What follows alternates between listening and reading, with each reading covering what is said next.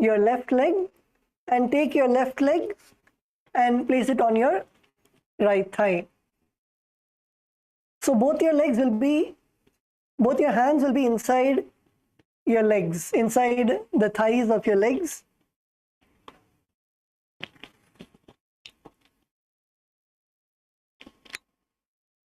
Yes, Kailasa, Salem, Nandakumaraya. That's good. Nandakumaraya, Ipo, now lift your body.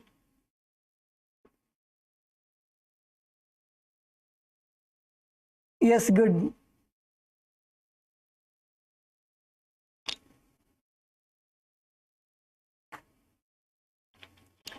Kailasa, Bolivia, female team.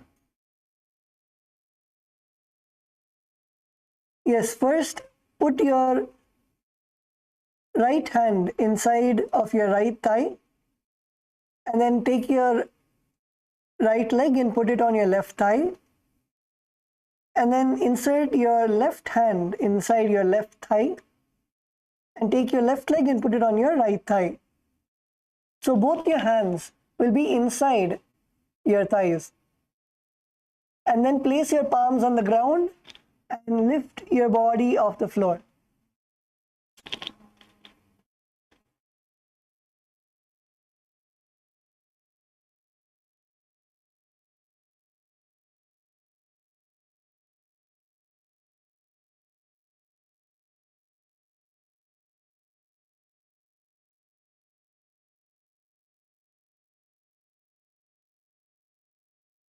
Yes, Kailasa, LA, female team.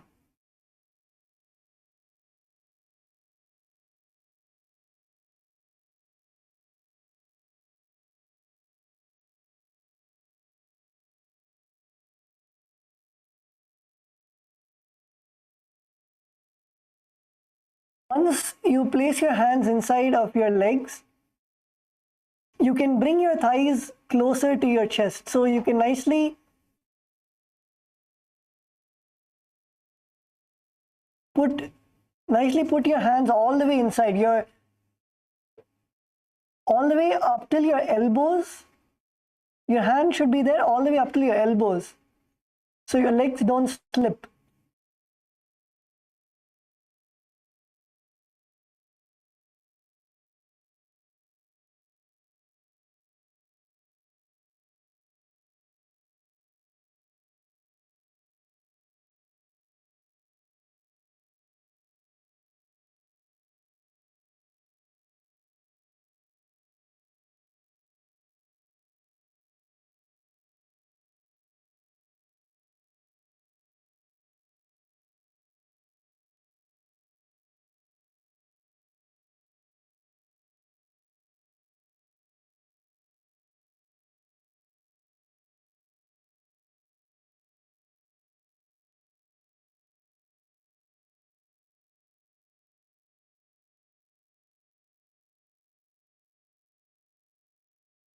Yes, come on, lift.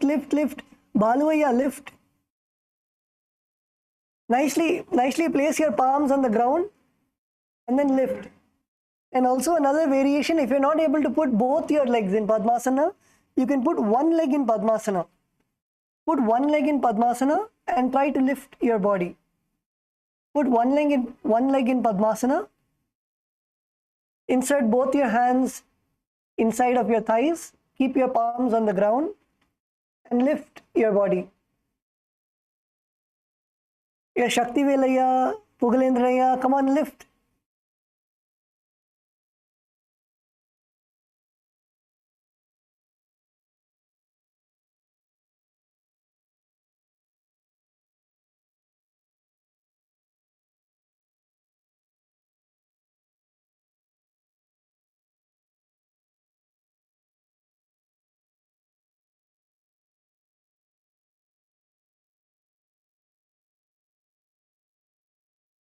Kailasa, Bolivia, Ma Yufe. Ma, you should hold at least for 3 seconds. And actually, everybody in Kailasa, Bolivia, Kailasa, LA, you should lift and hold at least for 3 seconds. At least for 3 seconds. Your body should be completely off the floor for 3 seconds. So nicely put your body weight on your palms. Make sure that your palms are comfortable on the ground. Spread your fingers and slowly lean forward and try to push.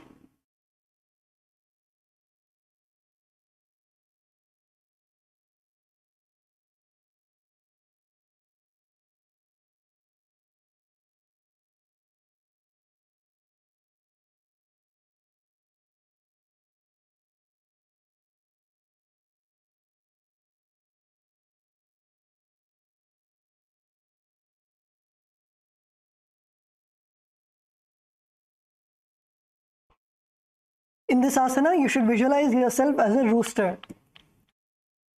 Visualize yourself as a rooster. And you're going to perform the Sahaja Kumbhaka. Sahaja Kumbhaka is inhale, hold your breath and exhale as comfortably as possible. Perform the Mula Bandha, contracting your perineum. And perform the japa Om Nityananda Paramashivoham. Padmasanam susamstaptya Nanurvorantare karo Nivesha bhumo vasishthet Bhumastak Kukkutasana.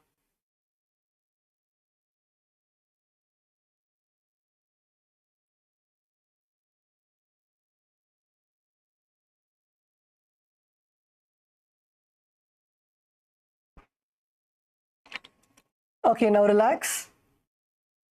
You can now uncross your legs from Padmasana and rotate your ankles. Relax your ankles.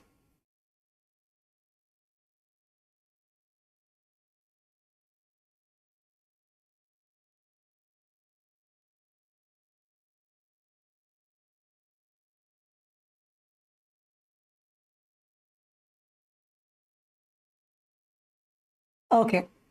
So the next asana that we're going to do is Asana. So in this asana, first requesting all the participants to look at your screen.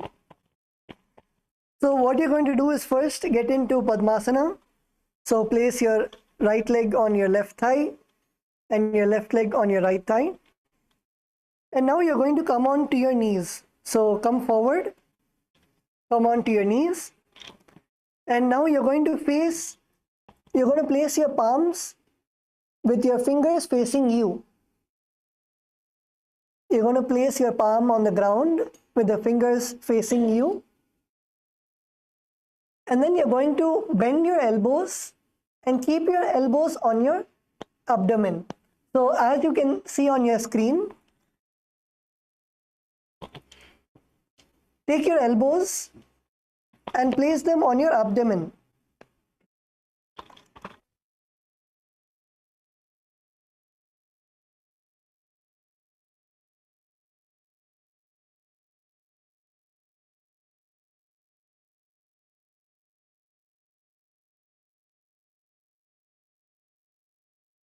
So like this, place your elbows on your abdomen. Place your elbows on your abdomen and you're going to slowly lean forward. Lean forward as much as you can and you're going to lift your legs off the floor. This is Asana. So all of us are going to do now. So let's all do this together. Requesting all the participants to come to Padmasana.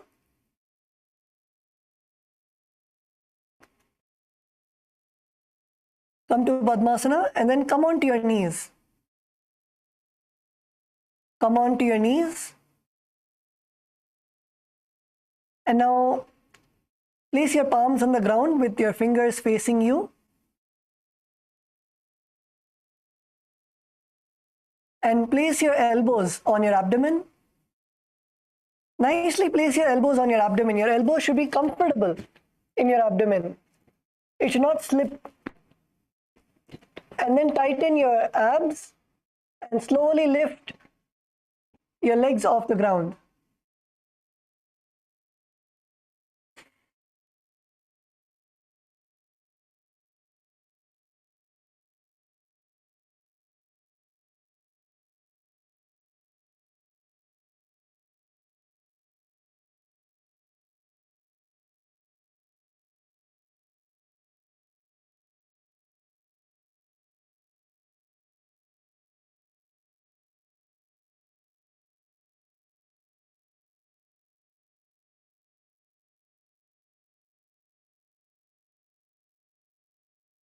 Yes, so in this asana, first become comfortable in putting your elbows to your abdomen. Become comfortable in putting your elbows to your abdomen and lean forward. Just lean forward. Don't lift your legs yet. Just lean forward as low as you can go. In the next step, then we can raise our feet off the ground. Yes, Kailasa, Malaysia, Shakti Velaya.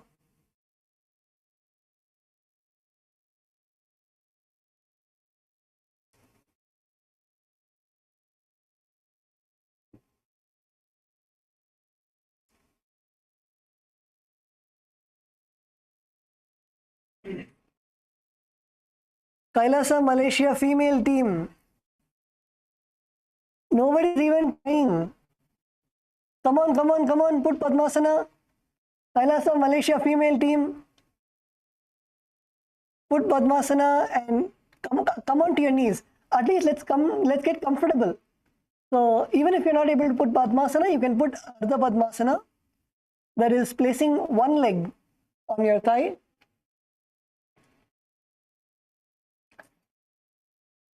And then come on to your knees. Come on to your knees and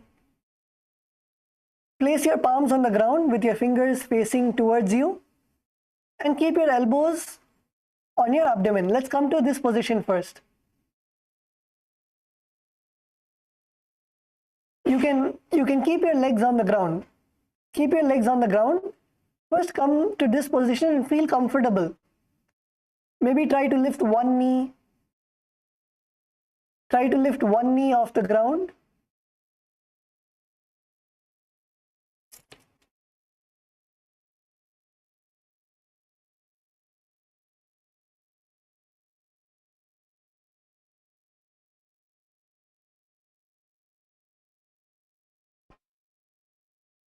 Kailasa, Bolivia female team.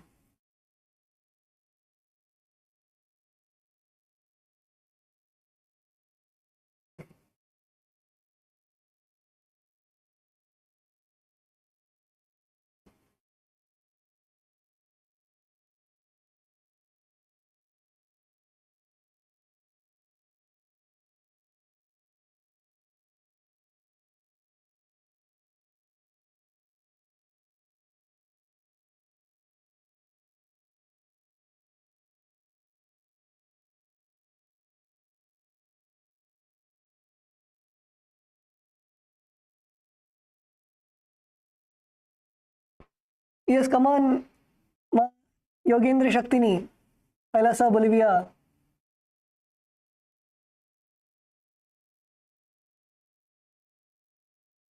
Where is Ma Om? Ma Om, can you raise your hand? Is Ma Om there?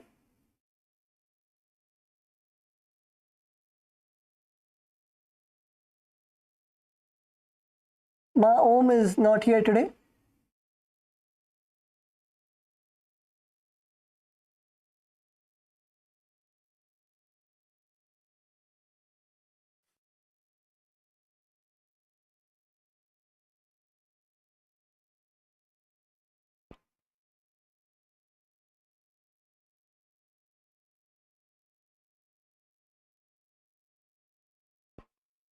Yes, in this asana, you will visualize Swamiji in your inner space.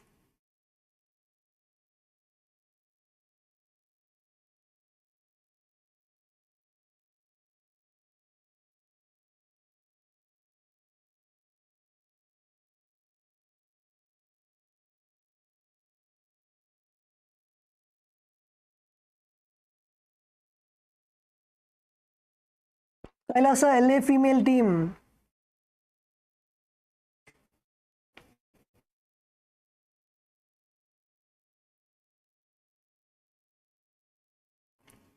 Yes, Kailasa LA female team, come on, get into the asana.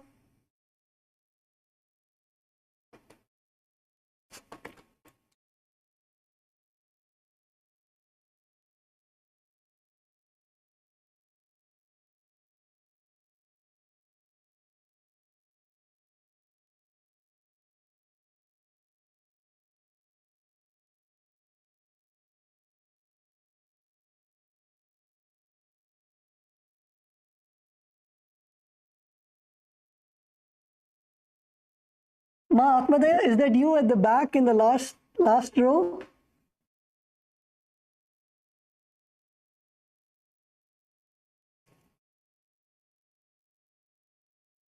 Yes, Nityananda Ma.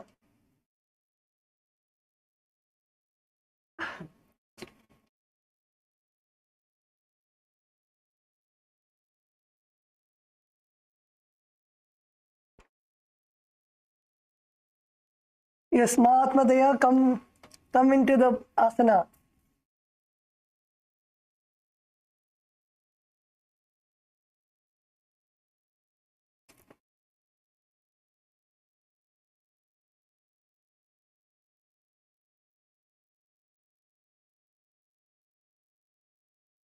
Yes, so in this asana, perform the Sahaja Kumbhaka, that is inhale and exhale as comfortably as possible. And the japa Om Nityananda Mahasadashivoham.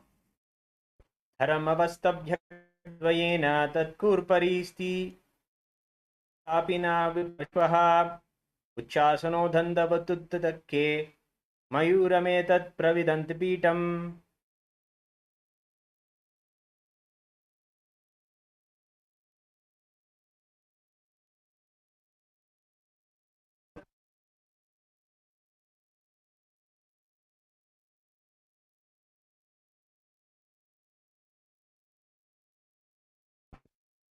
Yes, now you can come back to a seated position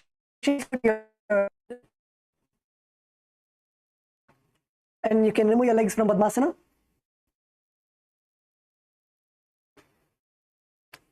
So the next asana is Rudrasana. The participants get your screens. So in Mayurasana, what you're going to do is you can come to a knee position where you kneel on your hands, onto your hands and knees. And now you're going to place your hands in the same way. So place your palms on the ground with your fingers facing towards you. And place your toes to your and you're stretched out. You're going to stretch your legs all the way to the back. Then once you're comfortable, lift both your feet off the ground. Lean forward and lift both your feet off the ground. This is Mayurasana.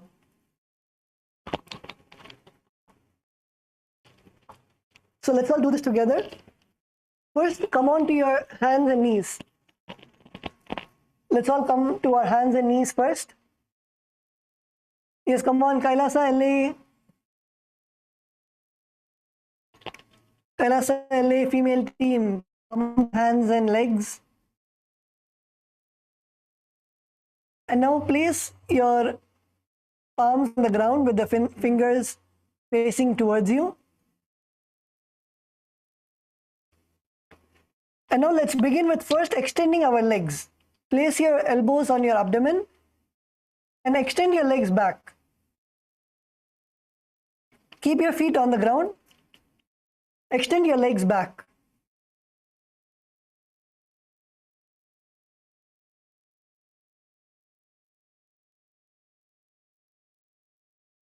You can even put your head down. You can put your forehead down for support. You can put your forehead down also for support. And slowly lift one leg. You can lift one leg and then bring it down. Lift the other leg and bring it down. And now try to lean forward and lift both legs off the ground.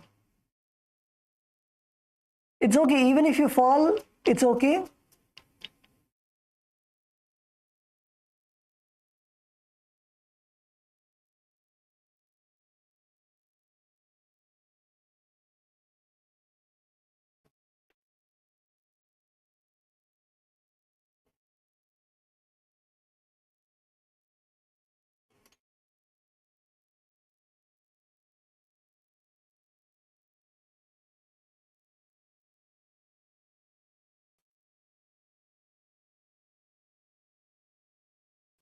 Ma Yufe, good try.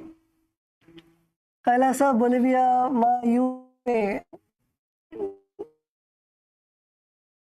Balance.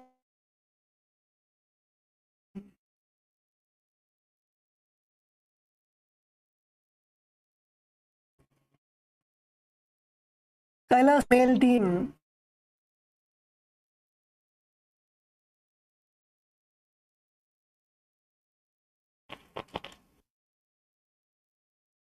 Yes, Balu, yeah, come on, lean forward and raise your legs. So that your elbows are tucked in nicely in your abdomen. And keep your abdomen tight.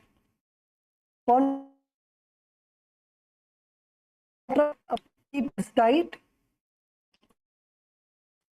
And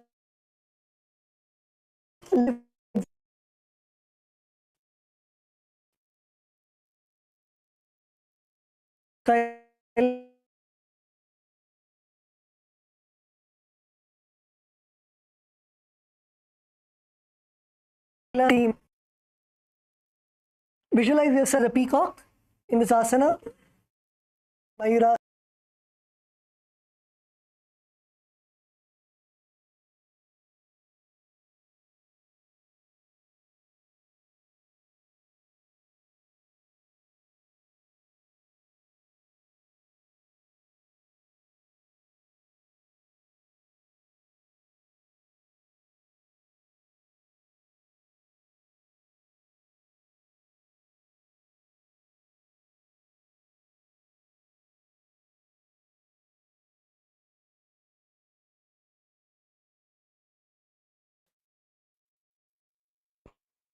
Visualize yourself as a peacock. And in this asana also perform the Sahaja Kumbhaka. Sahaja Kumbhaka is inhale, hold your breath and exhale as comfortably as possible. Perform the Mula Bandha, contracting your perineum. And the Japa Om Nityananda Mahasadashivoham.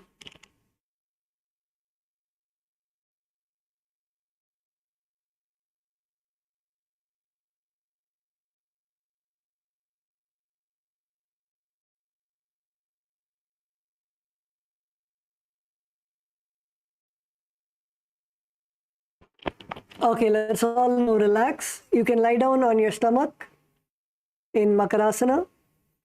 Then Makarasana. Now lie down on your stomach. Keep your hands in the Parashumudra. Parashumudra is interlacing your fingers. And keep your hands behind your head. Your legs should be spread out wide. Spread your legs out wide with your feet pointing outwards. And keep your forehead on your mat. This asana is Makarasana.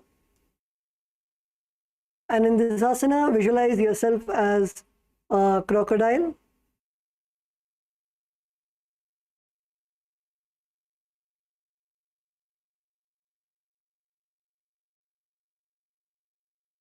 Visualize yourself as a crocodile. Perform the Sahaja Kumbhaka. Inhale, hold your breath, and exhale comfortably.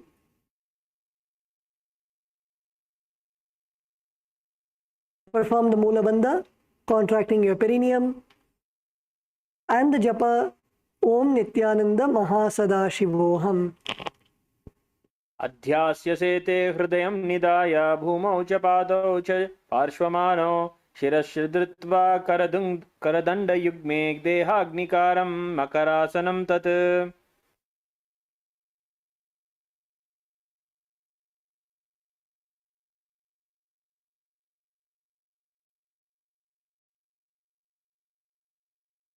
Yes, now relax. The next asana that we're going to do is Shalabhasana. In Shalabhasana,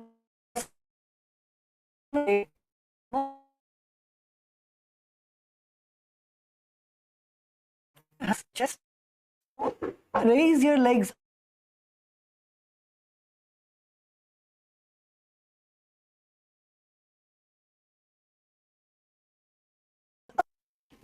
and bring your thighs up. We're going to hold hands. Please, labia.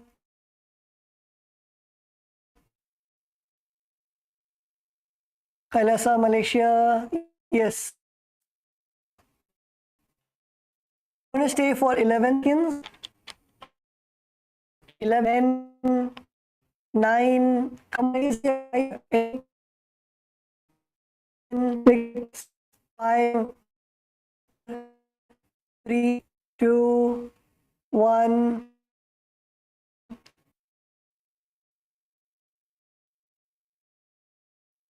Your muscles contracting.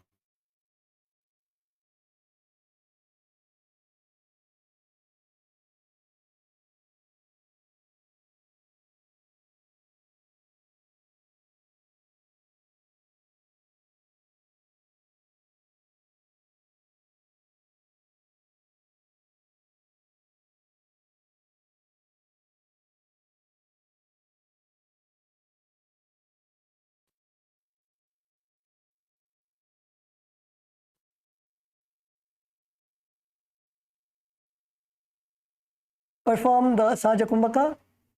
Inhale, hold your breath and exhale.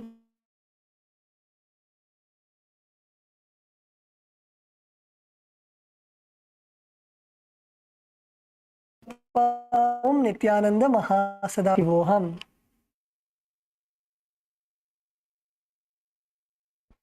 अध्याससे ते करयुग्मवक्षो भूमिम् अवस्तभ्य करयोस्तलाभ्यां पादौ च शून्ये च विषष्टिचोर्ध्वं वदन्ति पीठं शलभं मुनीन्द्राः.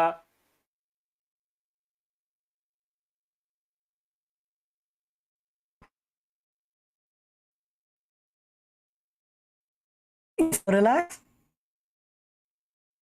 Let's now do the next asana. The next asana is Ushtrasana. So in Ushtrasana, you're going to continue to lay down on your stomach and you're going to now bring your hands to your feet. So bend your knees, bring your feet all the way to your buttocks, and you're going to take your hands and catch your feet.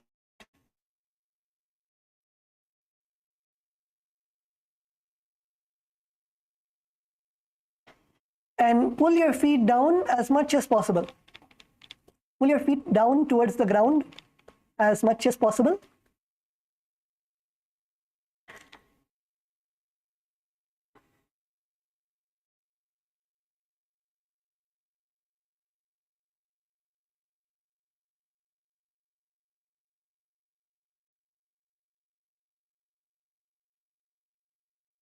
Yes, Kailasa LA female team, good.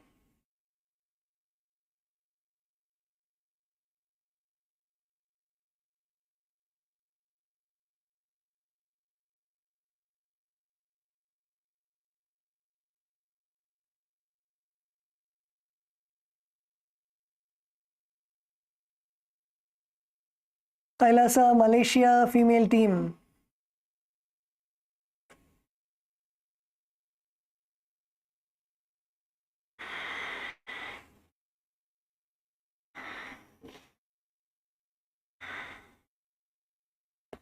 Yes, Kailasa, Bolivia. What happened to the Ma behind Ma Yufe?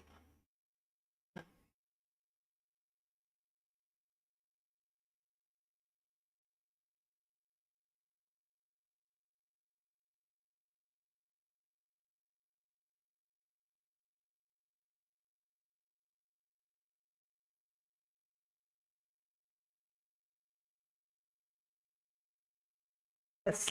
So in this asana, visualize yourself as a camel. Perform the Sahaja Kumbhaka. Perform the Mula Bandha, contracting your perineum. And the Japa Om Nityananda Mahasadashivoham. अध्याससेते पदयुग्मवस्थं पृष्ठे निपाद्यापिदतं कराभ्याम् आकुञ्चयेत् सम्यगुडरास्य गाधा मुष्ट्रं च पीठं योगिनो वदन्ति.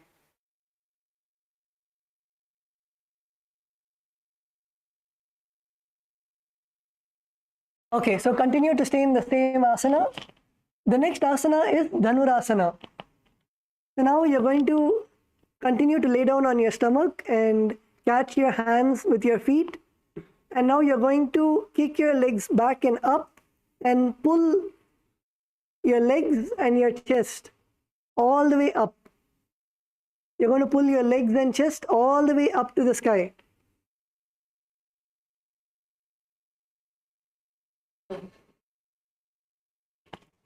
Yes, so catch your legs and pull, pull, pull.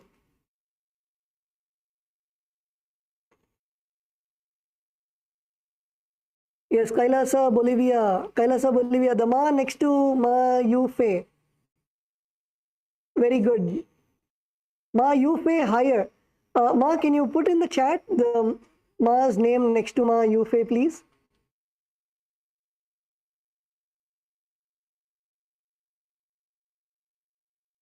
No, the other Ma, the Ma on Ma Yufe's left side. No, no, yes, yes, the Ma who's doing, yes, yes.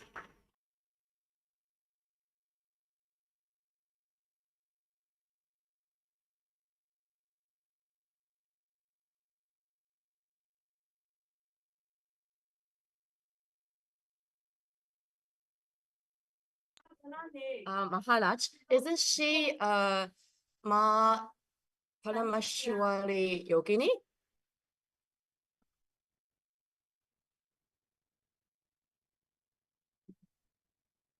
你让他看一下你的脸啊。他说你是谁啊？我觉得奇怪。 Sorry, Ma, could you repeat that, please? Ma, isn't sorry, Maharaj, isn't she Paramashivali Yogini? I think you know her. 你把脸拉开，打开让他看一下，怎么会不认识你了 ？Left side 这边，那不是你吗？哦，好奇怪。I think you know her. 让我这里面，刚好跟不上这里。在哪里？在哪里？我这边帮不上了，过来帮忙。Thank you, Ma.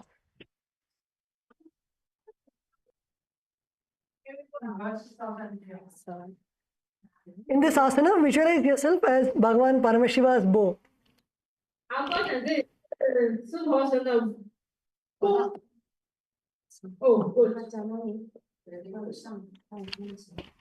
Ma, also, Kailasa, Bolivia, just one request. If everybody can like come to the same places every day, it'll be easier for Tattva Maharaj to learn the names. Okay, understand.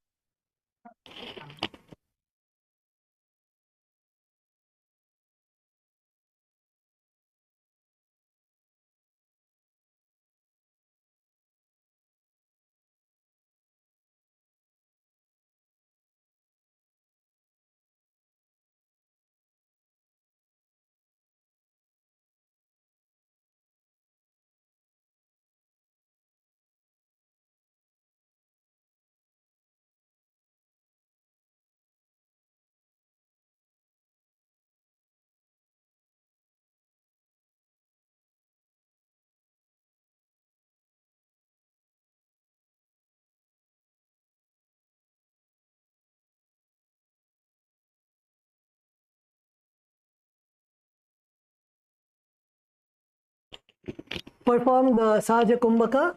Inhale and exhale comfortably. Perform the Mula Bandha, contracting your perineum. And the Japa Om Nityananda Mahasada-shivoham.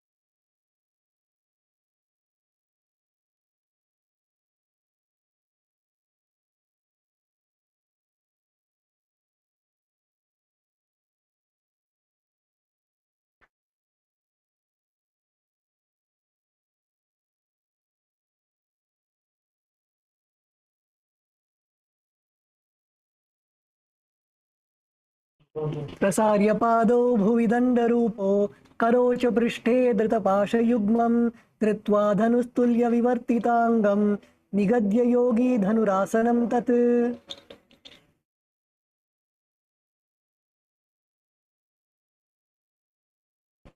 Yes, let's all relax and you can now come to a seated position. Sit on your knees.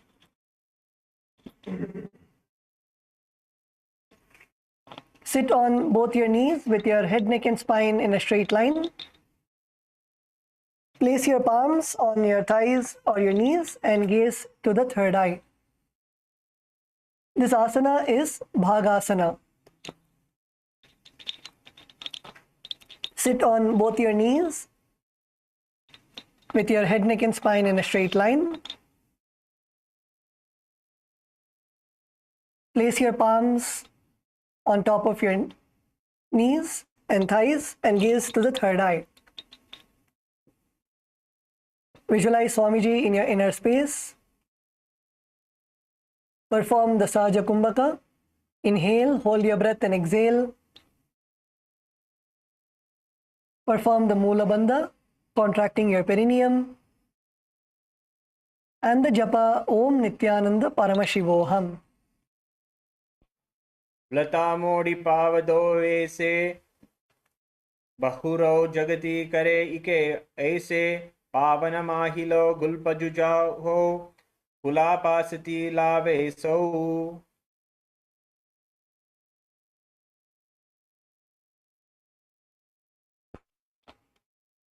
Okay, now relax. The next asana is Gohi Asana. So with this asana, first requesting everyone to look at the screen and also requesting all the participants come together as partners. You can come together as partners. So now what you're going to do is from Bhagasana, you're going to put your elbows to the ground, your forearms to the ground and interlace your fingers in Parashu Mudra. Interlace your fingers and keep your fingers on the ground. And now you're going to place your head in between your fingers. You're going to hold your head with your fingers. And now you're going to slowly lift your hips all the way up to the air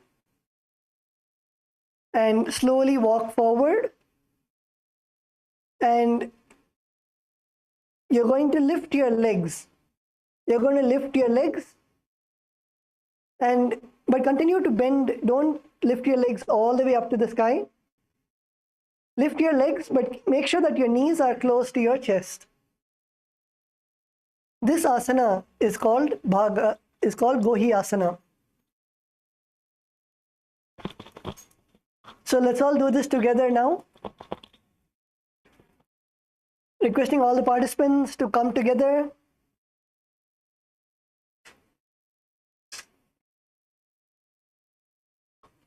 Come together as partners. Is Kailasa Malaysia? Baluaya, help Pugalendraya. Pugalendraya, you should have your hands, interlace your fingers. Interlace your fingers and keep them on the ground, yes. And now place your head on the ground.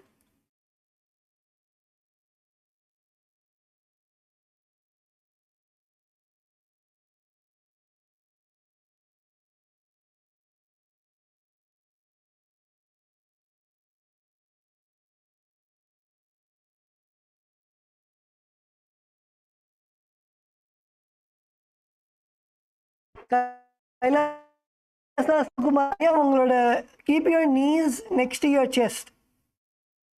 Don't legs all the way up.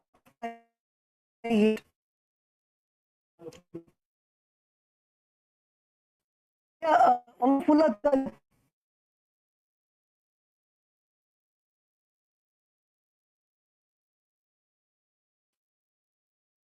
ஐயா Nandakumar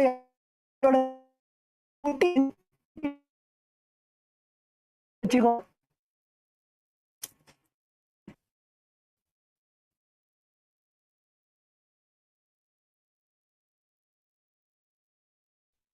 Maharaj, voice break ஆகுதுங்க Maharaj.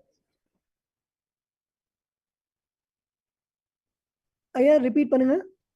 Maharaj, voice break ஆகுதுங்க Maharaj. உங்க voice break ஆகுது. ஆமாங்க. What தத்துவ Maharaj was saying is உங்களோட கால் வந்து ஃபுல்லா தூக்காதீங்க. ஓகே மகாராஜ். உங்களோட முட்டி வந்து உங்களோட நெஞ்சு கிட்ட வைக்கணும். Okay Maharaj.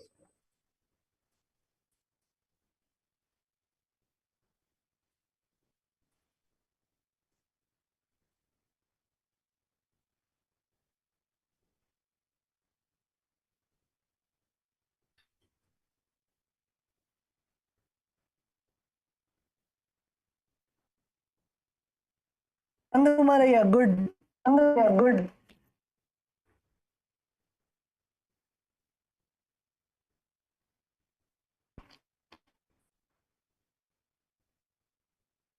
Kailasa எல்ஏ.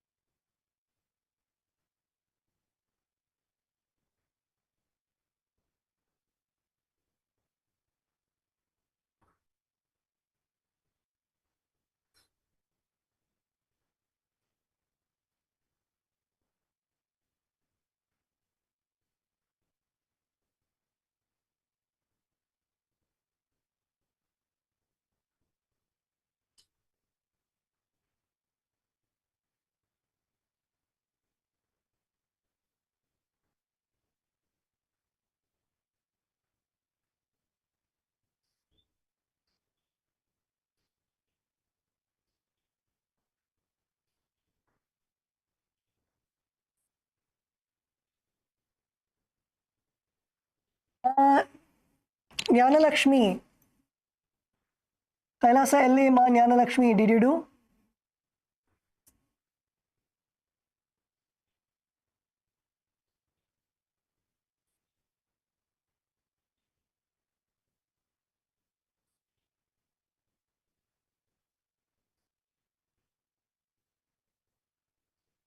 Kailasa LA Ma Mahapurna.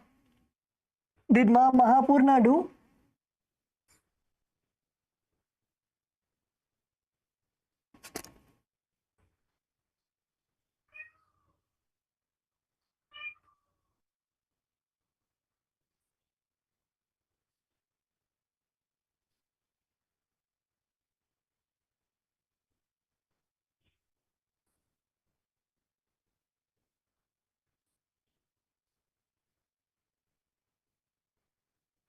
Kailasa Malaysia Ma Suguna, did you do?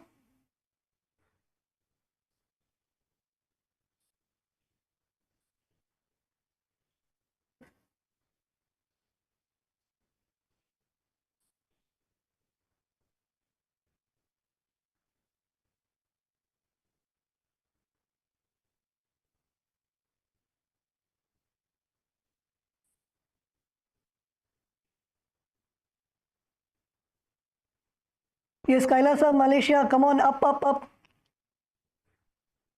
Kailasa, Malaysia, female team, yes. Kick your legs up. Kick your legs up to the air.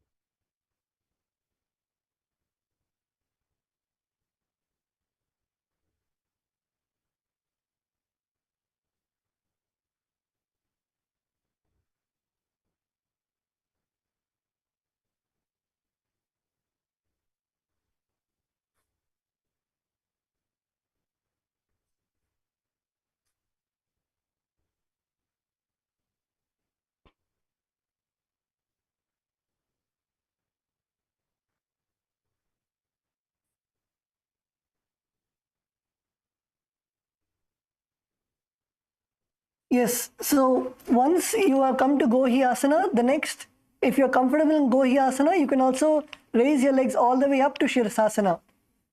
If you're comfortable in Gohi Asana is bending your legs and keeping your knees next to your chest. If you're able to balance there, then you can raise your legs all the way up.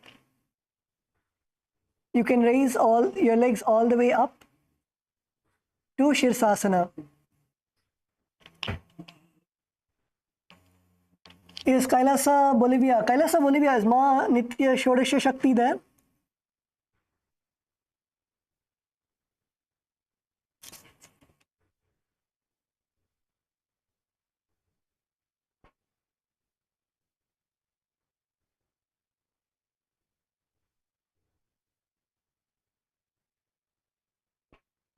Yes, Kailasa, Bolivia, come on, let's get into Shirshasana.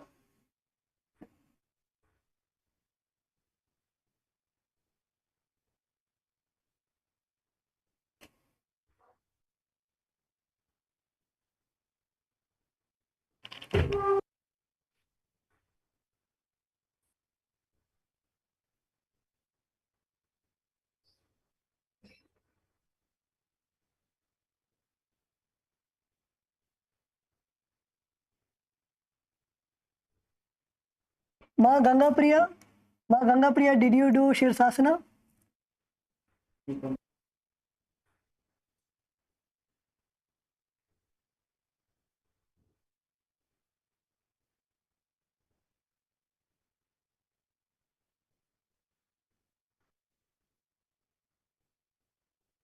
Kailasa, Malaysia female team, did everyone do Shirshasana?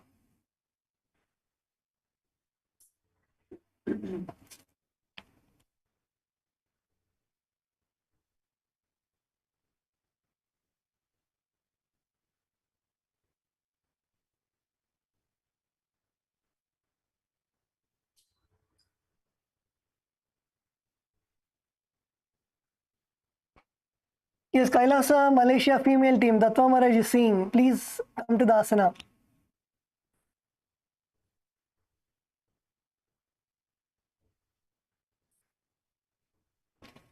Kailasa, Malaysia male team, Baluaya, did you do Shirshasana?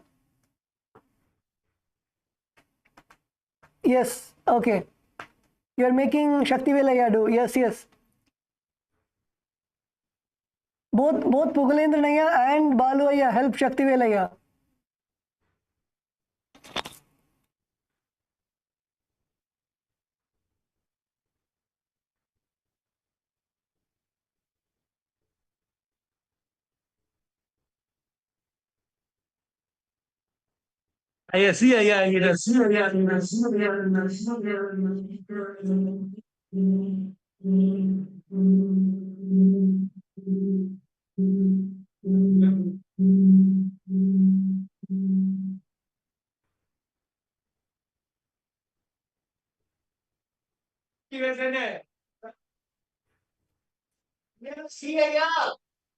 Wow, Shakti Velaya, wonderful.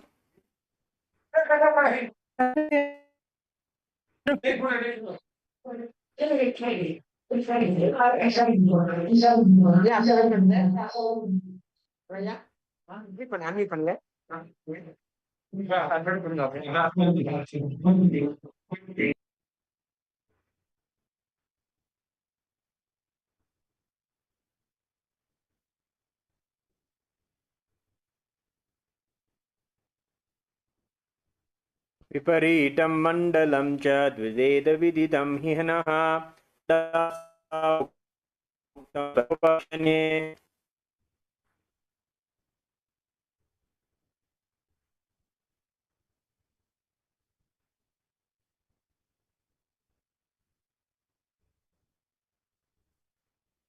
Okay, let's all relax now. You can come back to your yoga mats.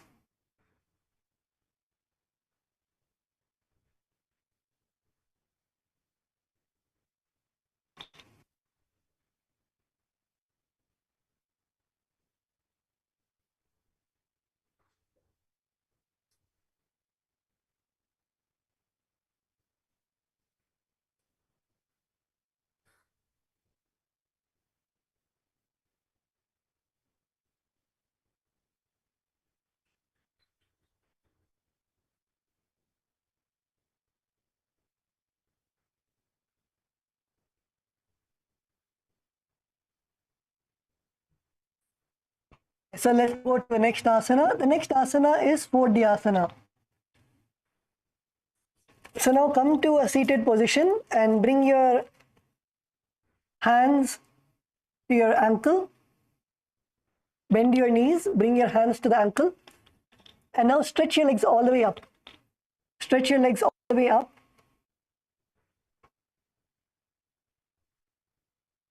Stretch your legs all the way up to the sky. And bring your forehead to your knees. Bring your forehead to your knees.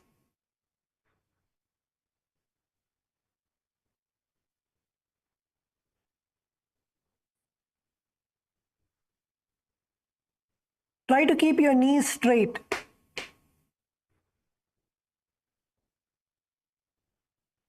Ma Parameshwara Yogini, you can catch your ankles.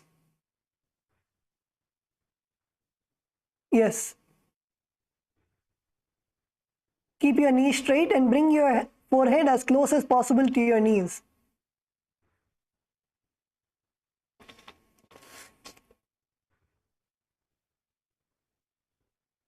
Yes, Kailasa LA Atmadayama, good.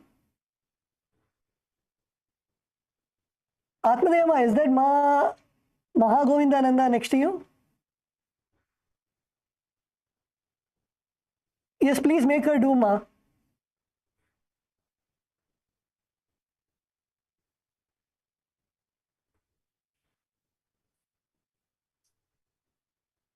Ma Mahagovindananda, please. You should be in a seated position. When you lie down and do it, it's a different asana.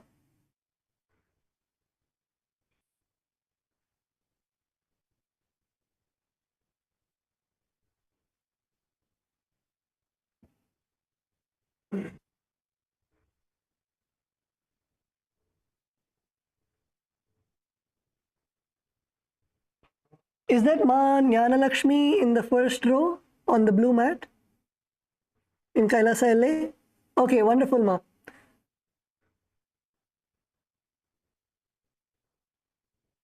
Ma Mahapurna.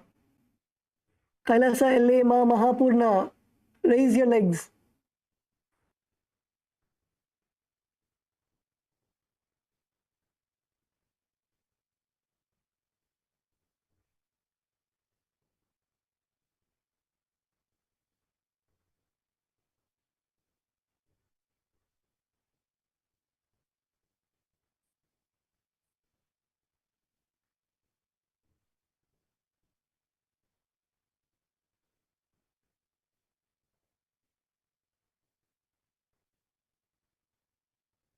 In this asana, you'll also be performing the Bhastrika Kumbhaka.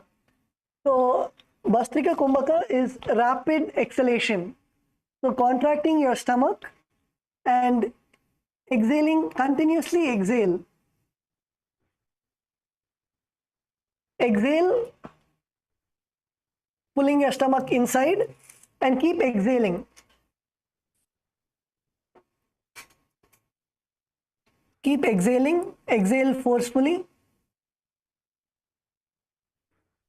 The bandha you'll be performing is Mula Bandha, contracting your perineum, and the japa Om Nityananda Paramashivoham.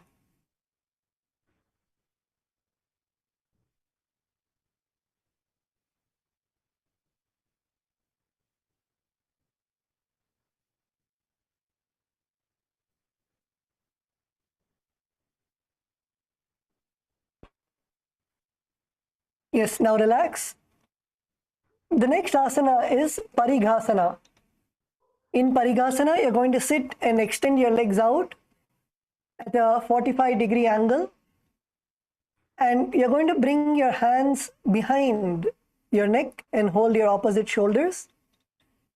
Keep your chest upright. Don't bend your back. Keep your chest upright. Your toes pointed. And continue to perform the Bhastrika Kumbhaka. Bhastrika Kumbhaka is rapid exhalation. Keep exhaling. You should feel the burning sensation in your abdominal muscles.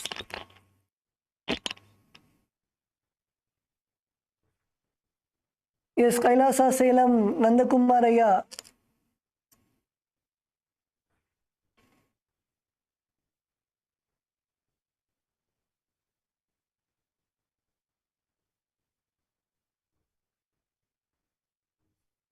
Stay, stay, stay. You should stay in this asana. Kailasa, Bolivia, Ma Yufe.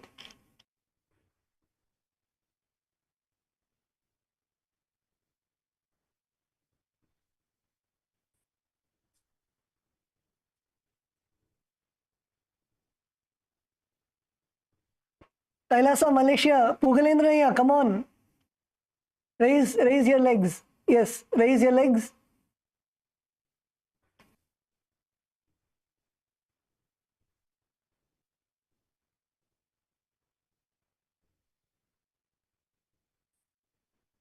Yes, Pugalendraya, balance. Pugalendraya, Baluaya, balance.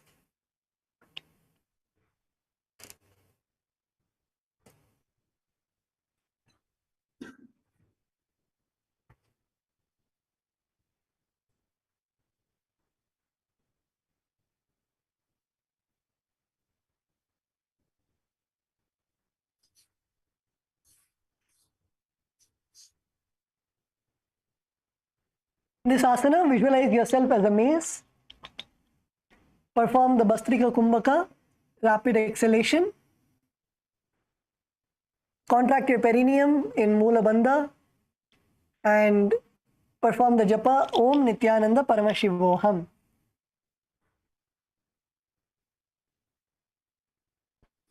उत्तानं शयनं कृत्वा पादौ मिलित्वा प्रसार्य नितम्बं भूमौ संस्पृत्य हस्ताभ्यां कन्धरबन्ध कुम्भकं कृत्वा तिष्ठेत् परिघासनं भवति. Yes, who all are feeling the burning sensation, the workout happening in your abs? Raise your hands.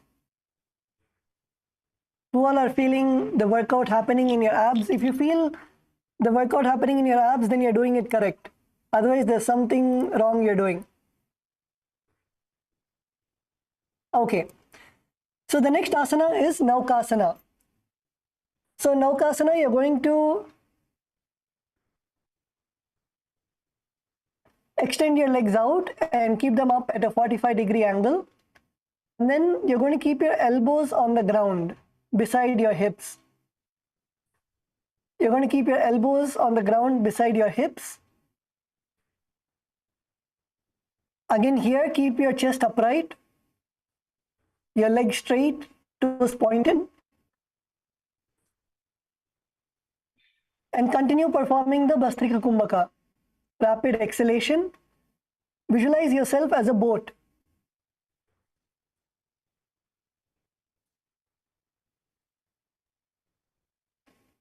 Yes, Kailasa, Malaysia, keep your legs up, up, up. Keep them in a 45-degree. Don't bring them too high.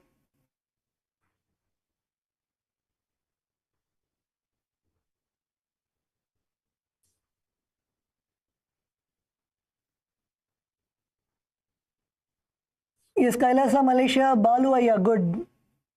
But keep your legs up. Come on, collective integrity. Till everybody's legs are up, Tattva Maharaj is going to wait. Legs up, legs up. Yes, Kailasa, Malaysia, good. New phase not doing.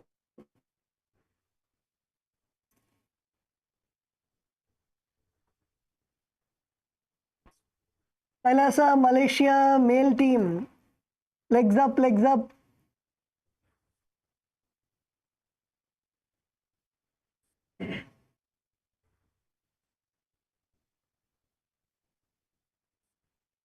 Okay. And in this asana, continue to perform the Bhastrika Kumbhaka, rapid exhalation. You keep exhaling. Focus on the exhaling. You will inhale automatically. Keep exhaling. You should feel your stomach going inside and keep exhaling. Forceful exhales. Perform the Mula Bandha, contracting your perineum, and the japa Om Nityananda Paramashivoham.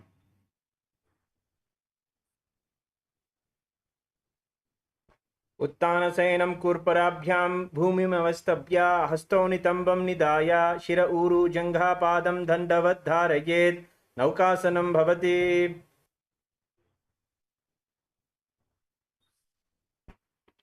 Yes, now relax.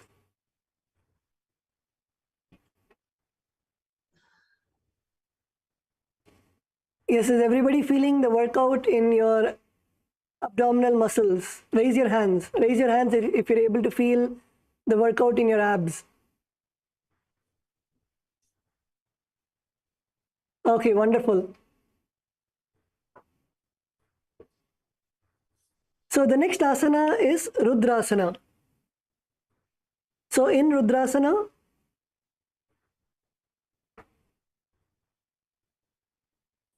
you're going to sit upright and lift your feet up. Scoop your hands under your legs and pull your feet towards your chest. So keep the soles of your feet together.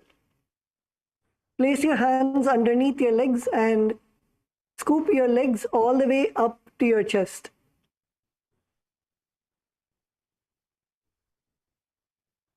Hold your legs with your hands and keep the spine upright. Keep your spine as straight as possible and balance.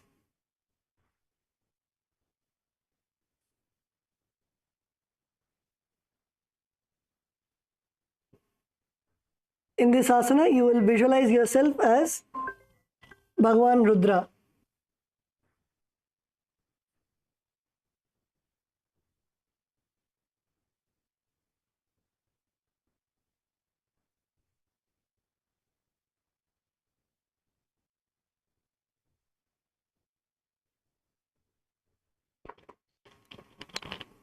Yes, bring your feet as close as possible to your neck, to your chest, and continue to perform the Bhastrika Kumbhaka. Continue to perform the Bhastrika, that is the rapid exhalation. Keep exhaling, focus on the exhalation.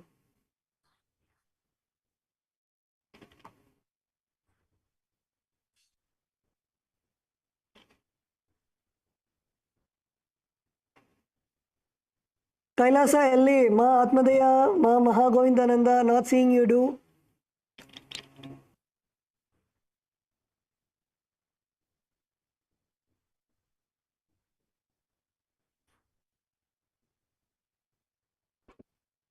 Kailasa, Malaysia. Baluaya, put your feet under, yes. put your hands under your feet.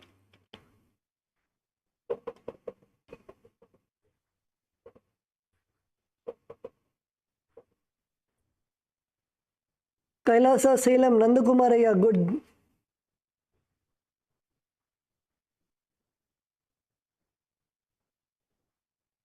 Kailasa, Bolivia.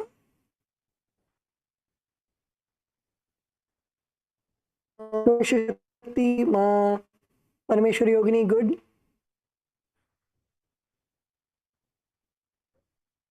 Kailasa, Malaysia, female team. Lift, lift, lift. Lift your legs and balance.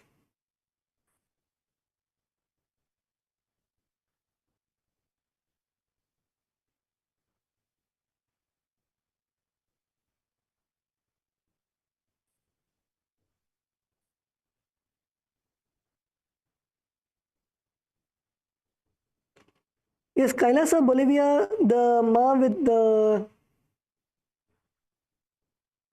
blue top. The Ma with the blue top and yes.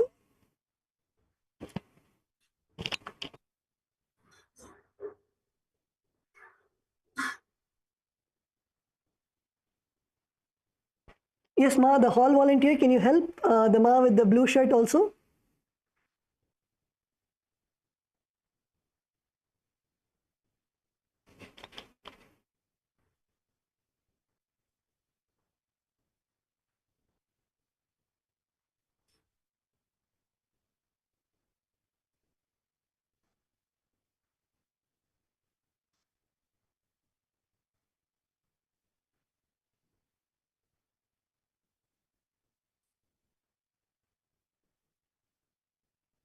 Yes, in this asana, perform the Mula Bandha and the japa of Om Nityananda Paramashivoham.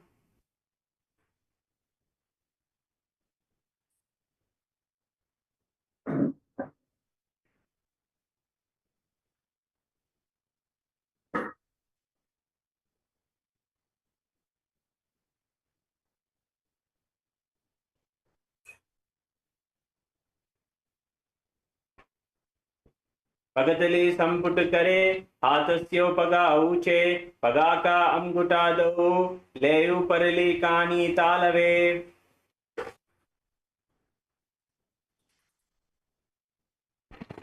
Yes, now relax. The next asana that we are going to perform is the Unmukha Pitasana. So in Unmukha Pitasana, please, you can now lay down on your back and place your feet flat on the ground.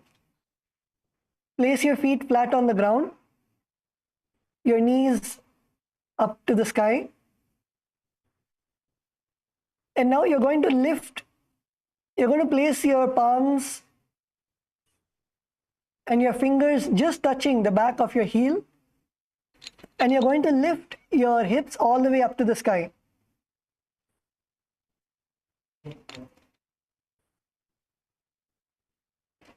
Lift your hips up all the way to the sky. Press your feet to the ground.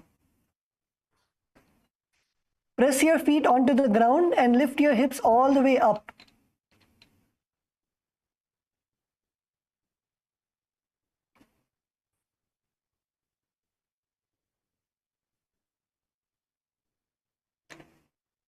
Lift your hips all the way up as much as you can.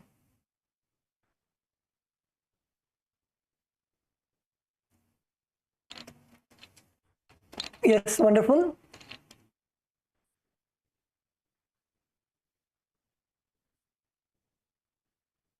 In this asana, visualize Swamiji in your inner space. Perform the Sahaja Kumbhaka. Sahaja Kumbhaka is inhale and exhale comfortably. Perform the Jalandhara Bandha. Jalandhara Bandha is bring your chin to the chest.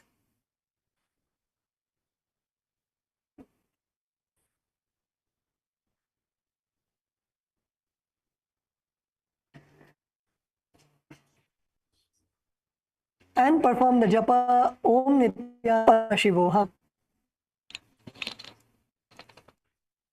ऊर्ध्वे च जानुनि कृत्वा ऊर्ध्वे च जानुनि कृत्वा सवितोर्ध्वमुखं तथा उपात्य हस्तोत्तिष्ठेत्तु पीठ उन्मुखनामखे।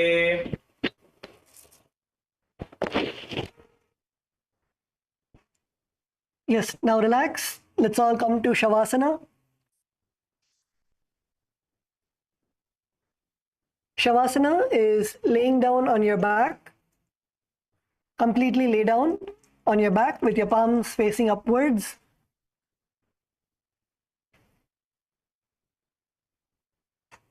Do not have any movements. Stop any movements happening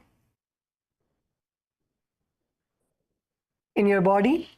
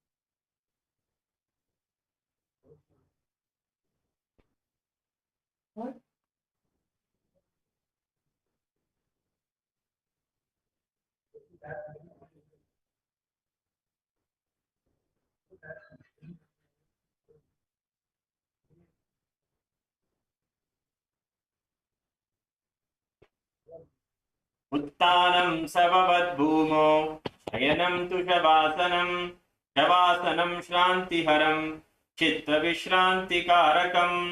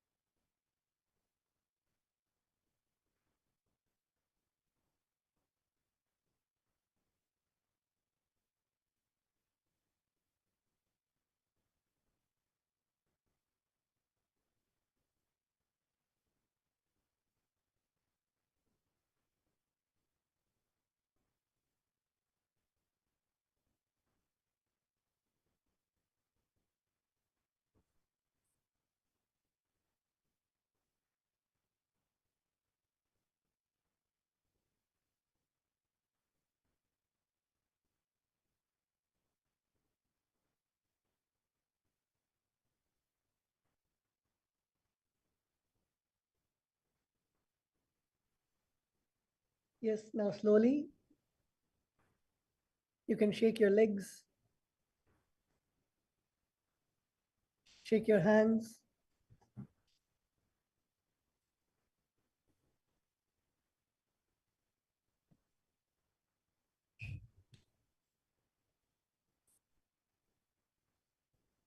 You can bend your knees, bring your knees to your chest, rotate from side to side.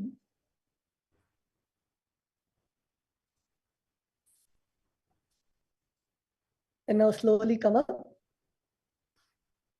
Let's all come to a seated position.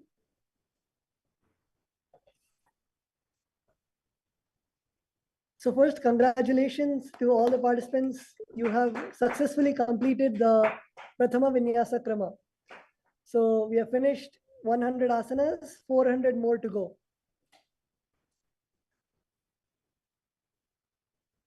So wonderful.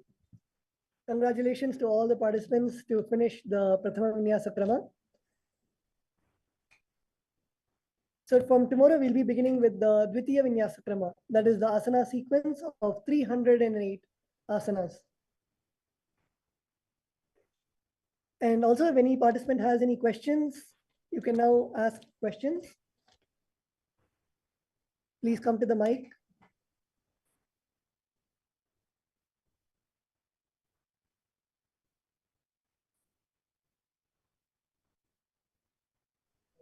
Yes, Kailasa, Bolivia, Ma Yufe.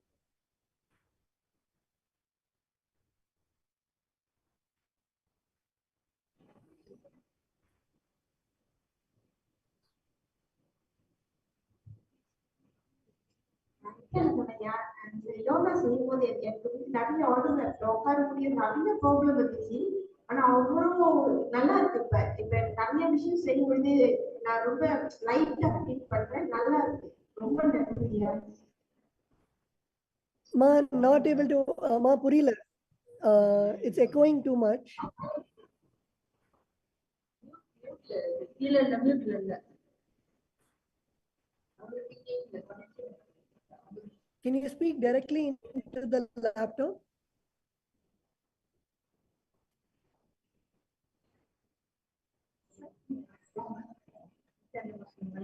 நித்யானந்தமையா Sami கேக்குதா? Yes, Ma. இப்போ சொல்லுங்க. நான் வந்தப்ப உடம்புல நிறைய problem இருந்துச்சு. உட்கார முடியாதுல ரொம்ப கஷ்டப்பட்டேன் நான். ஆனா இந்த யோகா செஞ்சு ரொம்ப உடம்பு லைட்டா இருக்கு. தூங்குறது எப்பவுமே தூங்கினே தான் இருப்பேன். ஆனா அப்படிலாம் இல்ல, வேலை பார்த்துக்கிட்டே இருக்கேன். ரொம்ப நல்லா இருக்கு இந்த யோகா பண்றதுனால. நான் வீட்லயே ட்ரை பண்ணிருக்கேன். ஆனா நீங்க பாட்டா அவ்வளவு கிளியரா எனக்கு சொல்லி கொடுத்து இவ்வளவு டீட்டெயிலா சொல்லி கொடுக்குறீங்க. எனக்கு ரொம்ப நன்றி. எனக்கு இந்த பிஎஸ்எஸ் விட்டு போகவே முடியல. அவ்வளவு நல்லா இருக்கு. ஏன் இந்த ஒரு மாசம் லீவ் கிடைக்கலன்னு அவ்வளவு வேதனை பண்றேன். ஆனா நிச்சயமா அடுத்து இருந்துச்சுனாக்கா நான் ட்ரை பண்ணும். என்ரிச் பண்ணும்போது நான் எக்ஸ்பிளைன் பண்ணுவேன். யோகானாலே நிறைய பேர் நான் என்ரிச் பண்ணுவேன். ரொம்ப நன்றி ஐயா. Sure, wonderful. Thank you. Thank you so much, Ma. Of course, it's Bhagavan's blessing only. And yes, actually in the yoga, if you see that daily, if you do the yoga, you will feel so light. You will feel so alive.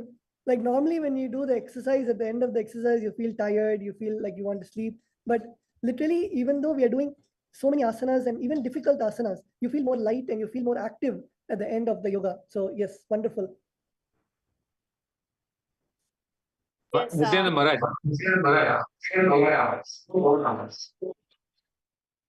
Yes, Nityanamaya, சொல்லுங்க.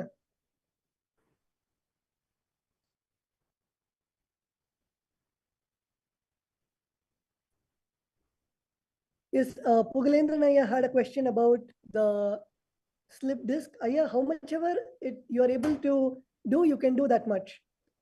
How much ever is comfortable for you. And actually, if you do the yoga, you will see that the slip disc, you will see that your slip disc actually heals. So even if you're having any pain, it will actually heal when you perform the yoga. And even asanas, like for example, Maschendrasana. Maschendrasana is twisting your back to one side. So if you do those kind of asanas, it will help loosen out your back. And even asanas like today we did the Shalabhasana, raising your leg up. So those asanas will strengthen your back muscles. So it will not put a pressure on your back. Nityananda Maharaj, Yes, Smita, Nityananda.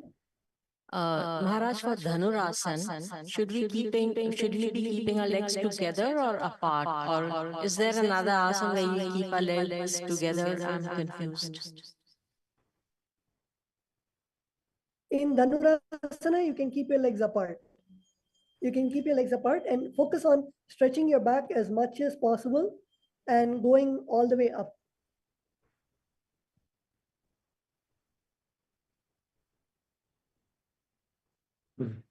Nityananda Maharaj.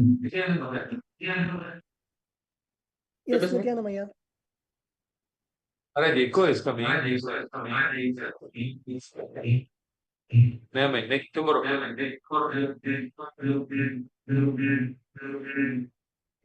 I hear the echo is happening in Malaysia. Can you check if there's any other speaker which is picking up the audio?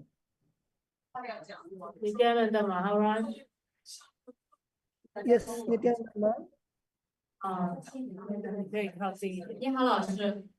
我在中国呢接触的一个概念就是呼吸，呼吸。那来到这边在做瑜伽的时候，老师一直在讲先吸气，这两个。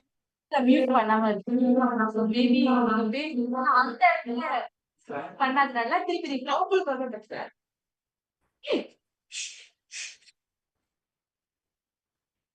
Kailasa Malaysia, can you mute, please?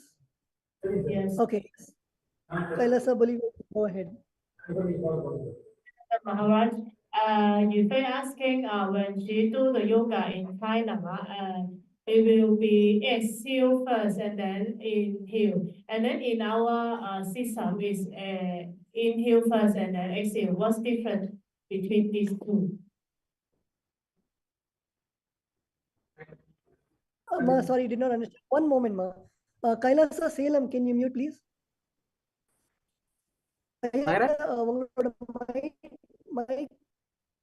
உங்களோட mic mute பண்ணணும். Okay.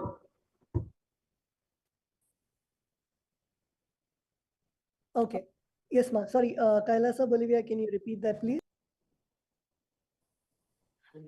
In Taoism, it's exhale and inhale, but in our system, in Hinduism, it's inhale and exhale. What's different? Different 不同的顺序。Yes. Yes, Ma. And then she's actually curious about she's like comparing two systems.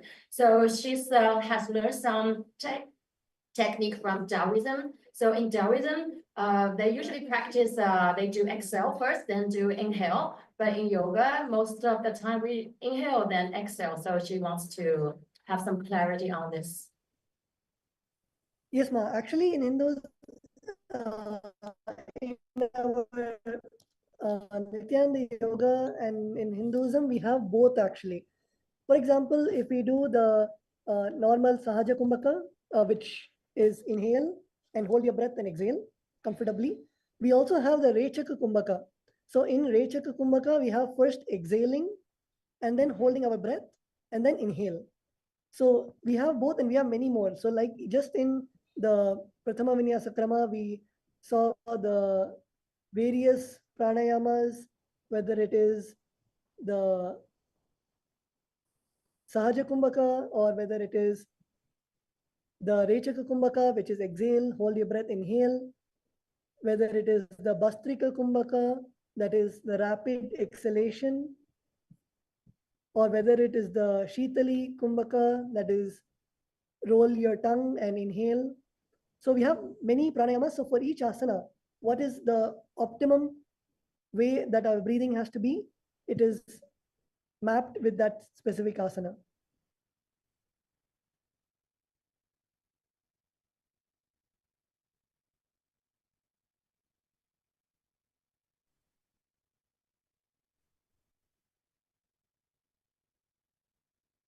Nityananda Maharaj, I had a quick question.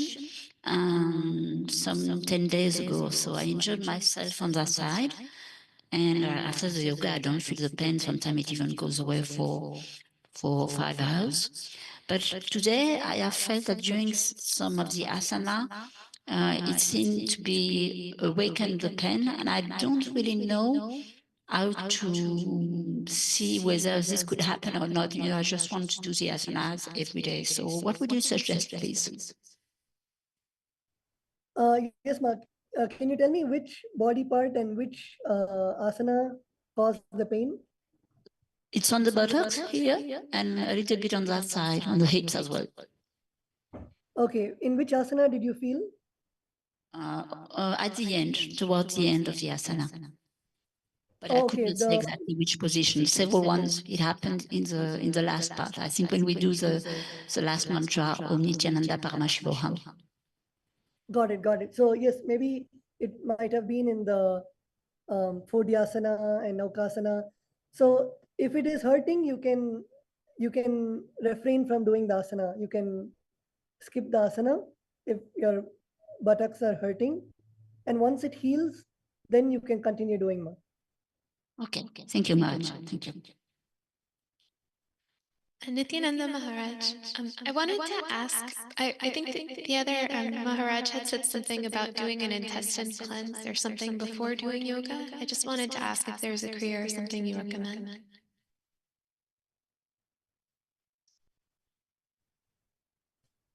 Yes, ma. It is actually daily before the yoga. We normally do the panchakriya, which is cleansing our whole body, the neti pot, and the enema, which cleanses our bowels. So if you do the panchakriya, surely it will help in doing the asanas. You will feel more light when you're doing the Nityananda yoga. Thank you. Another second question, for women on their moon cycle, other than inversions, is there any other asana to avoid? No, ma. Whatever is comfortable for you, you can do any of those asanas, except the inversions. Anything that you feel comfortable with, you can do all of those asanas. Thank you. Thank you, ma.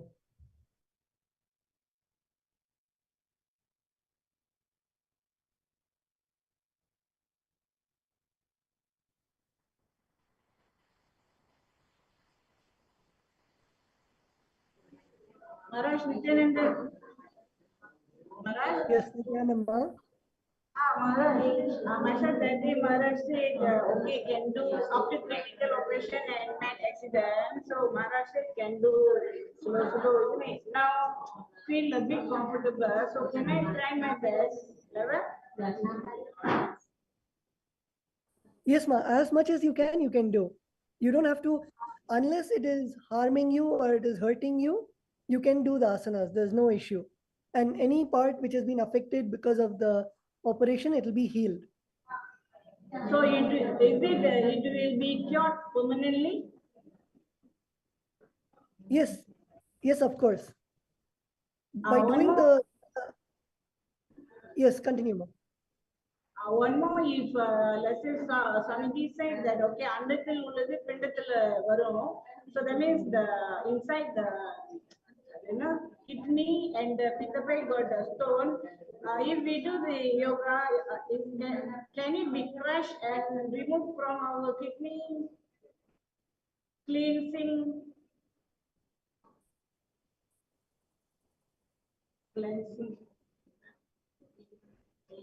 Yes, ma. By doing the yoga, surely you will see that, especially with Swamiji's initiation, the kidney stones will dissolve. Thank you so by much. doing the yoga authentically. Thank you, ma. Permanently it will be dissolved, right? With the blessing of Swamiji. Yeah, Of course. Thank you so much, Maharaj. Thank you, ma.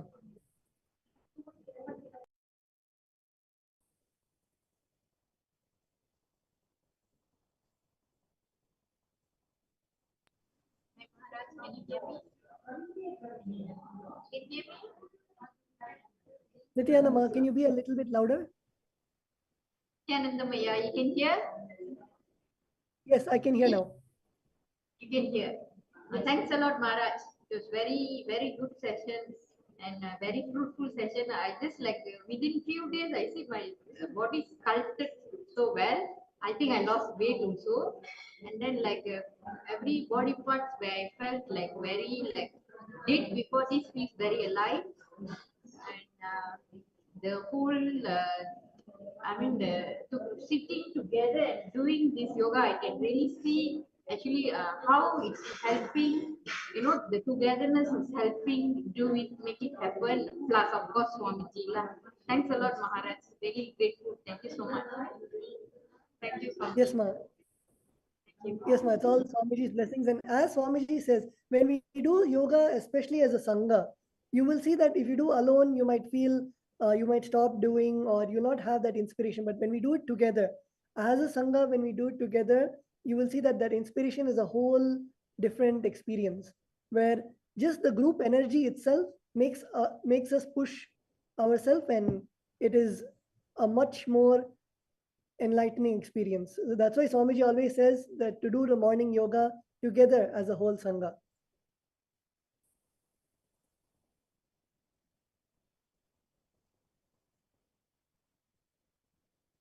Yes, thank you, Ma.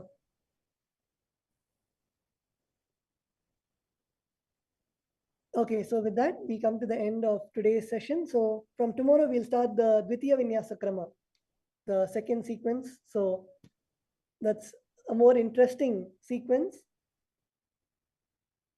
So with that, let's all sit straight. Sit with your head, neck, and spine in a straight line. Bring your hands to the Atmanjali Mudra. Close your eyes.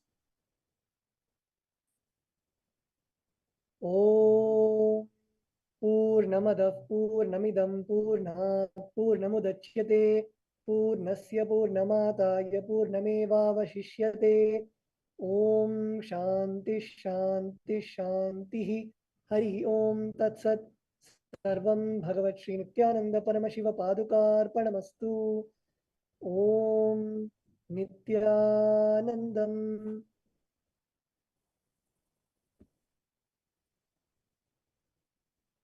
Yes, thank you everyone. Nityanandam.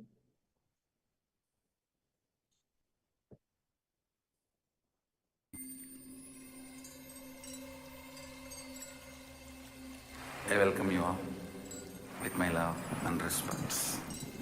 Let you all open all your three eyes. Om Nityananda Paramashivoham.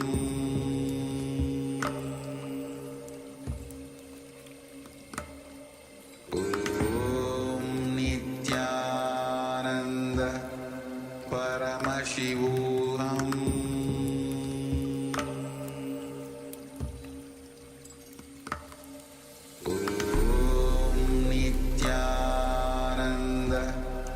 Paramashivoham.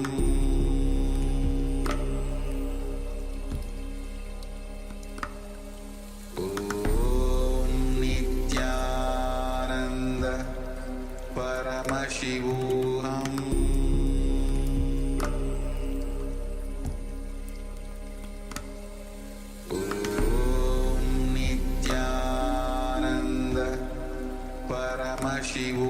Om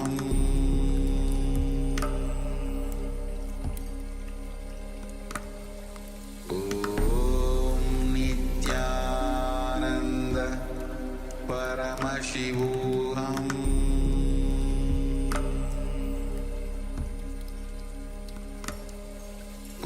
Om Nityananda Paramashivoham.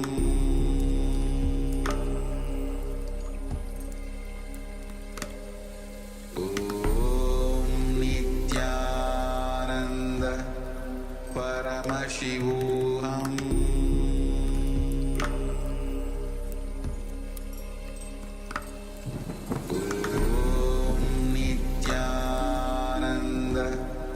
Paramashivoham.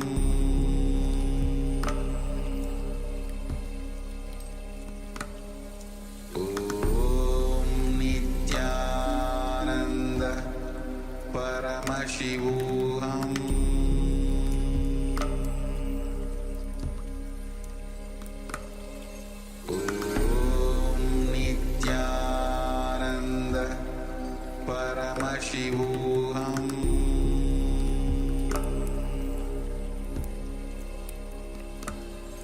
Om Nityananda Paramashivoham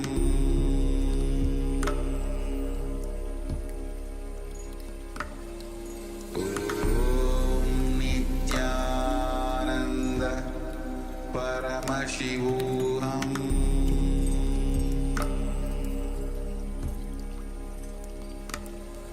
Om Nityananda Paramashivoham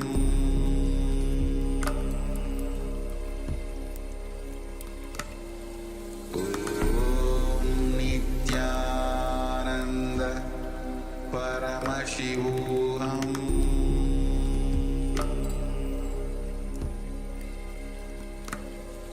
Om Nityananda Paramashivoham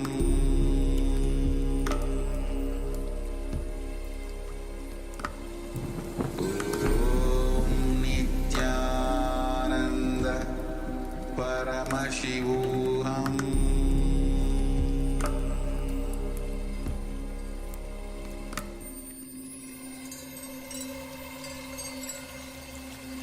I welcome you all with my love and respects. Let you all open all your three eyes. Om Nityananda Paramashivoham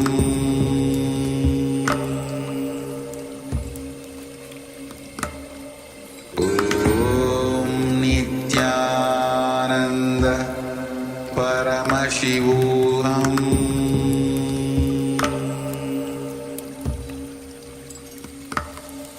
Om Nityananda Paramashivoham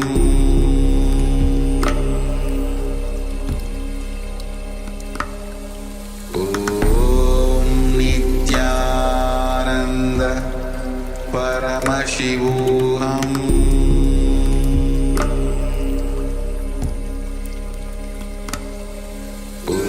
Om Nityananda Paramashivoham Om Nityananda Paramashivoham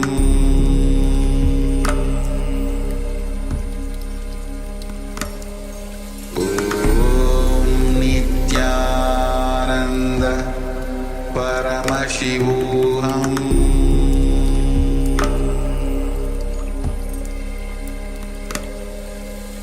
Om Nityananda Paramashivoham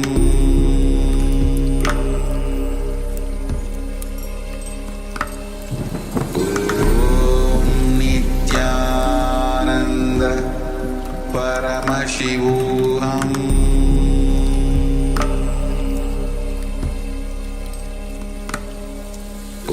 Om Nityananda Paramashivoham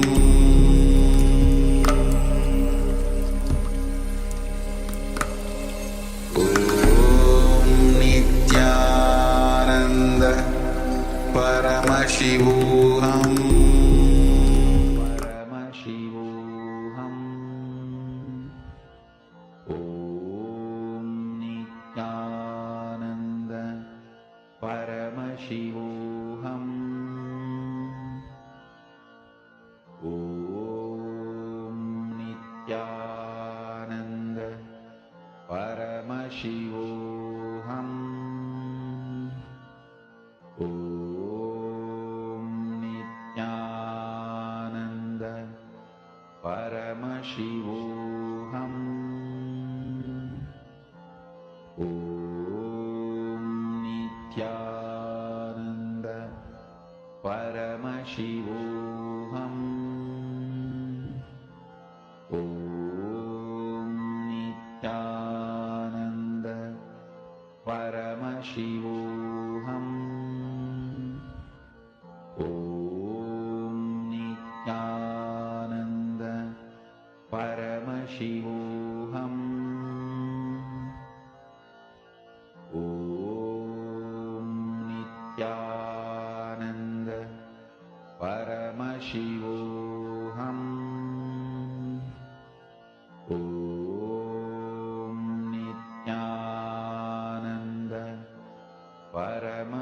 Paramashivoham Om Nityananda Paramashivoham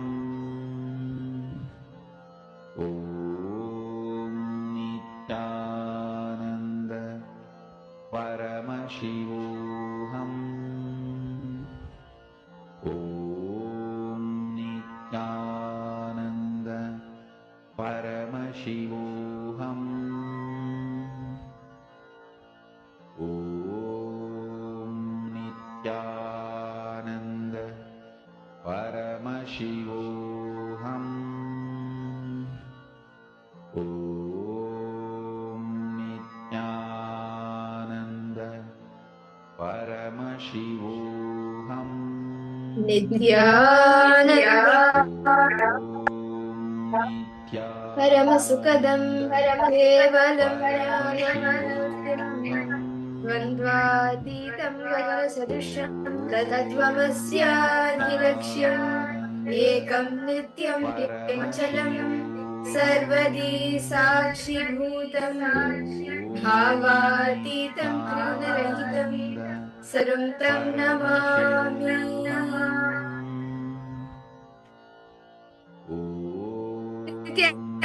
Nityanam to all the participants today as we enter into a new day of the Paramashivoham program. Today all of us will be witnessing, receiving the darshan and of Bhagwan Kalyana Sundaramurti form of Paramashiva. And today, anyone, each and every one of you, if you want a breakthrough in relationships, you want to manifest the best of relationship, the best of all your relationships, whether it is with your spouse, your children, your friends, your colleagues, all your relationships, you can achieve complete today and receive the best out of your relationships, manifest the relationship that you desire for. And we just completed the Nityanda Yoga, the Prathama Vinyasa Krama and the Dvitiya Vinyasa Krama. Can I ask all the participants to share how did you like the yoga? What breakthroughs, what experiences did you have today during the Nityananda Yoga?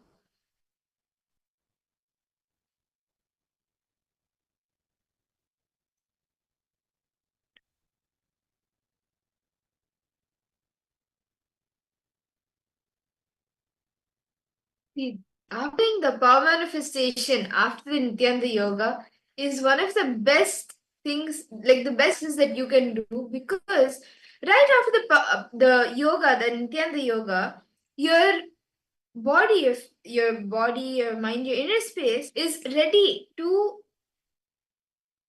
do the power manifestation and to imbibe these deep truths more better, for it to become a part of your bioenergy, biomemory, and muscle memory, a part of your being more and more. So let us all start our day with the power manifestation, and let's do the third eye reading. We will be doing the third eye reading now in this round of power manifestation, and throughout the day we'll be manifesting very different exciting powers. I request all the participants now please take a moment and you can bring your eye band or any cloth for tying your eyes. Nityandam ma Agora Rupini, ma Bella ma Shamai Nityandam. Please take a moment to bring your eye bands. As all of us are preparing for the power manifestation, let's now listen to the dialogues of Paramashiva. What did Paramashiva say about this power of the reading? Paramashiva says in the Vijnana Tantra, Sutra 34, Dharana 11, Paramashiva says, Kapalantar manosa tishtan milita lochanaha Kramena manaso dardhya lakshayet lakshamudamam. Paramashiva says that by fixing the mind on the inner space within the crown center and sitting stably without any movement, having the flows in succession. By the stability of the mind and inner space through the power of the third eye, One directly sees the ultimate goal, Lakshman, by having the vision beyond that reveals any object or place, attaining the space of oneness with the source Paramashiv.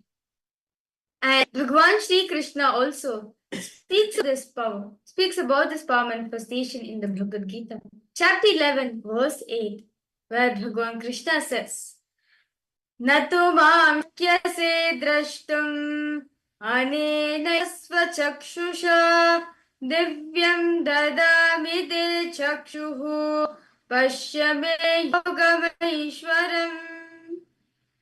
Bhagavan Krishna says to Arjuna that you cannot see my cosmic form with these physical eyes of yours. Therefore, I grant you the divine third eye vision behind my cosmic opulence. Understand, in the 11th chapter of Bhagavad Gita contains a detailed description of Bhagavan Sri Krishna's cosmic form, as Arjuna sees Krishna through his third eye. As very beautiful Krishna says, right? The two physical eyes which you're having is limited. It does not have the possibility to see, to behold my cosmic form. Therefore, I initiate you into divine third eye to behold my cosmic forms.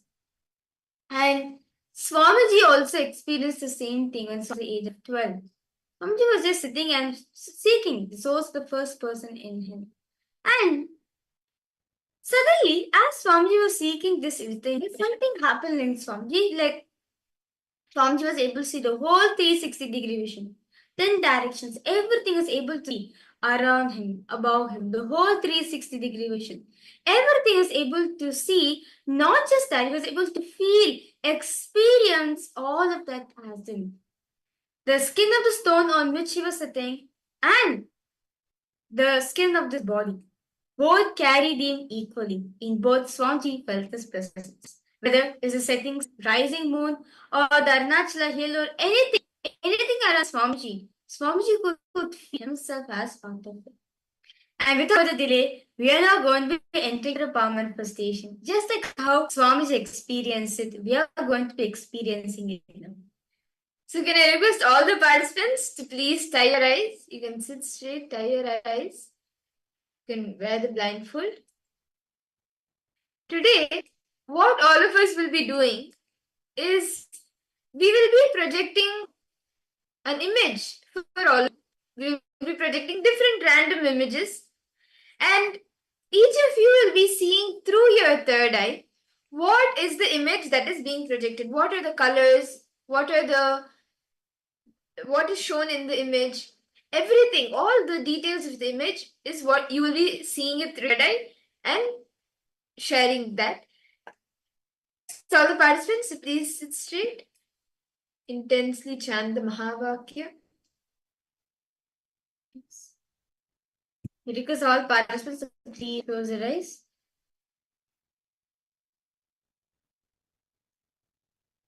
Bring your awareness to the third eye and chant the Mahavakya intensely. Om Nityananda Paramashivoham. Om Nityananda Paramashivoham. Om Nityananda Paramashivoham. Continue to chant the Mahavakya.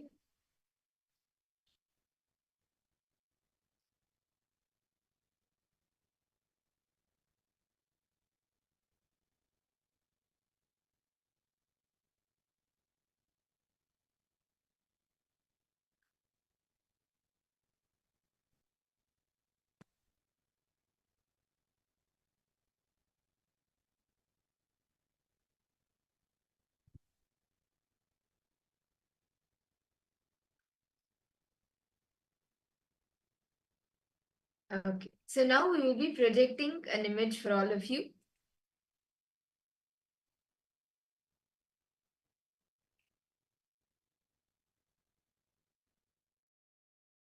Connect to Swamiji intensely and see what are the details of the image, what are the colors, what is there.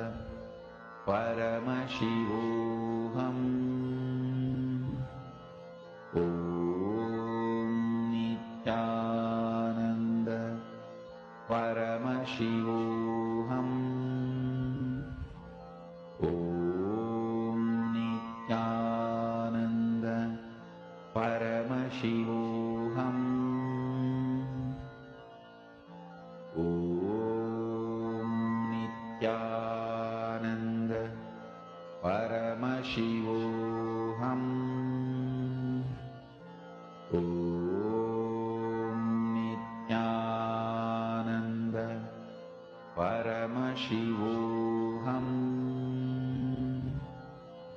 Om Nityananda Paramashivoham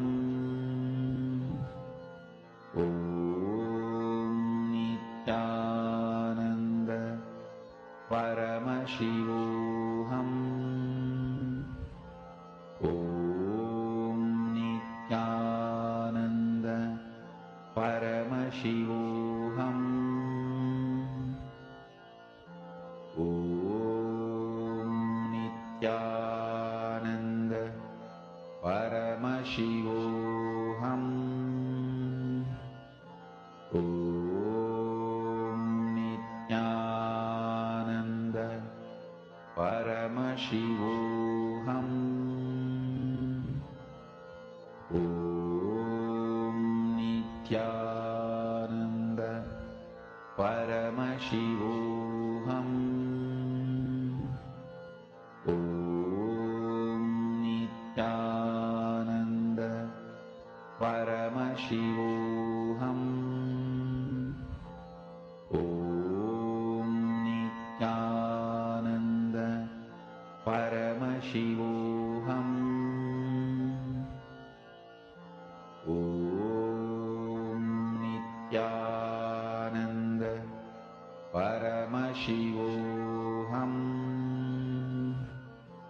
Om Nityananda Paramashivoham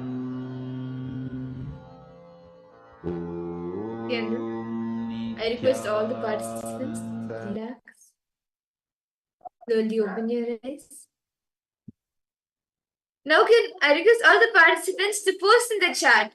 What exactly did you see? What did Swami reveal to you in your third eye? Ma Linga, Ma Vanghanyu, Nityandam. Can I request participants to please post?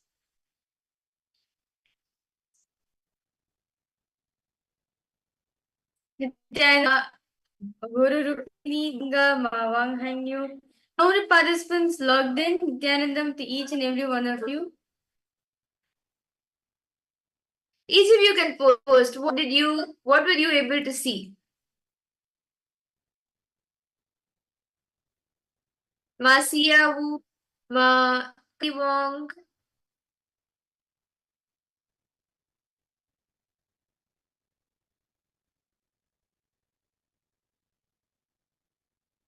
What any details is the image that you were able to, the items, the objects in the image, the colors, or any unique things that were there in the image. Each of you were able to see. What did Swami show you?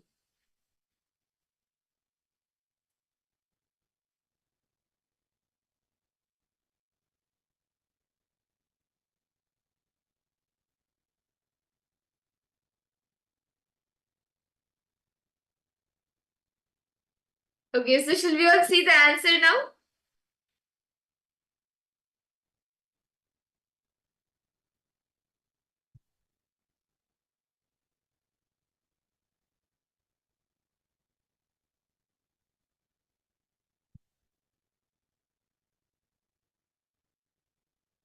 Yes, okay. So shall we all see the answers now?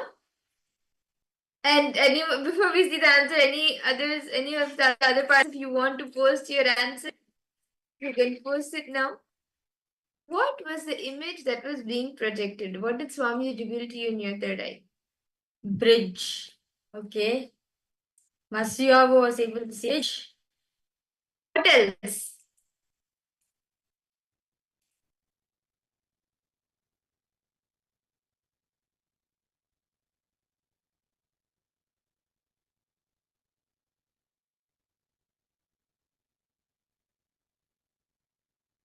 Maka, what were you able to see, ma? Ma Wang you?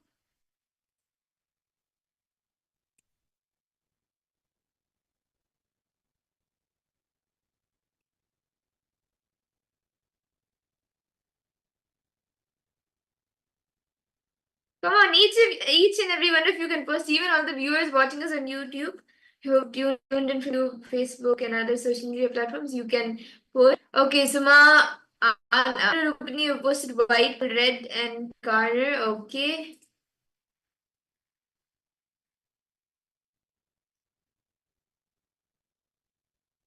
Okay. So now, shall we all see the answer? Yes, see the answer, what being projected, what is the image being projected? So this was the image that was being created. It is the image of a bridge.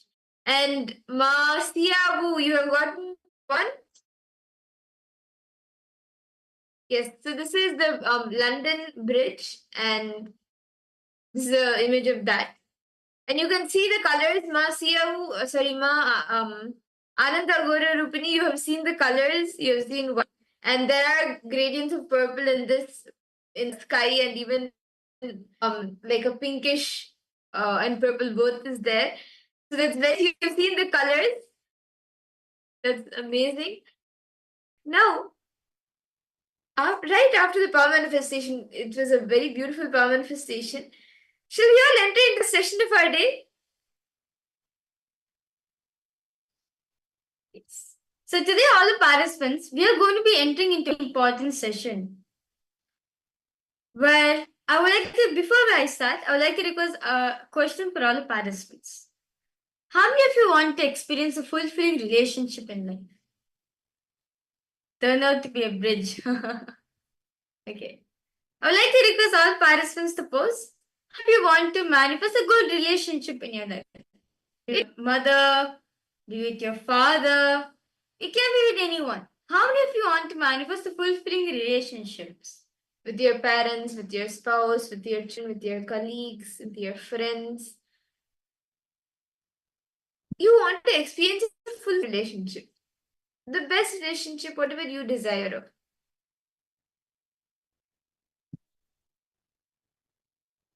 Yes. See, all of us, right? No matter what happens, we want to have a fulfilling relationship in our life. Today, all of you are going to be understanding the deepest secrets and how to manifest a good relationship in your life. How to handle a relationship and how to blissfully relationship in your life. Today, we are going to be entering the session where Swamiji is expanding on the Janaloka. As Swamiji, in this loka, we exist in multiple bodies at a time. So let us now listen from Swamiji on the great truths revealed on Janaloka.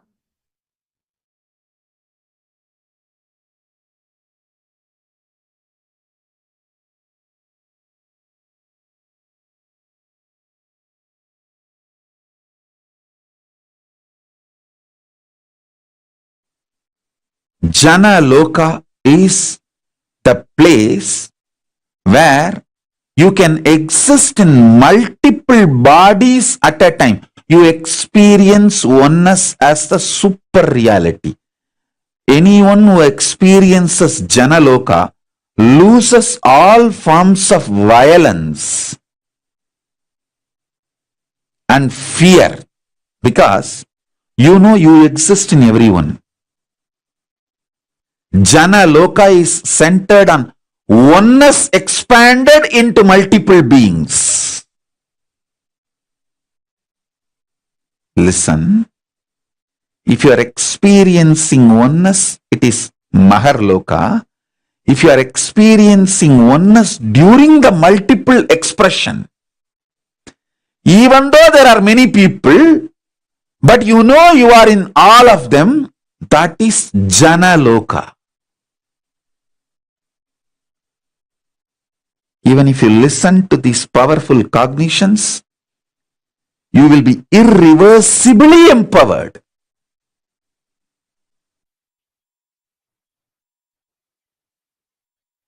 Janaloka means where billions of beings exist in complete sync. All of them are in the state of Advaita. All of them feel one with each other. Listen, Nityananda of Jana Loka experienced the oneness experience 360 degree at the age of 12.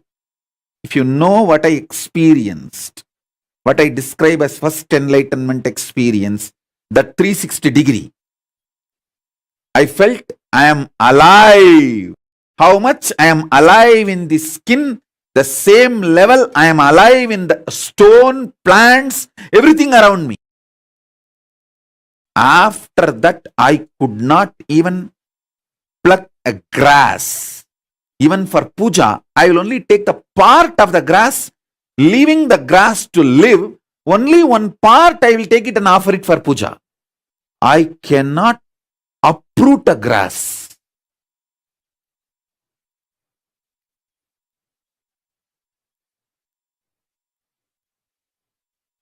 Because I know I exist. I exist. I exist. Nityananda stationed at Jana Loka experienced the oneness, Advaita with everything, and landed into the Nityananda stationed at Bhuloka. My Gurukul kid, he had a hand fracture. The Advaita with me, how I did not have pain, that same glimpse only I gave for Paramesha. That's why when he had a fracture, he did not have any pain. He was laughing. He was behaving, responding, reacting exactly like me. The Janaloka, glimpse of the Janaloka he had when he had the fracture.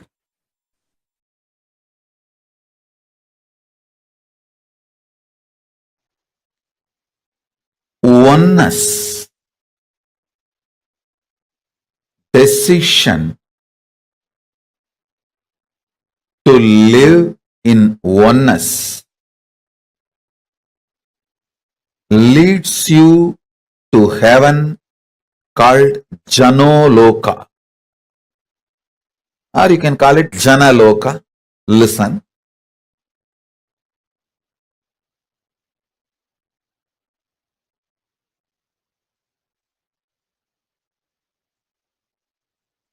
I'll give you this example. If you feel you should be given food with love, compassion, do same to others. If you feel, even if you feel like taking marijuana, cocaine, drugs, alcohol, people around you should be ferocious and not to give you that, protect you. Do the same to others. If you feel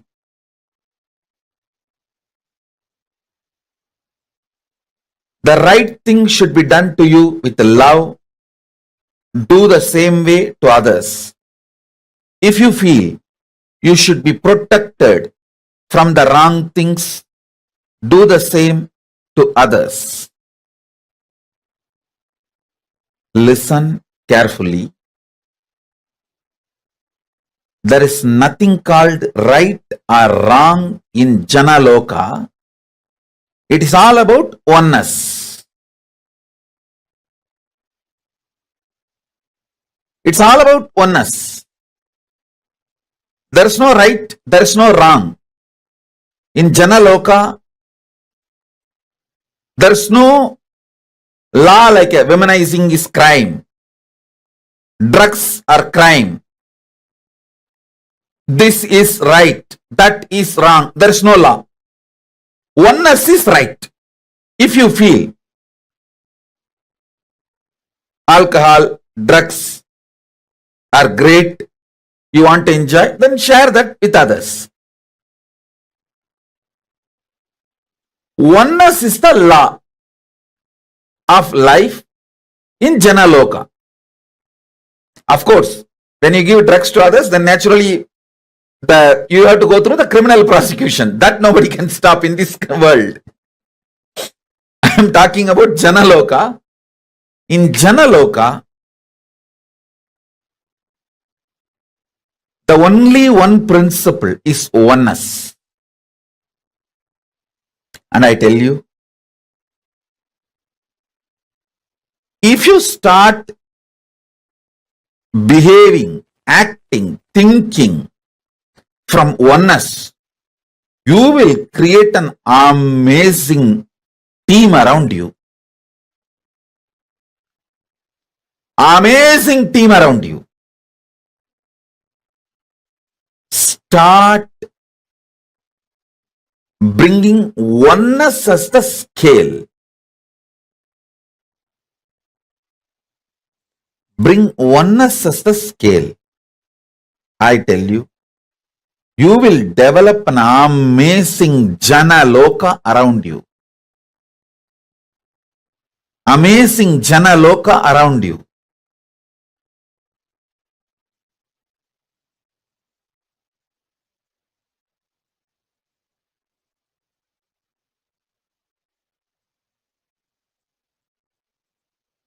Understanding oneness, celebrating oneness, wherever you can't implement oneness due to the law of the land, making it clear to people around you, hey, this is what is oneness as far as I understand. That's what I do to my body, myself. But the law of the land requires this. I wanted to tell you clearly upfront. Even if you start making things clear, you will develop an amazing team around you.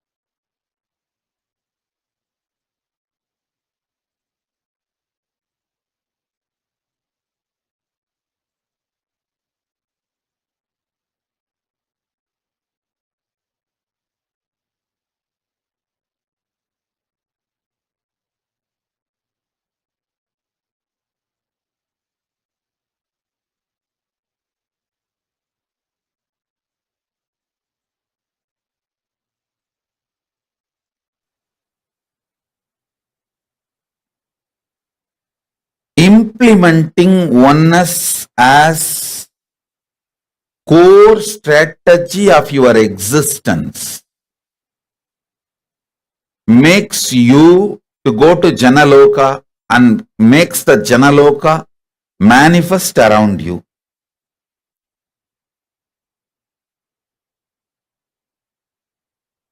And next level about Janaloka, metaphysically, consciously, knowing clearly what you feel as good, bad, right, wrong for you. Same way people feel. If you want attention, people want attention. If you want to be loud, people want to be loud. If you want to be celebrated, people want to be celebrated. Strategize life precisely with this clarity of oneness, even metaphysically, consciously, emotionally, mentally, physically, mentally, emotionally, consciously in every level. What you want, people also want.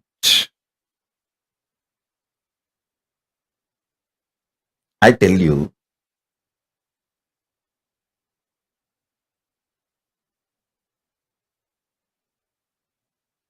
you attract vibes attracts the tribes. The kind of a vibe you are, you attract your tribes around you.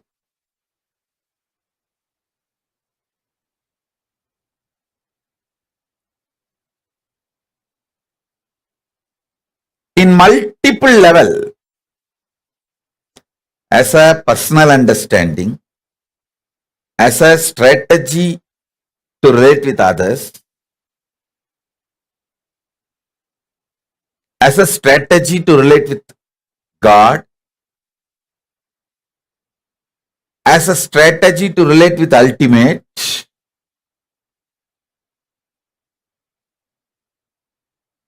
use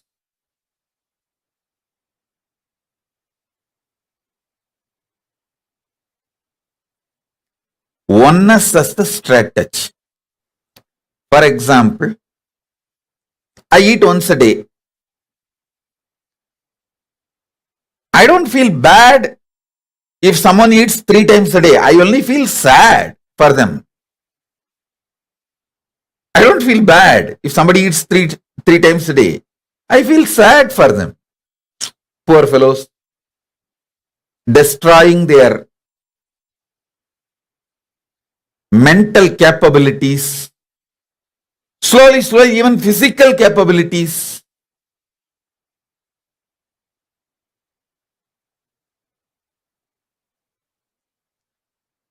An absolute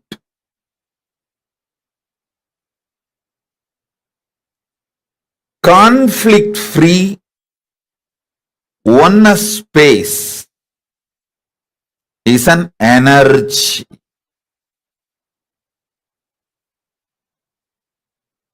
In all these levels, physical level, mental level, emotional level, conscious level, strategy level, relationship strategy level, the way you perceive others, perception level, in every level,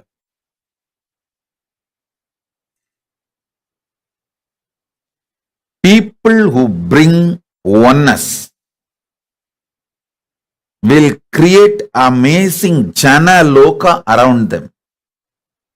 If someone gathers large number of people around them,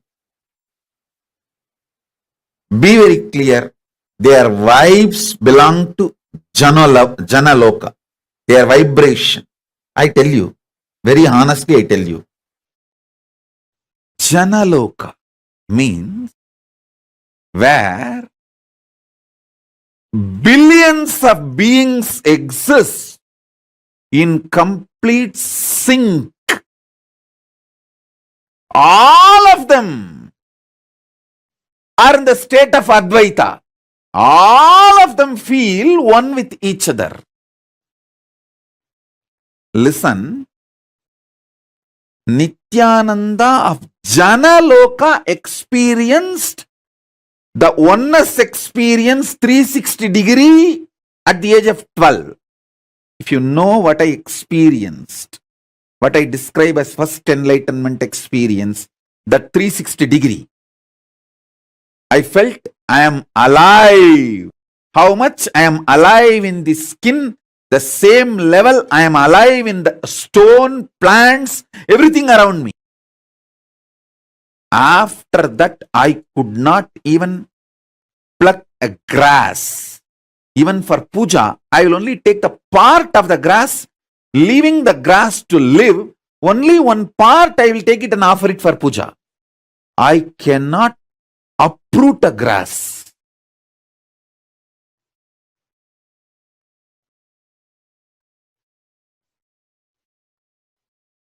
Because I know I exist.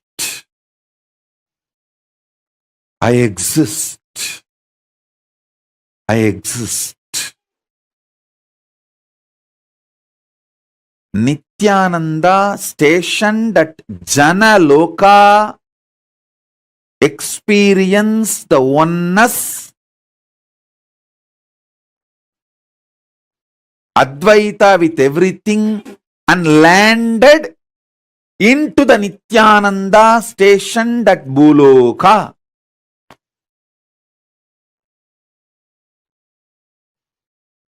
Arunachala hill is connected to the whole, all 14 lokas. He is 14 loka. Embodiment of 14 loka, Paramashiva.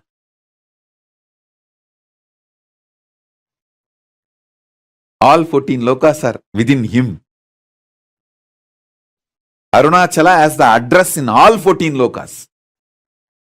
If you write letter Arunachala Bhuloka, Arunachala Swarloka, Arunachala Maharloka, Arunachala Janaloka, Arunachala Tapoloka, in all 14 lokas, there won't be any address confusion. Simply the letter will be delivered. Because in all 14 lokas he exists. And more.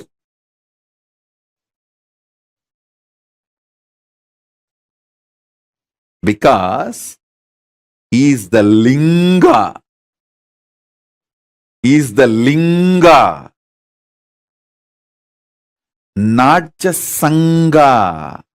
Listen. Kailasa is sangha. I am not disrespecting Kailasa. I am giving you the understanding. Kailasa is sangha. Arunachala is linga. Paramashiva himself, deity. Actually, to tell you honestly, the system, if the body is allowed to function, even if it breaks the bone, there will not be pain. Pain is why me. That's all is pain. Not the fracture. Not the, I am telling you from my experience, I had a fracture. Multiple compound fracture. We have videograph.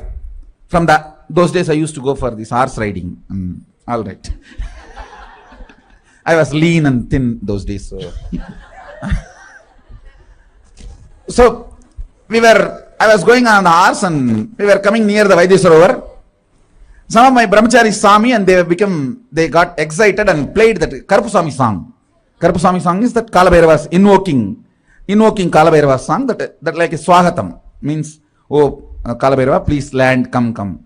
We usually use that song for invoking Kalabhairava. And suddenly I saw that Kalabhairava is opening up in my body, and the body has become triple time heavy. Usually when he lands, it becomes very heavy. And that horse got frightened. It was not actually poor horse's mistake. That fellow, he was... Suddenly, if you see, 3 persons are sitting on you without... See, horses, if they see somebody is claiming on him, he will be psychologically prepared. And the poor fellow is not seeing anybody climbing on him, but the weight has become suddenly 3 times more. He got shaken. He started running, so I fell and I had a fracture. I just got up and said, I think there is a fracture, let's give a medical attention. Morning 7:30 the fracture happened, we have a video. And then I described how in our naval center we have our emergency 911 ambulance. So please understand, all our bodies are equipped to handle all our emergencies. Every medicine needed is in our naval center. Manipatmeham. That Manipatma in the navel is nectar. It has everything to repair our body. So I was seeing very clearly from there all the emergency supply going to that place to repair, and I was describing the whole scene. And only evening they did whatever need to be done, the surgery and everything. I insisted that do it without anesthesia, but they said, no, you are a VIP, we can't take the risk. And all right, anyhow, that story is different. I tell you from my experience, fracture doesn't give pain if you think why me gives pain. At least I have 5 incidents of my kids falling and having fracture, no question of even pain, no, not even the idea of pain.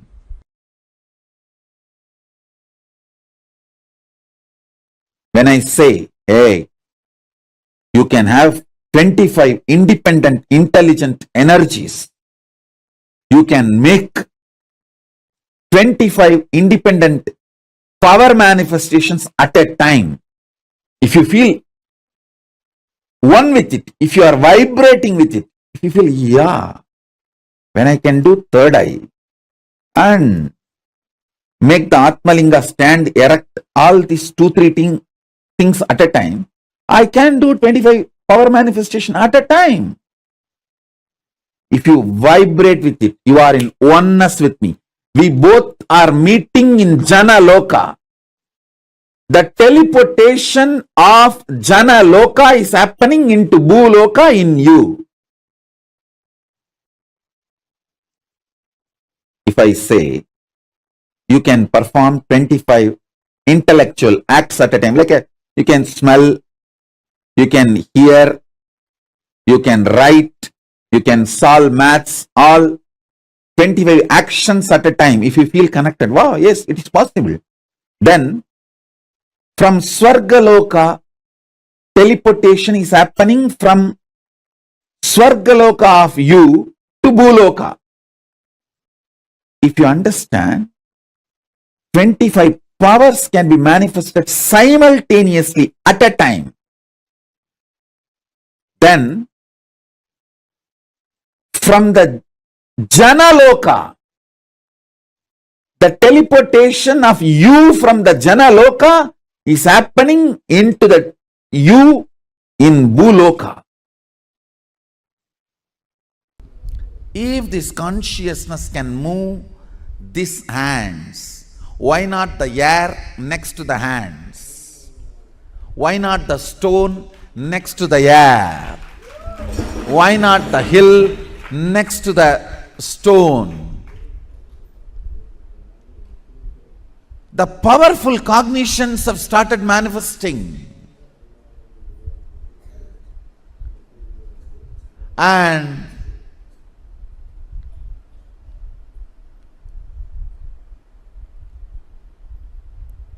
the powerful cognitions have brought understanding, knowledge, powers, all rooted, centered on this one click.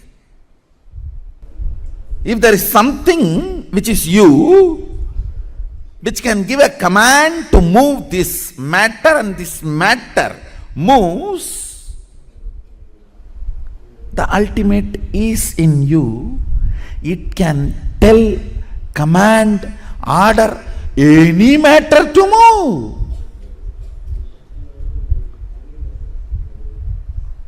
Understand?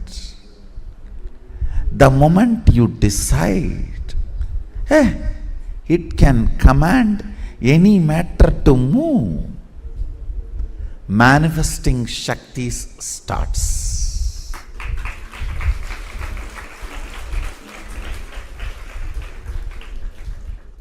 I am telling it is not moving is inauthenticity, powerless cognitions, the conclusions before even you try. Have you told this board to move and it did not move? If that is the case, you have not told to the board the way in which the board can listen. So change the method of telling till the board listens, not doubt the technology of Advaita, which is the source. Listen, understanding what you experience as you is the same stuff experienced as them by everything that exists is Advaita Satya. What you experience as you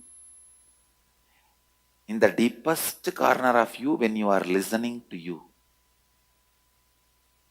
not when you are talking to you, but when you are listening to you, what you feel as you. Remove the patterns, remove the thought patterns, remove the root patterns. All this is your aggression towards you. Thought pattern is a speaker, root pattern is the mic. If you remove all that, in your pure listening, what you experience as you, that same only is experienced as them by every being existing is Advaita Satya.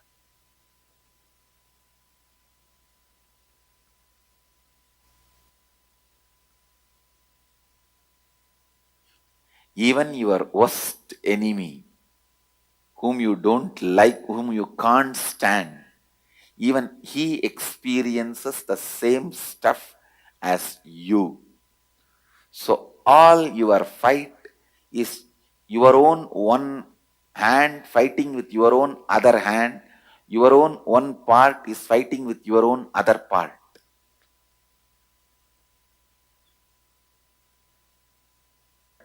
All wars you are waging. It's only one part of you waging with other part. Same way, all desire you have is your own one part having desire towards another part. It's like your own one hand feels so attached to your chin and you are wiping it. That is all attachment. Your fight, your own one hand hates that part of chin and punching it. But the pain and the pained is one and the same. Desire and the desired is one and the same. The person who desires desire itself and the object which is desired is one and the same. Understand? In the pure listening, what you experience as you is the same stuff every being in the whole universe experiences as itself is Advaita Satya.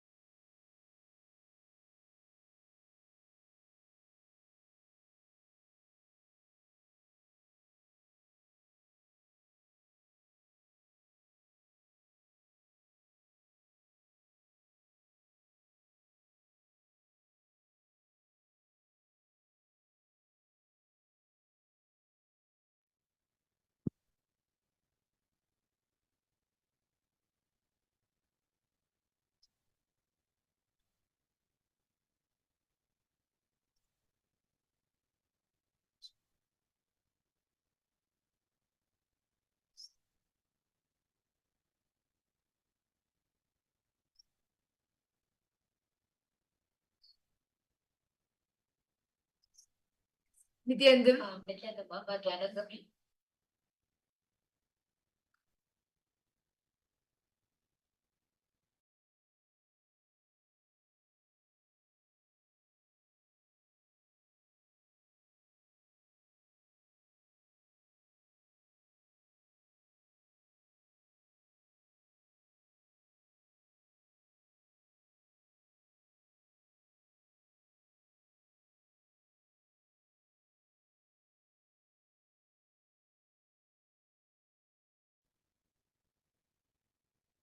Nityanandam, to all the participants, we all just learned about the Janaloka.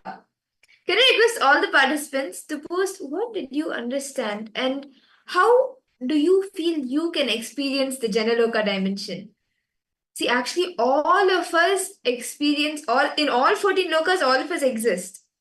And you can experience the Janaloka. See, understanding that what you experience is as you is the same stuff that is experienced by others, by them, the other people, everyone around you. This is the same thing that is Advaita Satya. The same thing that you experience. This is the same thing that others also experience, and that is the Advaita Satya that Swamiji revealed.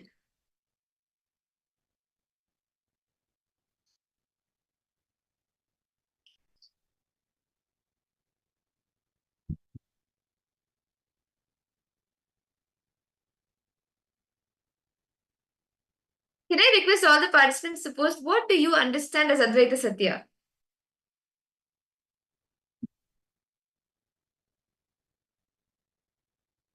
Very briefly in this session, Swamiji revealed about Janaloka, right? How you exist in multiple bodies at a time. Like as Swamiji said, right? If you are in Janaloka, there's no traffic rules at all because you exist in multiple bodies at the time. So there's no anger, there's no violence because you are there in every single being. You are in everything. So why we will have violence in the first place? To understand, Swamiji says, if you remove all that in your pure listening, what you experience as you, that same only experience as them by every being existing. That is Advaita Satya. In your pure listening, in the pure listening space in which you are established in the pure listening space, what you experience as you. What is it that experience as you? That same experience, that same thing what you're experiencing is experienced by the other person, experienced by the person in their being is Advaita Satya. So all participants understanding? See, in the Janaloka, that is the place. The Janaloka is the place where you exist in multiple bodies at one time. And you experience oneness with the super reality. Means in all 14 lokas, in all the dimensions, you exist in that body which is at that level. And in Janaloka, you exist in multiple bodies. Means you experience that Advaita, the pure space of oneness with every single thing. So because you experience that oneness, you do not feel that violence or fear with anybody because you know, okay, everything is me. I am there in everything. And beautifully in the Mrigendra Agama also, the Mrigendra Agama documents that the Pitrus and the sages, such as Jahnu, Sage Jahnu, and even the others, these beings are the beings who reside in the Janaloka. And anyone who experiences the Janaloka, the Janaloka dimensions, they lose all the forms of violence, fears, greed, because you know that you exist in everyone. So why to be violent towards somebody? Why to fear anybody when you know that, yes, they are also me, I am also them. So because of that, there is absolutely no conflict, no fights, no protests. And beautifully, there's a coexistence, there's a conscious existence without any patterns, without any incompletions. There's no patterns or there's no habits, and there is no like rules or regulations and no accidents, of course. Can I request all the participants with this understanding, if you have any doubts, please feel free to ask. Ma Agora Rupini, Ma Linga. If any of you have any questions, please feel free to post in the chat. Now, I request all the participants to take a few minutes and pen down all the ideas, the different experiences, the different thought currents that you carry about you inside yourself. Means any beliefs like such as, okay, I am not capable enough, or I'm lazy, or there is all of the things that are happening around me I'm not able to handle. Whatever ideas, experiences, thought currents that you carry about you inside yourself, I request all of the participants to please pen that down.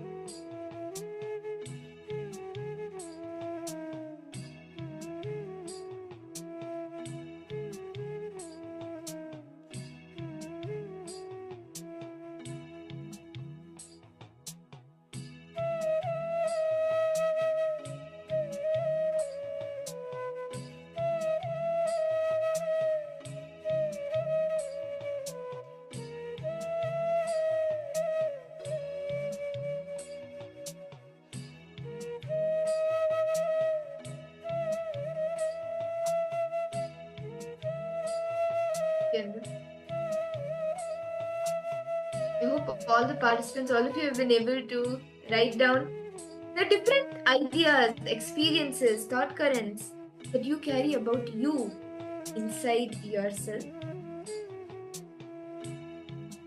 Have each of you been able to write down? Can I request all the participants to post in the chat?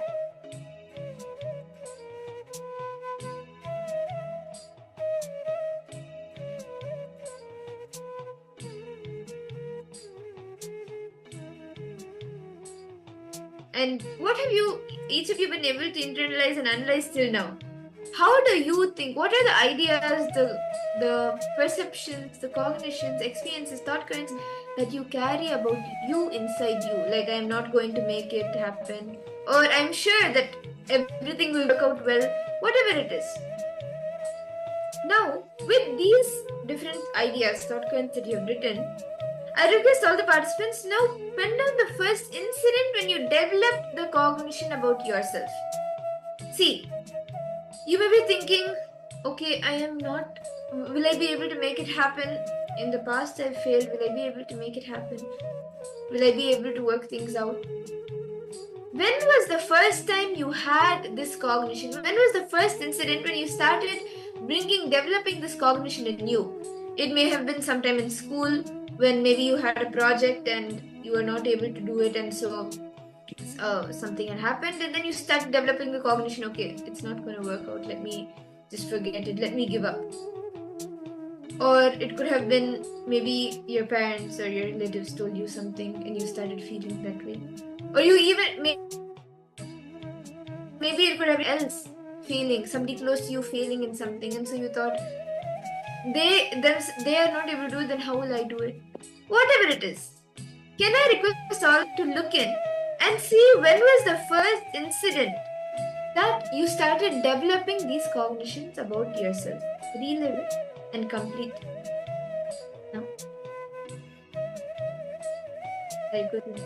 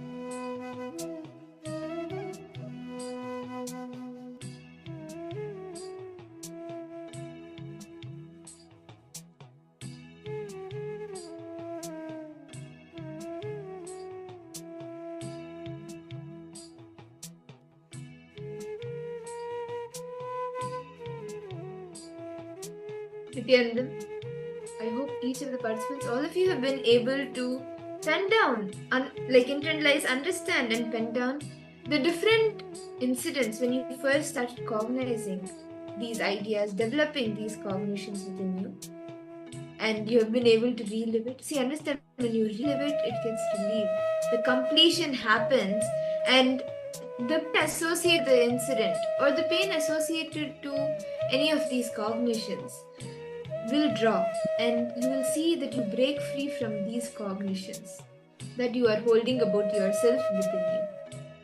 I request all participants, now whatever you have written down, right, whatever incident you written down, now start doing the reliving for it. Take one incident, relive it. Go back to the same age when it happened, the same mental setup, everything, how you were. Just become that being and relive it. Because all participants now, please start reliving all the incompletions, all the incidents written so far. Completed it. Once you relive, just declare completion. That's it. Just declare completion with it.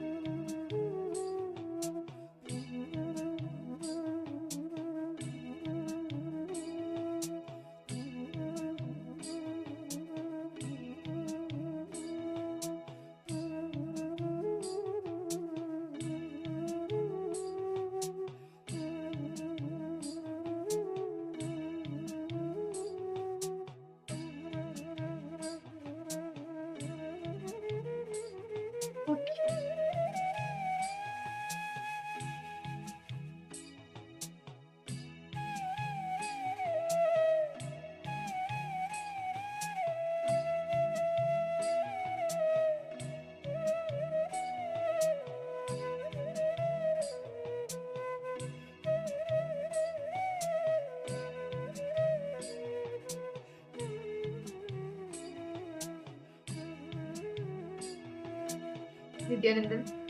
I hope each of the participants, all of you, have been able to complete the reliving and reliving completion process. Can I request all the participants to post in the chat what were you able to experience as you did this? Whatever you experienced, you felt lighter, you felt more complete, you felt that pain, that cognition actually leaving you. What did you like feel and experience as you did the reliving and reliving process?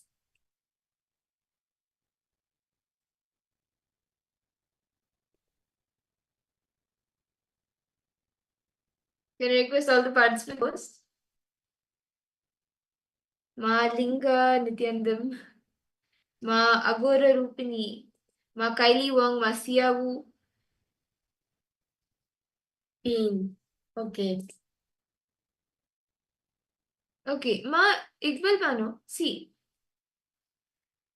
when let that pain come out.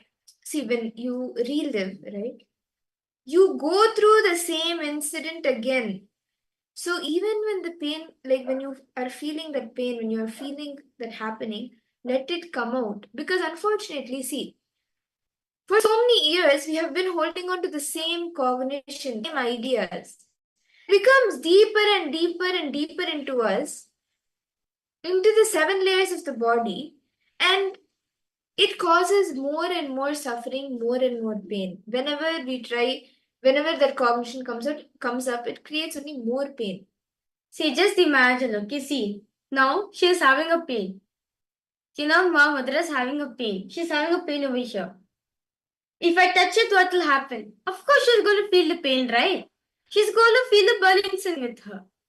And let's say she's going to meet me and everything. So let's say she covers it with a cloth. But she does not take care of the wound. She just covers it and come and talk to me. Even if I touch it by mistake also, she's going to feel the pain, right? So, the only way to heal the pain is witnessing it, experiencing the pain. So what she has to do, she has to open the wound and take care of it. If she does not clean it, if she does not take care of it, what she's going to do? She's going to suppress the pain within herself. Yes, it's all participants understanding. You may no. See, if you're having pain, that's fine, no problem. But just relieve it.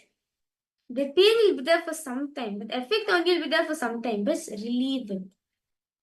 Once it gets relieved, once it comes out of all the 7 layers of the body, when it comes out and you feel relieved, you will see that pattern, that idea leaves you. And the type of things that you wanted to manifest will manifest. These ideas, the restricting ideas will not be there around you. The cognitions about what you think about yourself will not be there. Or like the powerless cognition will not be there. It will be replaced by a powerful cognition. Something, like a cognition that will keep you going, not making you feel stuck and manifesting your reality. My good Bano, so it's okay. Just be like, let it get relieved. Okay. Okay, Malinga, you have posted something. Yes, Nityanandam Chandrasekharaya, welcome for the program.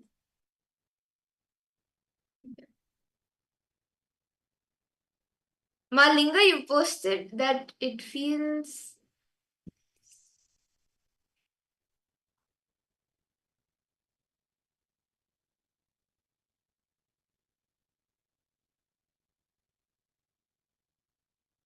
Yes, so Malinga, you posted it feels like I love my mom in a way that she doesn't understand, that all she knows is money. See, actually, today we'll also be You feel like the relationship you have isn't based on the monetary values, based on the money thing. But understand, ma Linga. See, understand, ma. You are feeling that pain right now. Now, witness that pain. Is others are not able to understand feelings. You feel like she's not there to listen to you, right?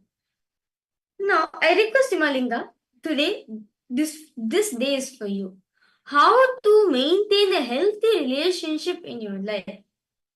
how to have a good relationship in your life. Today you will be understanding, we'll actually throughout the day we'll be doing different completion processes, different internalization processes where you can understand better and how you can experience that completion with your mother. So don't worry, ma. Today you can experience the completion with your mother. And even a few days ago, see, we were seeing how, like, what is love, right? Like what true love is. When without expectations, you care for the other person without expecting anything back. We looked into that. And today we'll go more into that, as today is the day where you can manifest the best of your relationships. And Ma Linga, see, each one may have different understandings.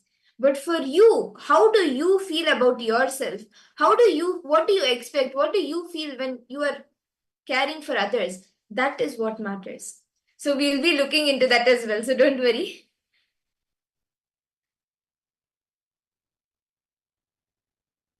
See, many times we give something to the other person with an expectation. Okay, something they may now maybe for if it's in the public, you may think, okay, let me just let people will think I'm doing good work.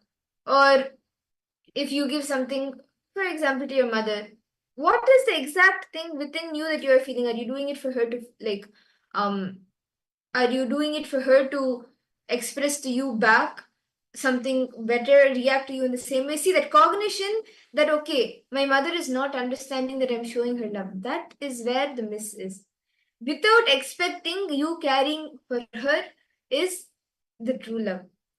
The cognition that is coming, okay, she's not accepting or like seeing the love that I have for her. That is where the expectation comes in.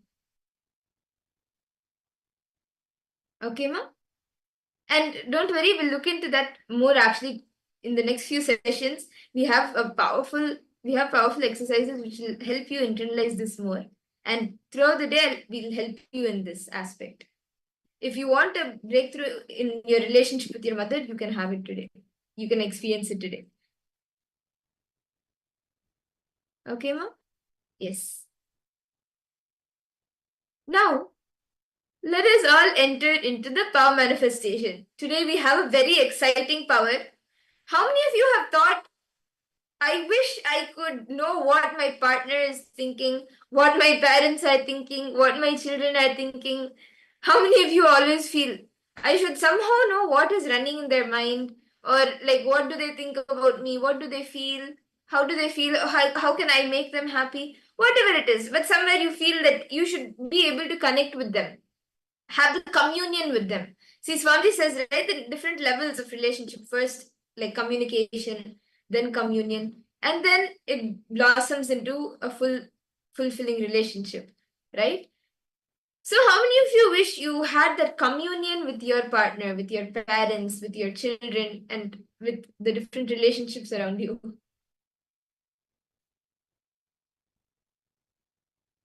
Anyone?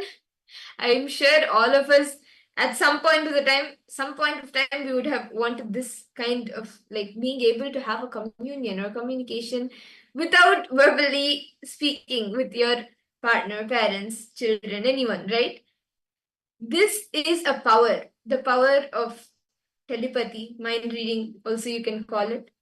And this is one of the powers that Paramashiva has revealed in the scriptures, one of the 463 powers, and that is the power that all of us will be manifesting today. We'll be doing different levels, and in this round of power manifestation, what we will be doing is, myself or Ma Virija, we will be thinking about a certain object, and each of you will be scanning, connecting to Swamiji, and scanning what we are thinking of, and we will keep the object in front of us so we can even verify it.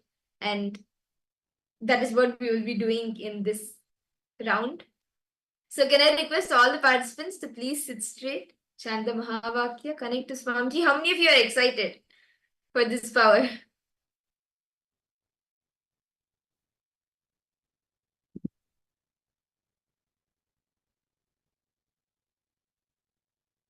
Okay, so shall we begin? Okay. So what you're going to be doing, all the parents, all of you are just going to be scanning and revealing what is it that we're keeping for all of you in our inner space. Okay. So now my mother is going to be thinking of an object. It's going to be very simple only. That's it. It's a simple object only she's going to be thinking of.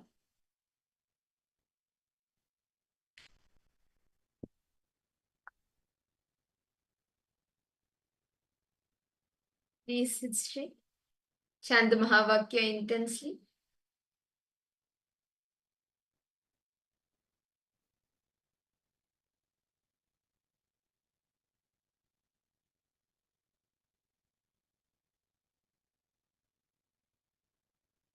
Intensely. Now start chanting the Mahavakya.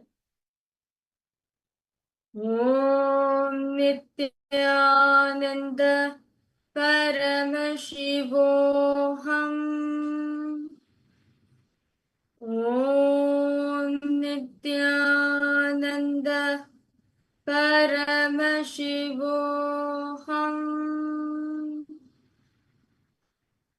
Om Nityananda Paramashivoham.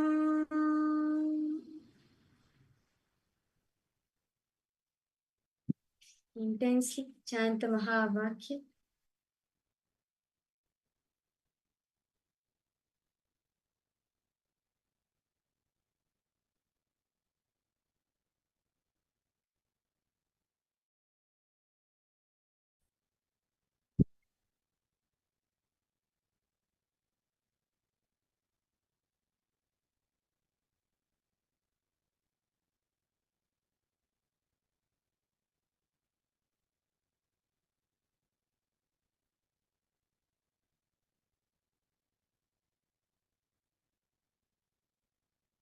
Ask Swamiji to reveal what is the object that Mahamudra is keeping in her inner space for all of you.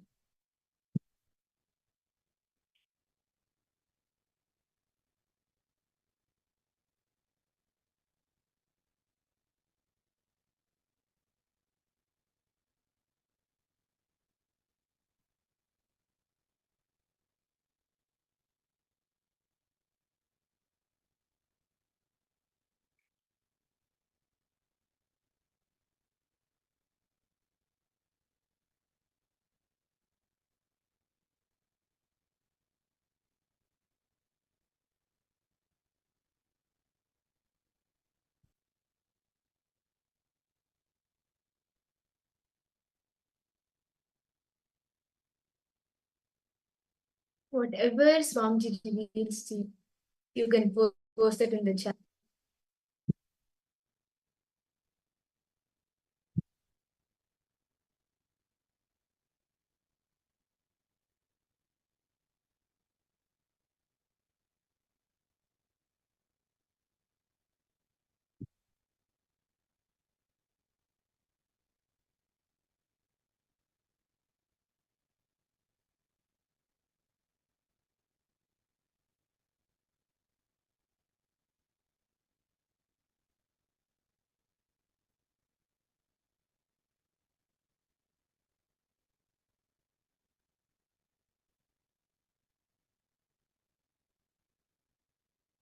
Okay.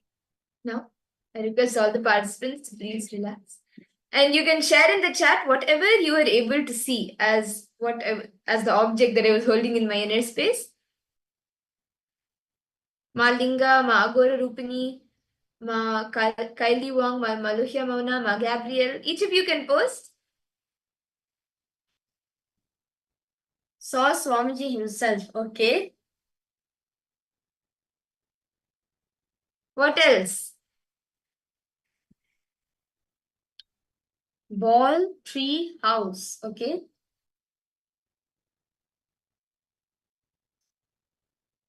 How about you, Ma Ghora Rupini?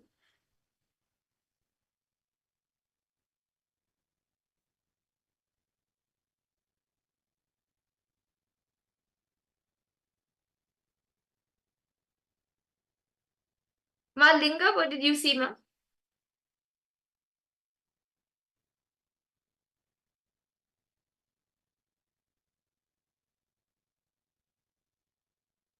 Ma Gabriel Harris, then the requisite to post. Happy feeling, okay?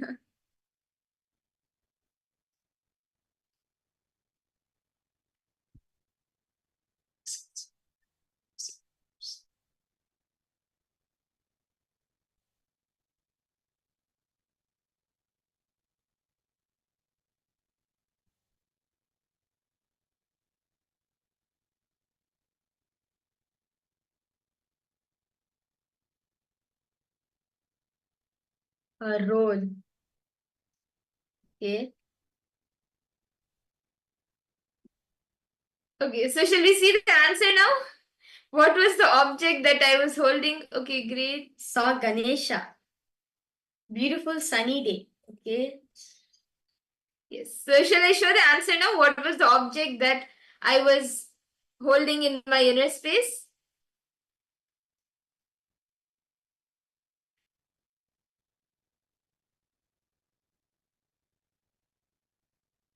So the object that I was holding in my inner space was earphones. So it was a pair of earphones. And so yes, this was the object that I was holding in my inner space. And now let's do another quick round where Ma Viraja will be holding an image in her inner space. And each of you can scan the details of the image.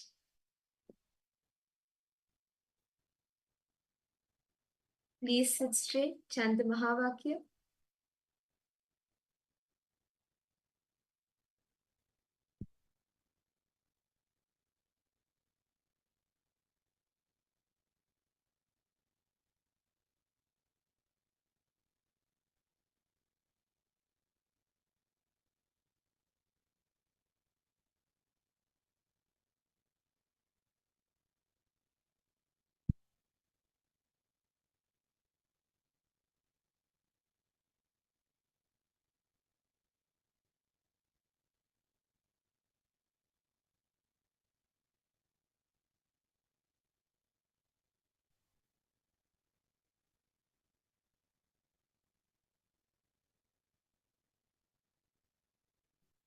Whatever Swamiji reveals to you in your third eye, you can start sharing it.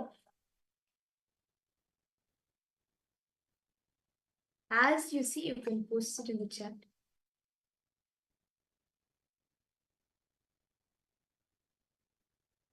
What is the image that Ma Viraja is holding in her inner space?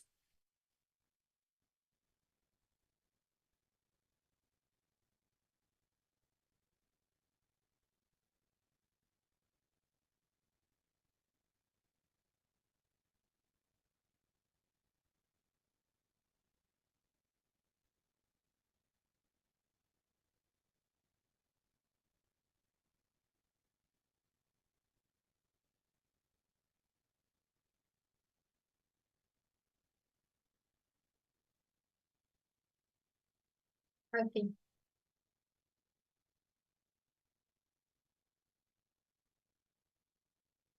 Yes, please relax. Now, each of you can post whatever you saw. Ma Iqbal Bano has posted water.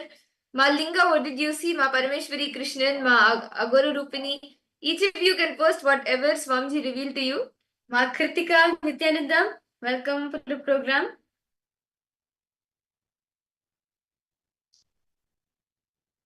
Chandrasekhar Iyer, because all the participants post what did Swamiji show for each and every one of you.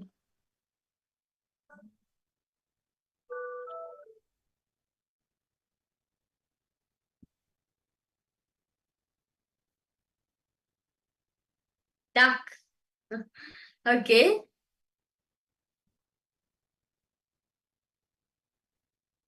Ma Linga, Ma Parameshwari Krishnan.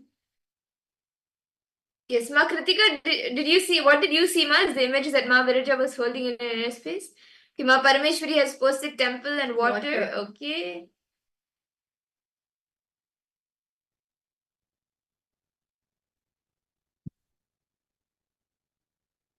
Okay. So Ma Viraja, would you like to reveal the answer? Yeah. just join. Okay, no problem. Actually, Ma Kritika, you joined us in the right time as we are now going to be starting the further session. So Swamiji is going to be explaining about relationship. So it's really good that you're joining us. So yes, thank you so much for joining. Kamalinga, you're able to see flower. Okay. So let me reveal the answers for all the participants. So the exact image which was keeping for all of you was a lotus flower in a pond. So I was visualizing a big pink lotus and there's water around it. Yes, Ma Iqbal Banu, Ma Linga and Ma Parameshwari. All of you have got pictures. Okay. So that's great. Each of you have manifested. And with that, now we will all be entering into the next session of our day, where we will be understanding more about relationships. Today, all of us are going to be blessed with the darshan of Bhagwan Kalyana Sundaramurti, the ultimate form of Paramashiva who comes down and manifests the most beautiful relationship between Devi Meenakshi and Bhagwan Kalyana Sundaramurti, the Sundareshwara form of Paramashiva. So let us all now enter into the session where we will be understanding more about what is relationships. So let us all listen to these beautiful revelations from Swamiji directly.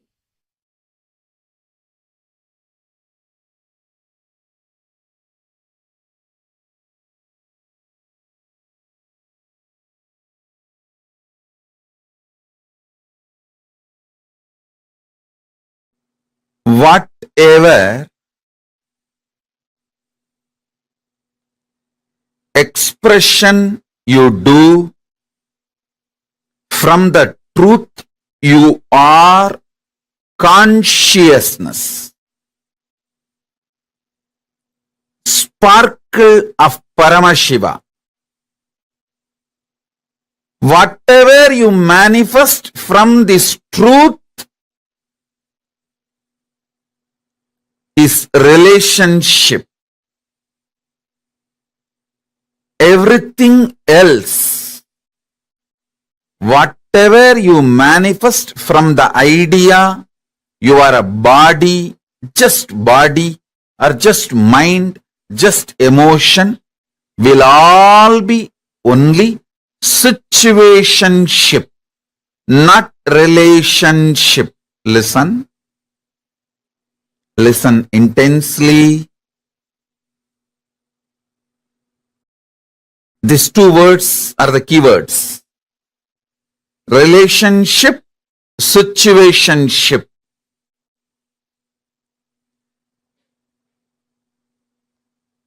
The inner understanding, the core understanding about you. If you have the understanding, you are consciousness. You are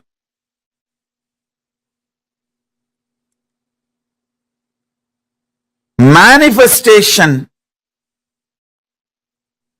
sparkle of Paramashiva.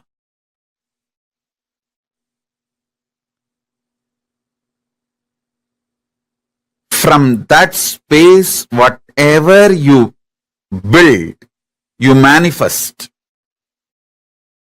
Whether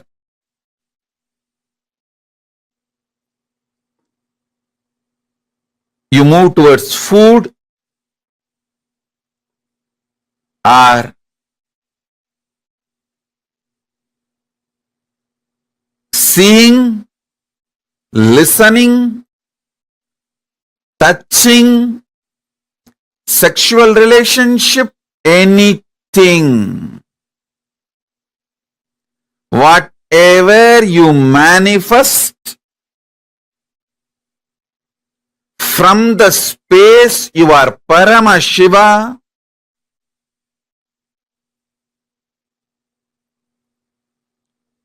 it will all be a relationship, amazing relationship. All relationships are good for you because from the move, from the space you are Paramashiva, When you move towards anything, you will only experience oneness.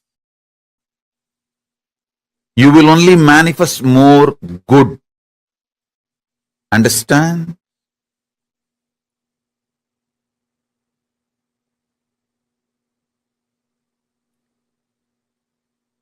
From the space you are Paramashiva, even if you eat,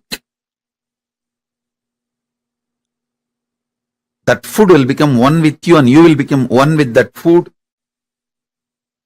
You will bless the food and the food will bless you. You will do good to the food and food will do good to you. It will all be amazing, auspicious relationship. I am giving the example of food, whether food or any sense, listening, smelling, seeing, touching, including sexual relationship. If you operate from the space you are Paramashiva, if you operate from the space you are Paramashiva, including sexual relationship, all will be auspicious, lead to more and more oneness. This beautiful Ardhanarishwara will be your experiential reality. Ardhanarishwara is the pure manifestation of the cosmic union, Paramashiva and Paramashiva Shakti. Listen. From the space you are Paramashiva, when you operate, you are literally living God. Not God-man, living God. Understand?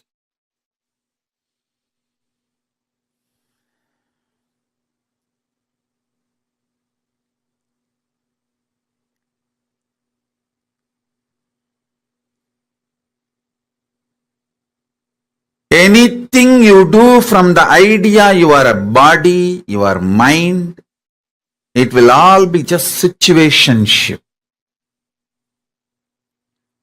Do not expect any relationship started with the idea you are just a body and mind to be a permanent relationship in your idea, in your life. Even the word relationship is wrong. Everything you do from the idea you are body and mind is just situationship. So don't blame the situations, other person, anything.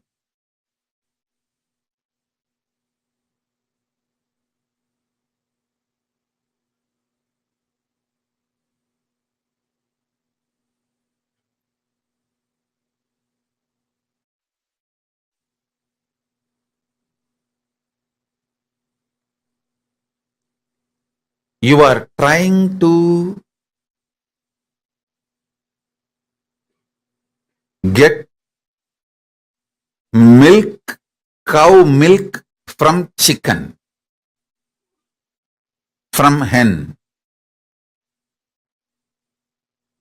No, it is not possible.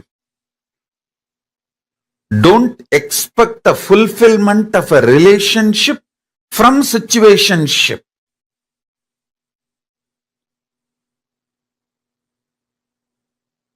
Most of you get into so-called relationships because the situation pushed you into it. That's all. Even if it was your willful decision, the will you carry is operated. It functioned, it manifested from the idea you are body and mind. See, you operate from the idea of body and mind but you expect something which can come only from consciousness. Fulfillment, completion, peace, all this can come only from consciousness. Something which can come only from consciousness, how do you expect it from the operations you did from the idea you are body and mind?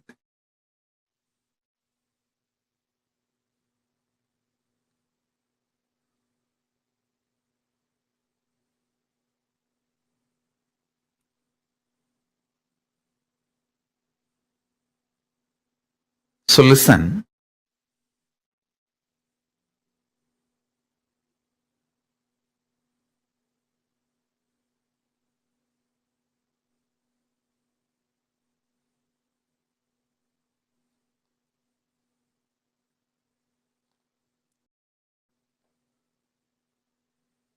Contemplate and meditate intensely.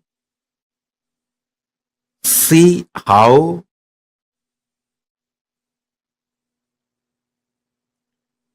you build situationships in your life, but you expect the results, fulfillment which can come only from relationship. I tell you,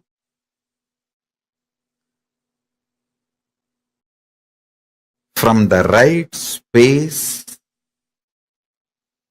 anything originates will be an amazing relationship.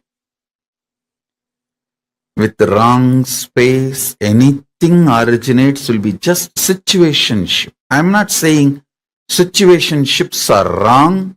I am only saying don't expect too much from situationship. At least be very clear. Your situationship cannot cater, give you what relationship can give.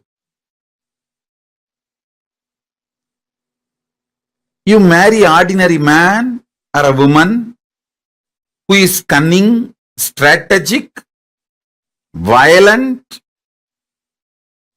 exploiting, manipulating exactly like you, and you expect the other person should behave like Paramashiva, should give you everything you will get only from Paramashiva or Paramashiva Shakti. What is this? Listen. You get into a relationship. You marry a male or a female, someone exactly like you.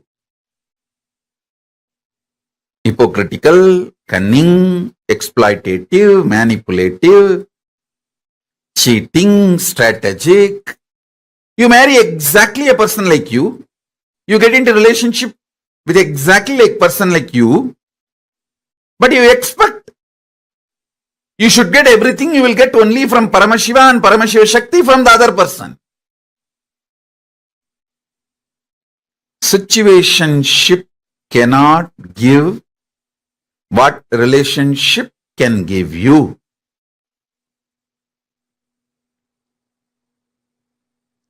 Relationships are different. Situationships are different.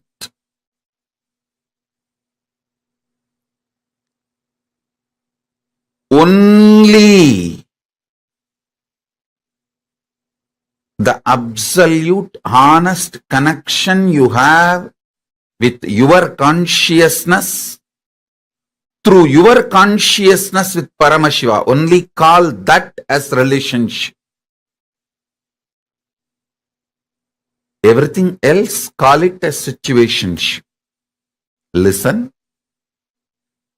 You cognizing, knowing your consciousness, your relationship with your consciousness, that can be called as relationship. Through the realization you are consciousness, the relationship you build with Paramashiva, that can be called as relationship. Other than this, do not call anything as relationship. Everything else is situationship. Everything else is situationship. Listen.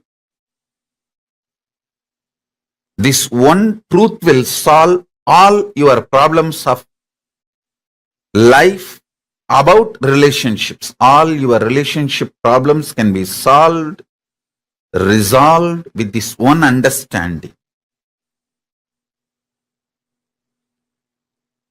This one understanding can resolve everything.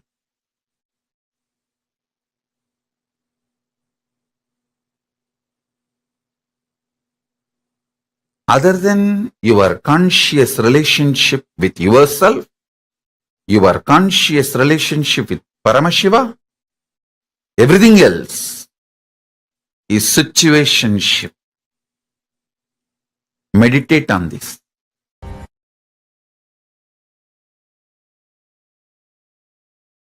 Understand? People cognize relationship in various shades. Sometimes monogamous, sometimes polygamous, sometimes complete celibacy, sometimes complete suppression, not celibacy, suppression, sometimes over expression, over sexed. Various shades. First thing I want to tell you, I am not going to tell you what is right, what is wrong, what you should do, what you should not do. No. I am going to tell you cosmic constitution, what Paramashiva wants, how he looks at the shades of relationships, like a rainbow shades. How he looks at the whole shades. That's all I'm going to tell you. Understand? Listen very carefully. Because I don't want to say something is right, something is wrong. Because it all depends upon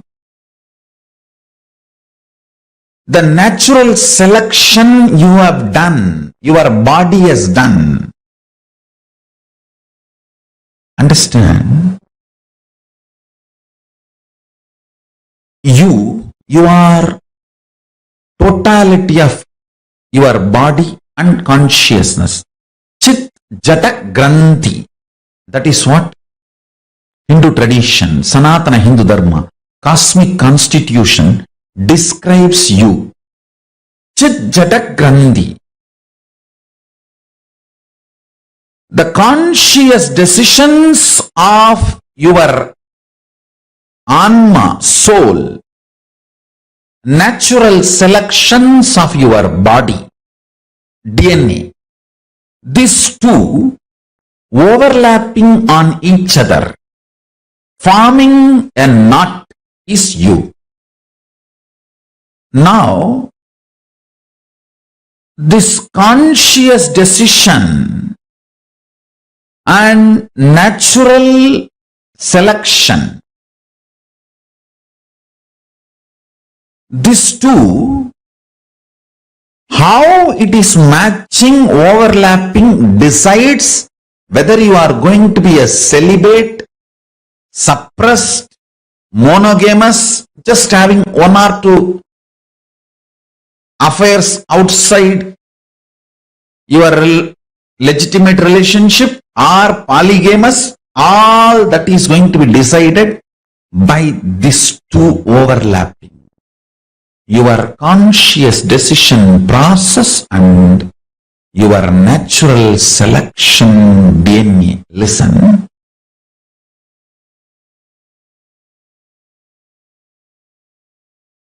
Just because every one of you have a human body, do not think you are all human beings.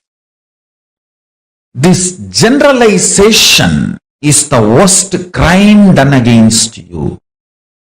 Each one of you are unique because your conscious decision process is not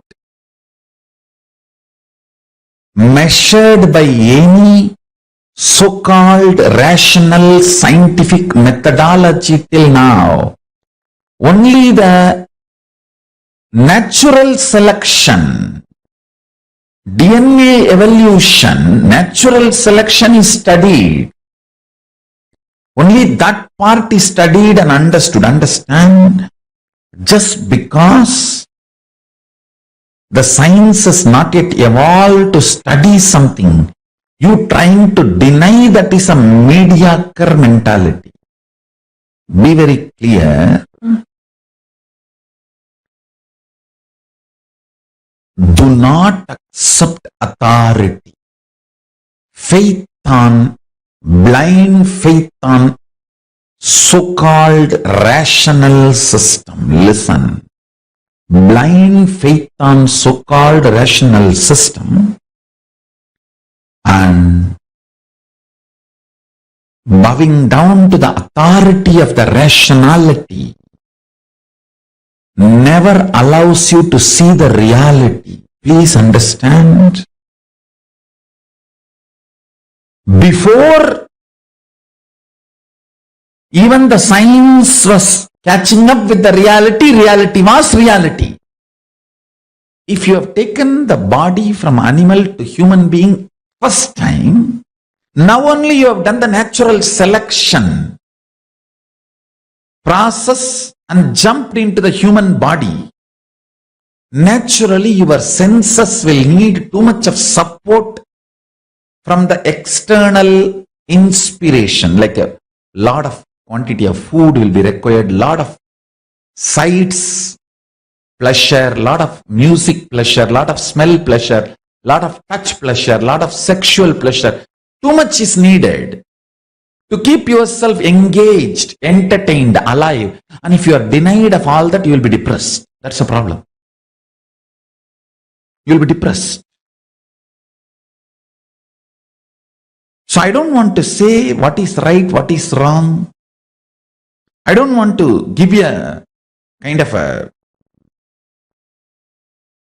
generalized solution. I will reveal the sacred secrets Paramashiva reveals. If you have already done the survival, means the natural selection process, more and more means from animal body you took the jump to human body. In the human body you lived few births and you have done a lot of conscious decision and more natural selection, and you evolved your system. Suddenly, listen carefully, too much of shadow of conscious decision gets embedded into your natural selection process and you develop something called Divya Sarira, light body, which reduces your sensual needs drastically to keep you alive and excited. Means, if your Divya Sarira develops more and more, with less input from the external world, you will be more alive, joyful, excited, inspired, radiating. You may not need sense pleasures to keep you alive and active.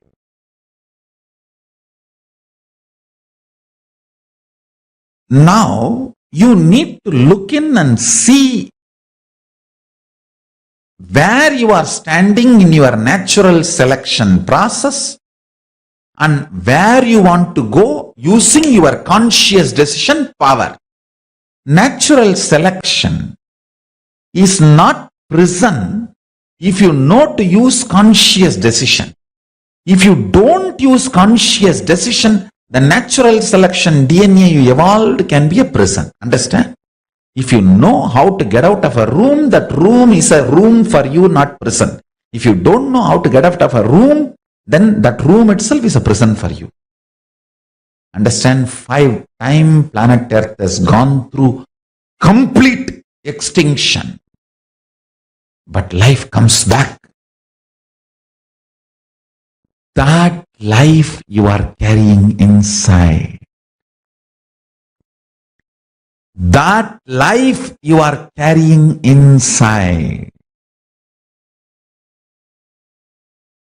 Understand?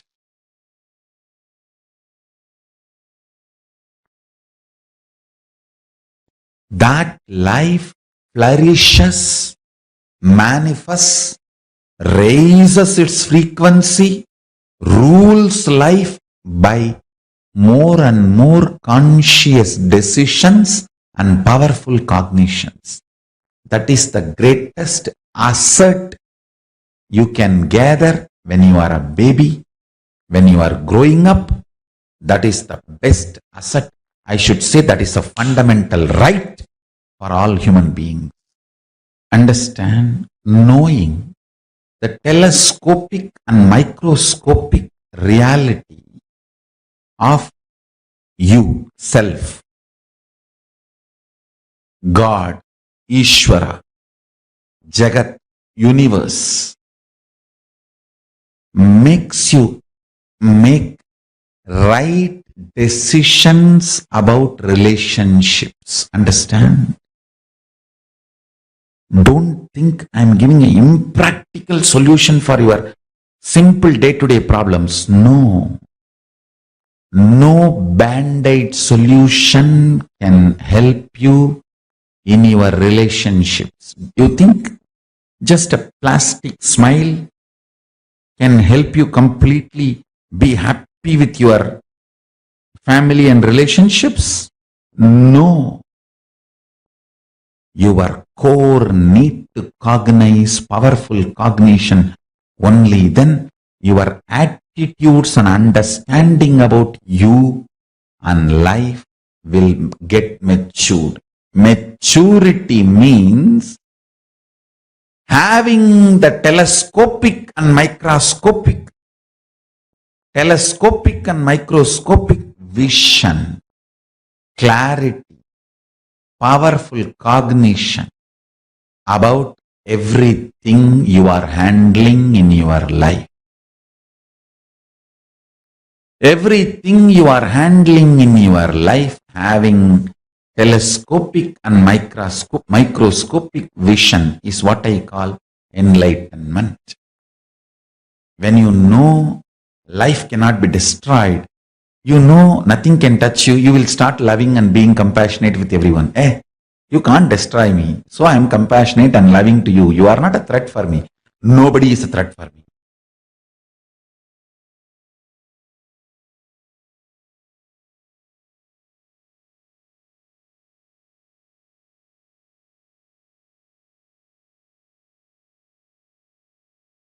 Nobody is a threat for you. From that powerful cognition, when you love, that's a real love.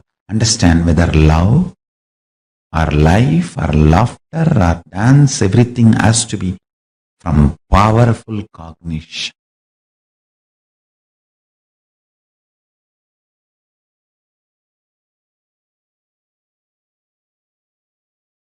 The shades of relationship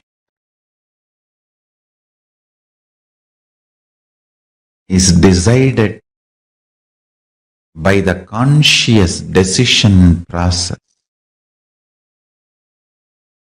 Decide to use the conscious decision process to break free from the DNA you developed by natural survival.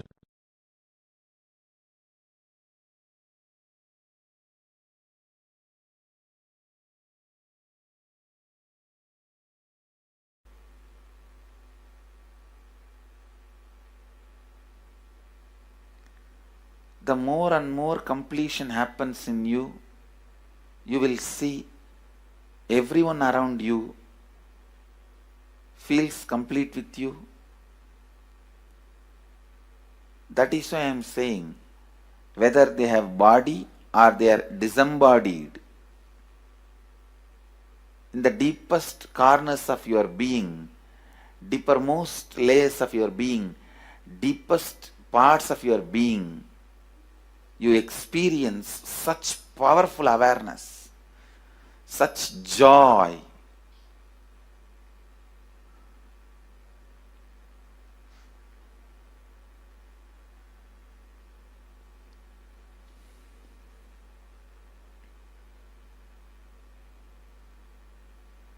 Going into the deepermost corners of your being not only is a joy, it's a power.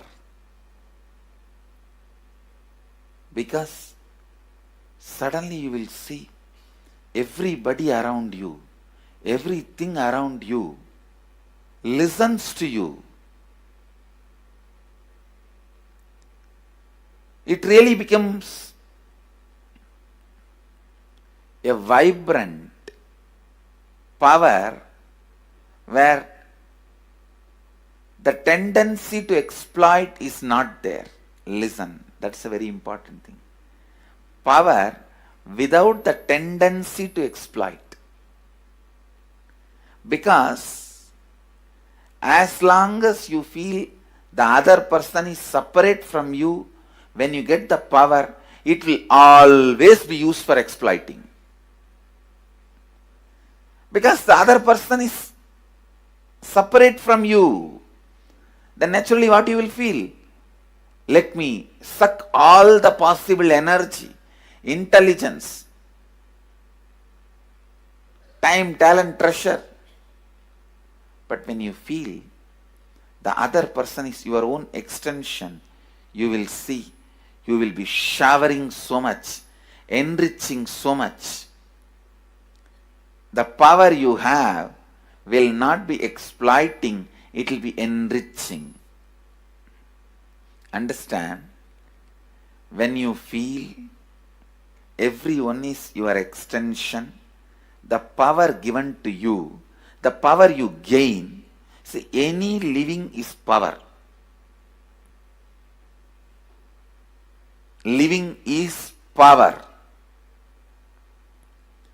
When you go into the deepermost core of your being and start living based on completion, I tell you,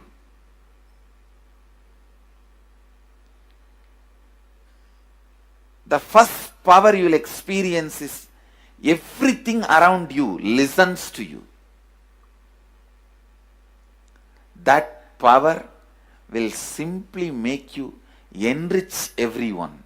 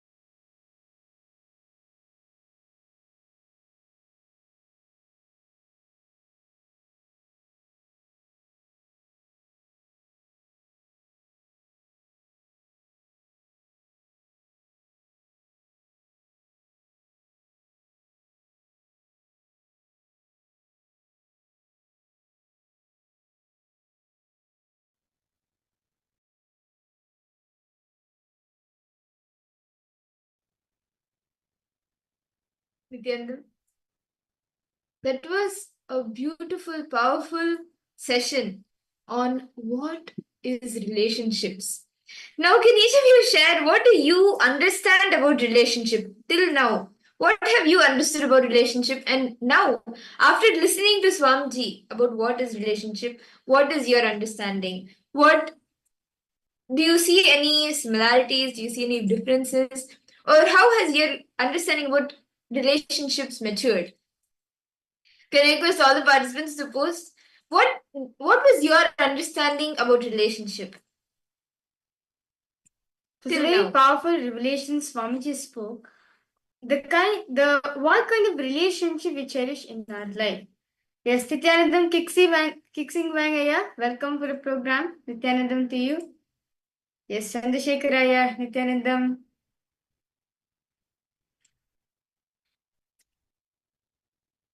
Yes. So, what did each of you understand as relationship? Everyone is a part of me, okay? Vamadevi, Nityanandam. Very beautifully Swamiji revealed, right? Anyone who are engaging in a relationship, anyone whom you're conversing, anyone whom you are having in your life, is a relationship as they are a part of you. Swamiji very beautifully revealed how anyone who you see, whether you realize it or not, the other person whom you're conversing with is a part of you. It's not just only, most of the time we think only family members are part of it. No, relationship is a part of you. See, when you realize your oneness space, that feeling, that oneness, Advaita space with the other person, you will just be ready to heal the other person's insecurity, the fear, or anything that they are going through.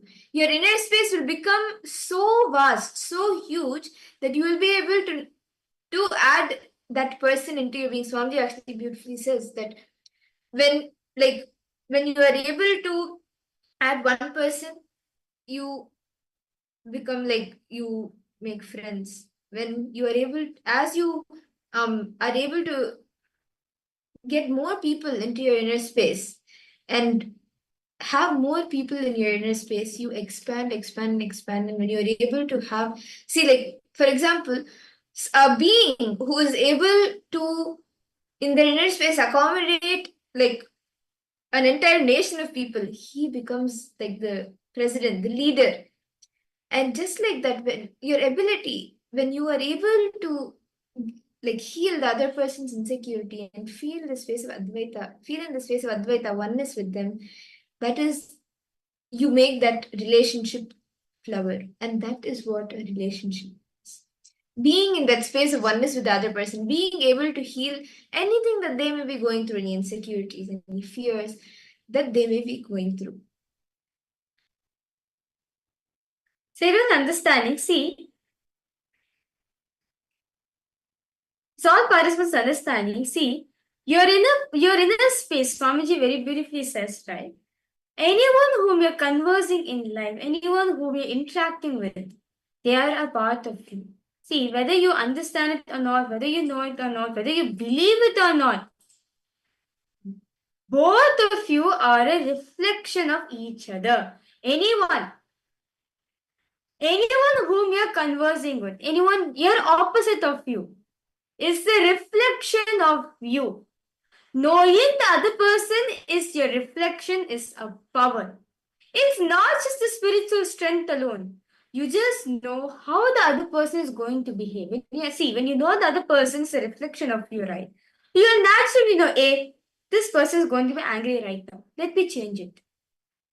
You will just know the reflection of your inner space. You just need to see which part of you is going to reflect, and you have to know how to handle that part. See, to give an example, let's say, so most of the time we fight with our spouse, right? Most of the time we fight with our husbands or wife, right? Most of the time we fight with them. But you need to understand that they are actually a reflection of your inner space. They represent a part in you where you argue a lot. They represent a component in you where you argue a lot. And that is why they reflect that. But instead, if you understand the other person is just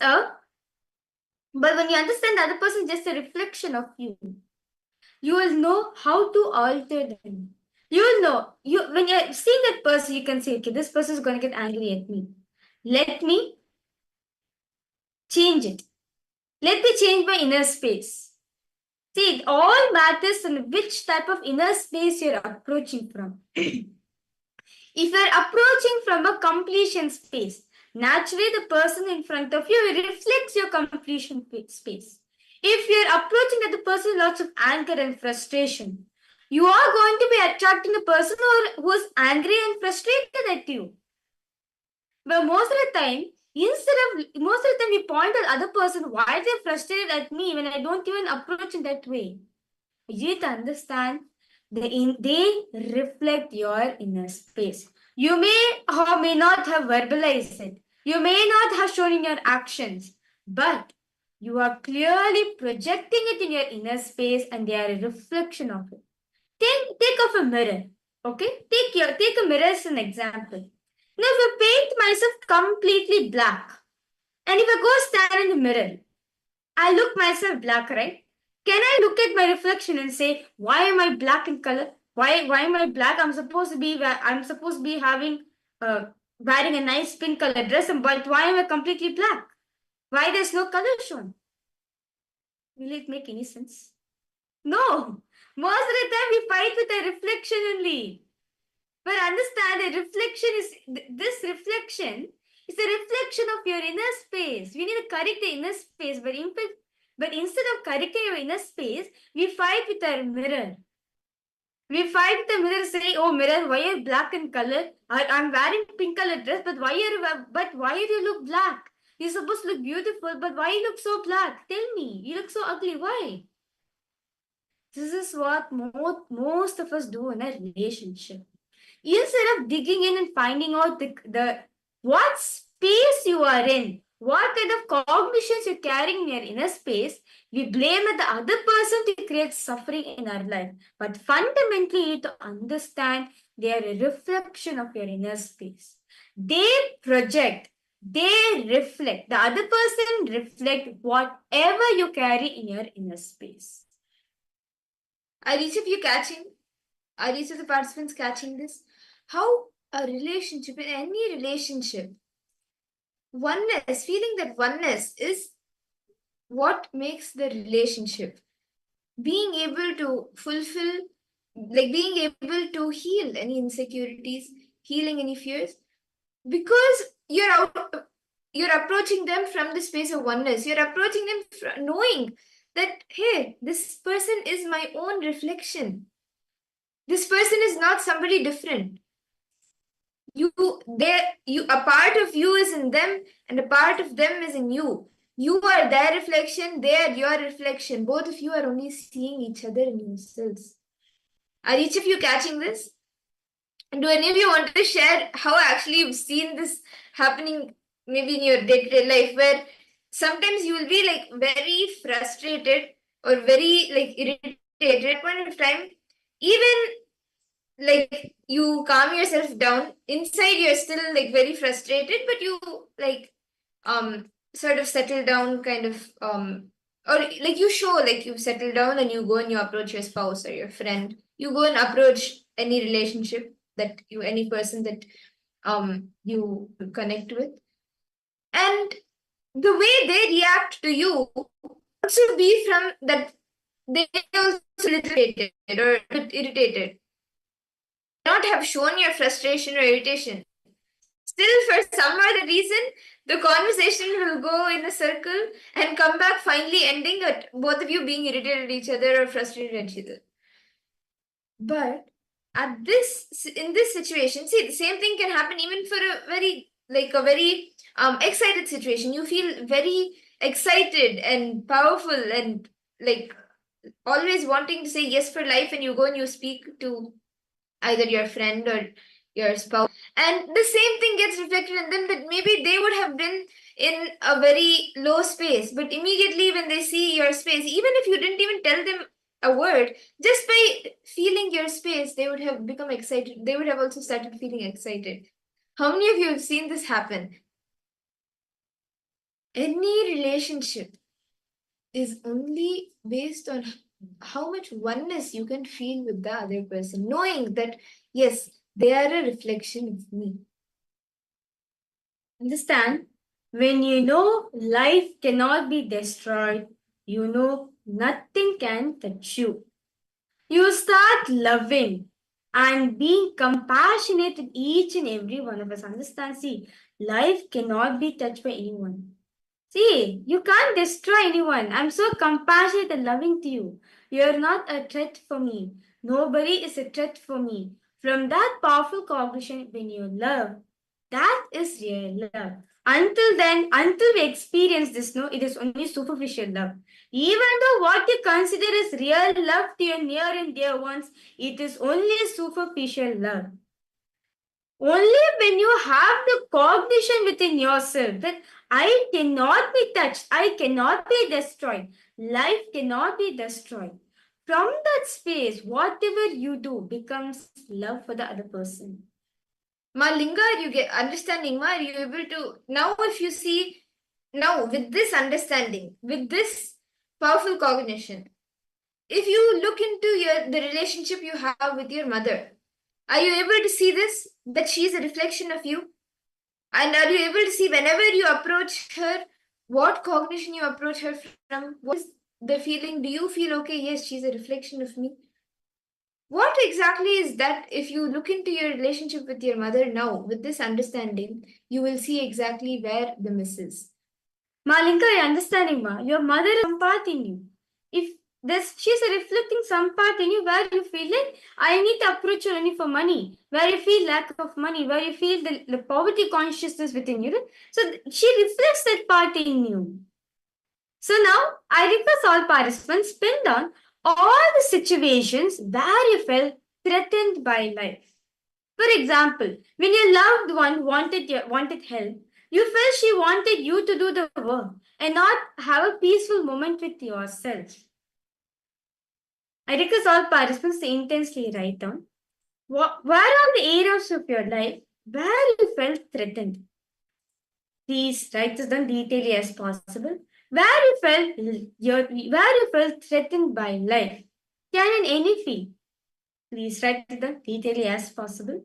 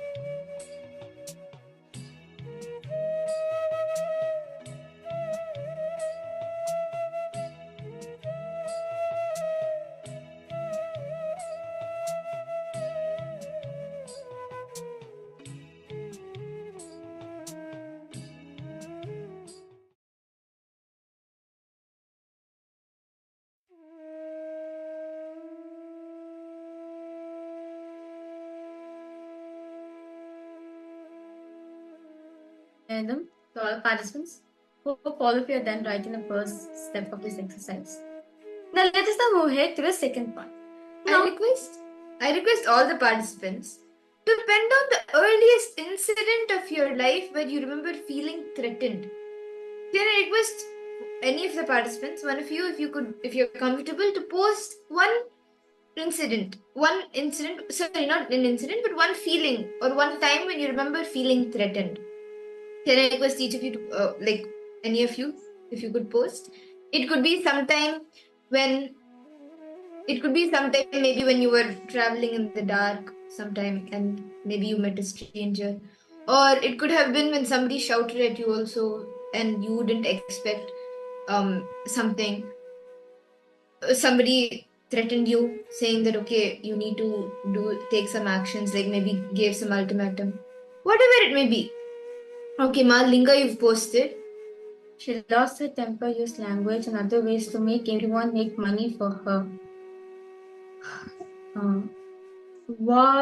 Was confused and suffocated. Feel same way other people like. So many ways only get their needs. Yes, I really developed human character like this when a baby taken by a baby sister, by a babysitter, got it and got something.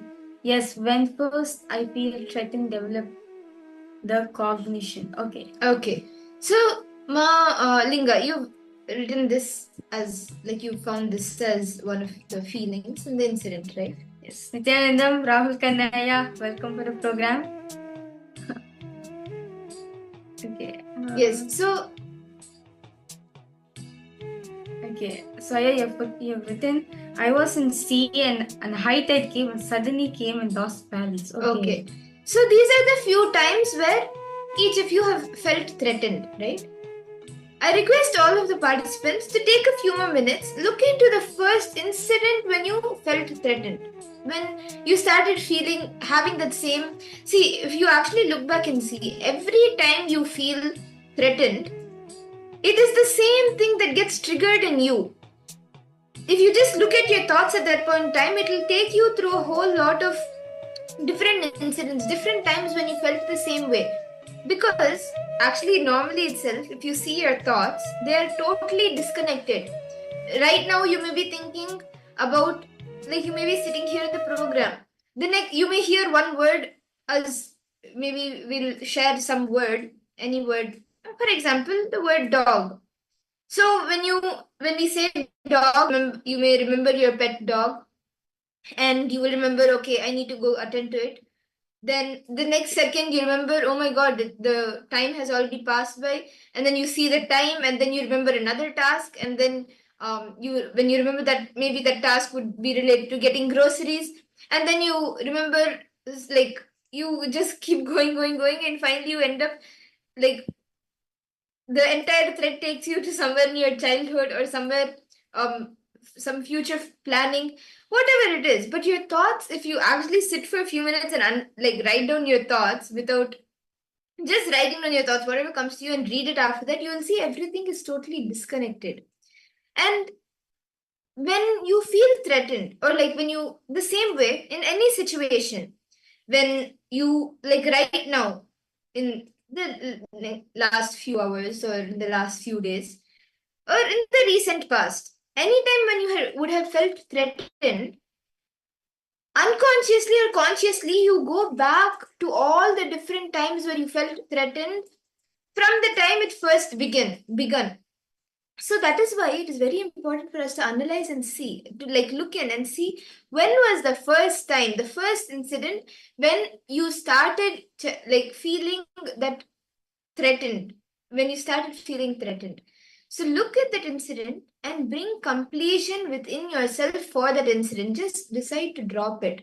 Relive that incident and decide to drop that feeling of being threatened. Please take a few minutes.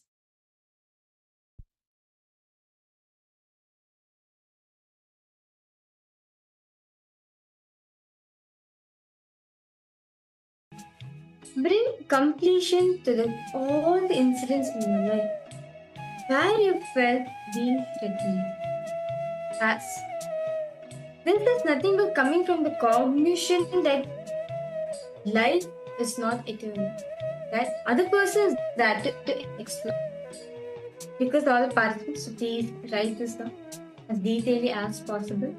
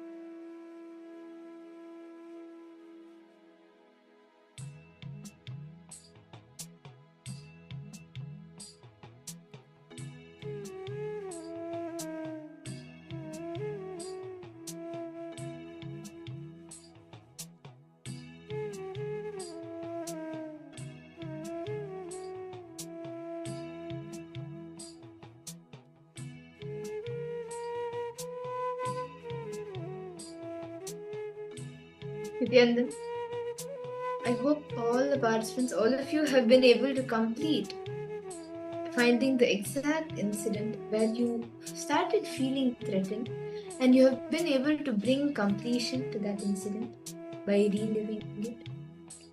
Can I request all the participants to post what you experienced as you were doing the reliving? And after you brought completion to it, how do you feel? See, now that you have brought completion to it, today during the darshan, Swamiji will burn anything. Since you have taken the step to complete with whatever known to you, during the darshan, Swamiji will burn and just take care of everything even unknown to you. Unknown means whatever you have not been able to find or which remain unknown to you. Swamiji will take care of that and burn it all down during the darshan, and you will experience the completion. See, when all of these different ideas or the feeling of feeling threatened, when it leaves you, you will see how your relationships, all your relationships, you will start experiencing it in a deeper level. Can I request all the participants to post how do you feel after doing the completion? See, first and foremost thing, all of us need to understand that other person who's in front of you is a reflection of your inner space. Whatever you carry in your inner space, they project that only. You can't see, it's like a mirror, okay? Can you scold at the mirror? No, you can't. You can't scold at the mirror. Even if you scold at the mirror, what will be? It's really funny, right? Like, who will go argue, who will go fight with the mirror? But understand, even the other person whom you're meeting in your life is a reflection of you. Whatever you carry in your inner space, they immediately reflect that. So all we need to do from our side is complete it. Decide to have completion with it.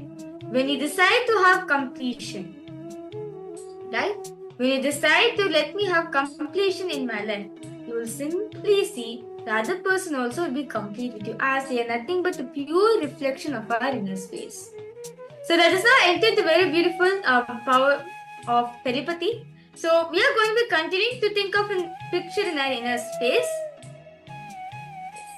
So it's actually a very interesting power. So let's get started. So now my mother is going to be thinking of an image right now in her inner space, okay?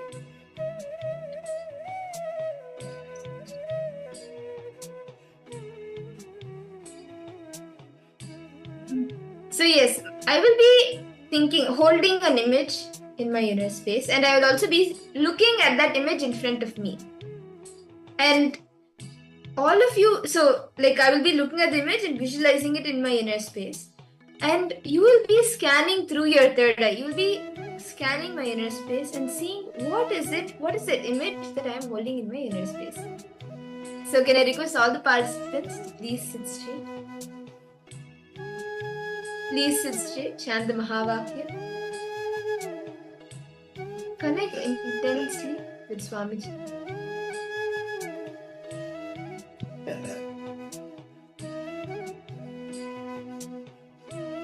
Om Nityananda Paramashivoham.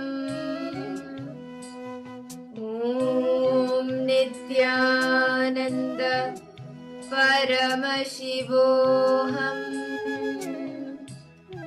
Om Nityananda Paramashivoham.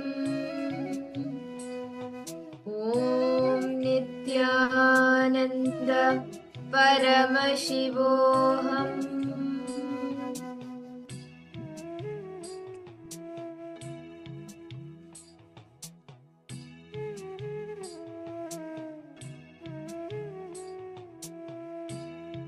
Okay. So now in this round, actually, let's do something a little bit different. We did images and objects in the last round. I'll be holding a specific incident or like a small like a very small image. It's I'll be holding an image in my inner space, one specific part of an incident that has happened in my life. Each of you can scan what that image or that view is. Okay, so let us start. I'm holding that in my inner space right now. You can chant the Mahavakya and start scanning. Paramashivoham Om Nityananda Paramashivoham Om Nityananda Paramashivoham Om Nityananda Paramashivoham Om Nityananda Paramashivoham Om Nityananda Paramashivoham Om Nityananda Paramashivoham And scan what is that scene or the view that I'm holding in my inner space. Om Nityananda Paramashivoham Om Nityananda Paramashivoham Om Nityananda Paramashivoham Om Nityananda Paramashivoham Om Nityananda Paramashivoham Om Nityananda Paramashivoham Okay, slowly, very slowly, please open your eyes. Request all participants now to post what did Swamiji show for all of you. What is that image Ma Madhura was keeping in her inner space? All of you can open your eyes and start posting. And please remember not to let your logic to come and play. So immediately post it in the chat section. Do not let it logic come and play, then you'll have self-doubt. So just post as it is. Ma Linga, Rahul Kanaya, Ma Kaili Wang, Ma Rupini.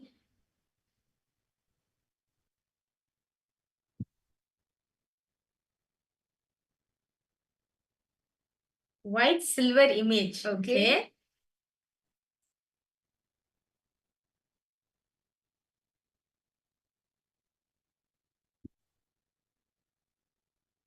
Ma Ghori Rupini, what did you see, Ma? Ma Kylie Wong, Ma Huang Weishi, Ma Gabriel, Ma Iqbal Banu, Ma Mukulia. Okay, keychain, silver, okay. What else? Mountain scenery, okay.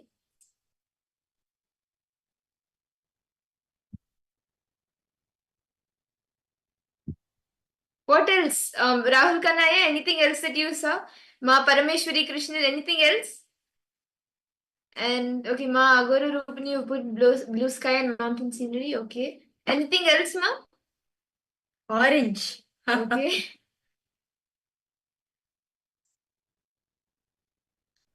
Vamadevi Revusin, orange. Come on, I request all participants to post. Yeah, definitely something more details Swamiji would have showed you, yeah. Black color, okay.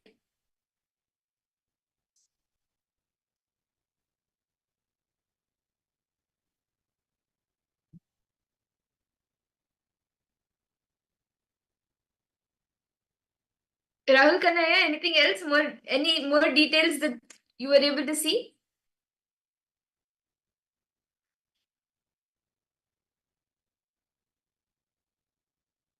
How about for you, Ma Malinga? What did Swamiji show to you?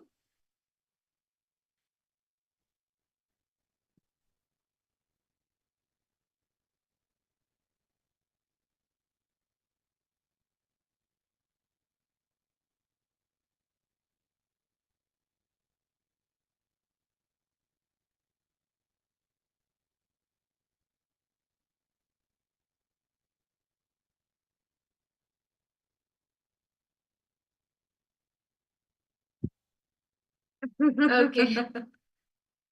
No problem. Why don't you get something hot to drink so you can feel better?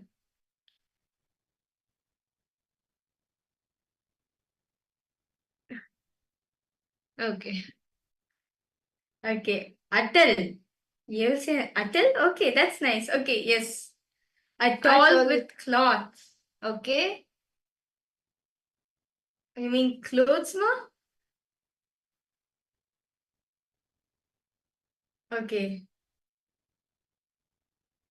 Ma Gabriel, you're able to see green in color. Okay, that's nice. Okay, so shall I tell the answer? So the image that I was visualizing, this was actually on the Mahashivaratri day in 2013, when all of us, we were sitting in Vaidyasarovar, the sannyas initiation was happening, and Swamiji, the sannyas initiation was happening, and usually before the sannyas initiation, like the Pinda Tarpana and the Bhasmasana and all of that, those rituals happen, and all the sannyasis along with Swamiji, they go into the Vaidyasarovar pond, which is in the Adikailasha Sarvagni Peetham, and they take a dip. So Swamiji, along with all the sannyas initiates for that day, they went into Vaidyasarovar, and Swamiji actually, he just went under the water and he got back up again, and Swamiji actually just had hair about, like, his hair when open, shoulder, he had his hair was, Swamiji's hair was only till here, but when he came out, went inside the water and came out, Swamiji's hair was literally until his waist. So that when he got up, the elongated hair, the long hair that was there, that, like, I was from the place where I was sitting, I could see the back of the hair. So that was the exact image that I was visualizing, where Swamiji's hair from here, like, literally you could see the drastic, like, the Swamiji's hair from this short, it just went until his waist. So that was the exact image that I was visualizing. And Ma Linga, you have put tall with clothes. Swamiji was there, and Swamiji is 6 feet tall. Yeah. And Ma blue sky mountain scenery. Yes, actually the whole Adi Kailasha Sarvangi Peetham, right? The whole campus is actually filled with so much of greenery and everything. And my Gabriel able to see green color. Okay. And I think one of the Vamadevi had put orange. So that day was the Krama initiation, the sannyas initiation. So there was a whole lot of orange there. And Swamiji was wearing the sannyas kavi. And also black. Black was, I was visualizing that long hair, right? So maybe that's why you saw black. So that's, shall we all do another round? Okay, so this time for all the participants, I'm going to be holding a color for all of you, a specific color. Okay, so this is going to be a bit straightforward, but it'll be a very nice manifestation. So I'm going to be visualizing a color in my inner space. So I'm going to request all the participants to scan and reveal what is it, that color. What color is it? So I'm visualizing the color in me. Please sit straight. Chant the Mahavakya intensely. Connect to Swamiji. And whatever Swamiji shows you, you can start posting that in the chat. See, as you see it also, you can post it in the chat. Chant the Mahavakya intensely. Scan what is the color Ma Virija is holding in her inner space.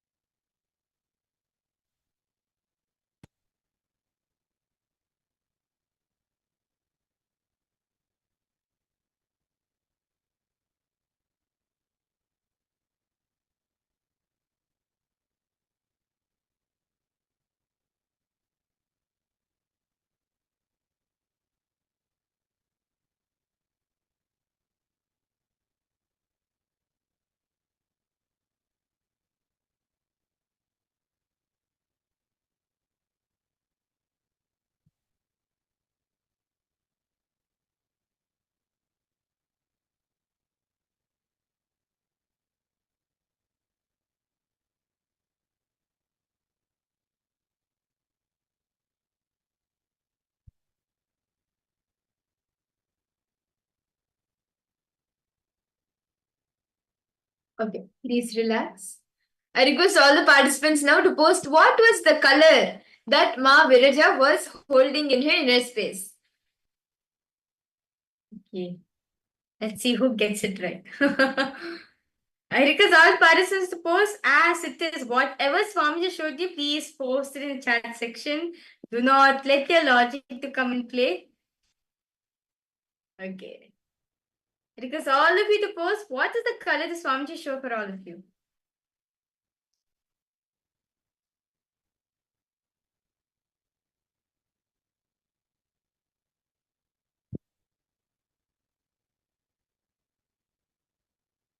Black. Okay. Okay. What else?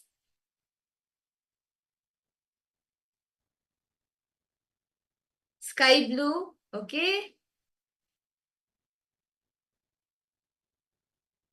Yellow, golden, night red mixture of these brownish. Okay. Interesting. Iqbal Banu. My Iqbal Banu posted orange. Okay. How about for you, Ma Mama Devi? Ma Gabriel, how about for you? And Ma Linga, what color did you see, Ma? You can scan again. See, it's okay. You can scan again and see. Maroon. Okay. Maroon color. Okay. So shall we all see the answer now? Ma Virija will be revealing the answer. What color she was holding in her inner space? So, to be exact, what I was holding my inner space was actually a yellow background with a yellow banana. So the answer is yellow color. Rahul Kanaya, you have manifested. Spot on. And the color was yellow. The yellow color I was visualizing. Okay, and we have multiple answers: black, maroon, sky blue. See, actually, once you are initiated, the manifestation is already happening. Always it is happening. All you need to do is connect to Swamiji intensely. Ask him to show you the answer. Whether you get it right or wrong, Swamiji is only manifesting through you. Swamiji is only manifesting. So, okay, now with that, shall we all enter into the next session of our day? Yes. See, today's any questions, any doubts all participants are having, do feel free to post in the chat section. Okay, yes. Okay, and see, throughout the day, the sessions that we are having, just intensely give your listening to whatever Swamiji is revealing. Because today, anywhere you are stuck in your relationships, you want to have a fulfilling relationship with your parents, your spouse, your children, your friends, your colleagues, anyone in your life with whom you want to have a fulfilling relationship, today you can manifest that just by using the powerful cognitions about relationships that Swamiji is gifting us all with. So let's all enter into the next session of our day.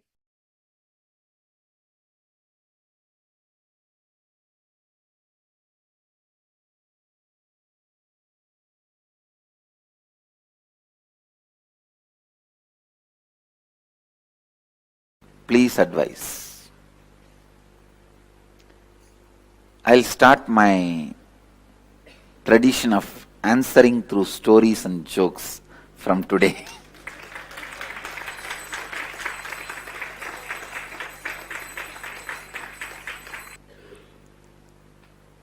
Small child, maybe 4-year-old child, goes to the mother and asks, "Mother, how did human beings happen?" Mother says, "Oh, God created Adam and Eve and they created more kids. And they created more kids and they created more kids, and that is the way the human beings have come." After a few days, the child goes to the father and asks, "Dad, how did the human beings happen?" Dad says, "No, from the monkey, human beings evolved. That's the way human beings have come. Many years ago, there were monkeys from which the human race evolved. The child is thoroughly confused, goes to the mother and asks again, what is this, mother? You said God created Adam and Eve, and from there human races happened. But dad says that long ago there were monkeys, from that human race evolved. Which is true. Mother says, oh, this is very simple, dear. I told you about my side of the family. Your father told you about his side of the family.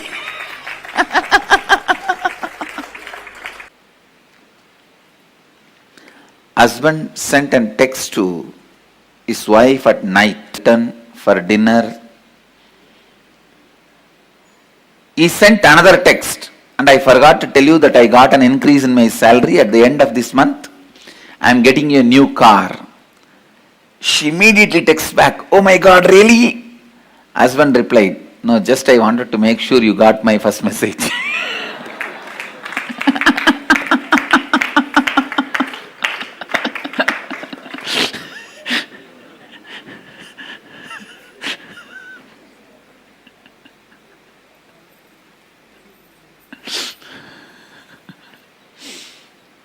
Husband texts to wife on cell. Hey, what are you doing, darling? Wife, I am dying. Husband jumps with joy, but types, sweetheart, how can I live without you? Wife texts back, you idiot, I am dyeing my hair. Husband, bloody English language.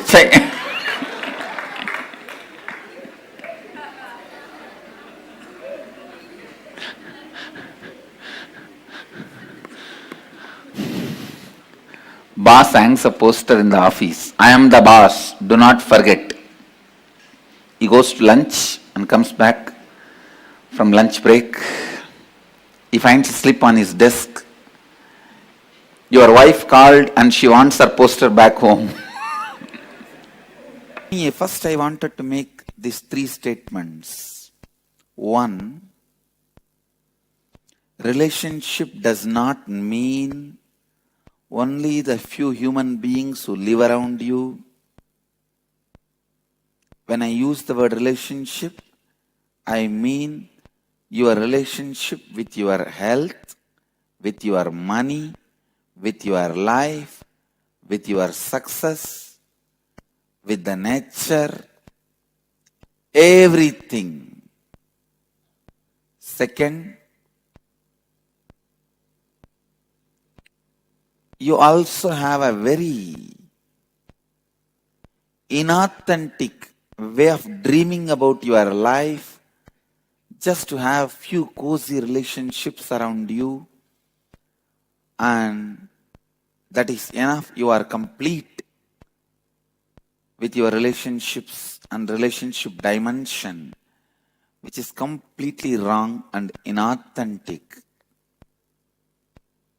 Third, please listen. Third, only when you expand you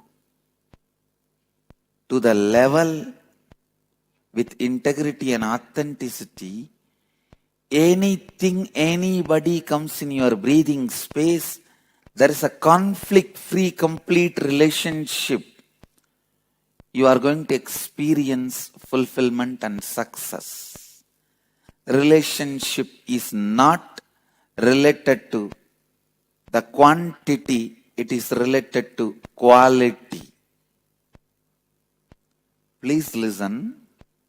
The third statement takes the concept of relationship completely to the different level altogether.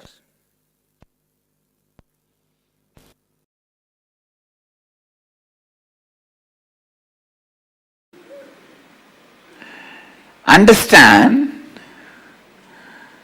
relationships can either lead to more and more imprisonment in your patterns or liberation.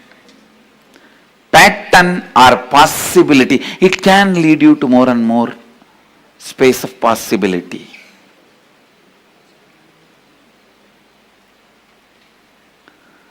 The first and foremost fundamental relationship that exists for you is the relationship between your pattern and your possibility. Please understand.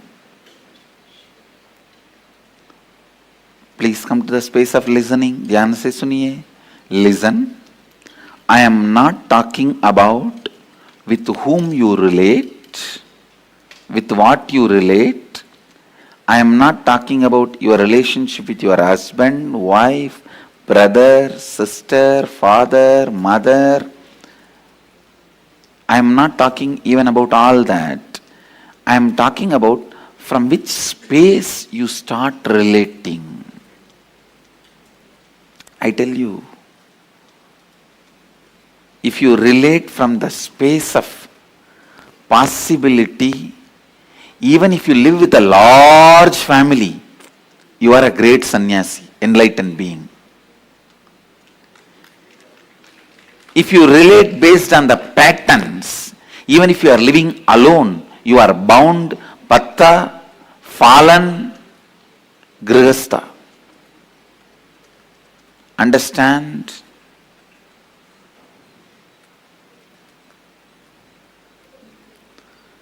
Grihastha or sannyasi, bound or liberated, is no way connected to the number of people you live with or relate with. It connects with the space from which you operate.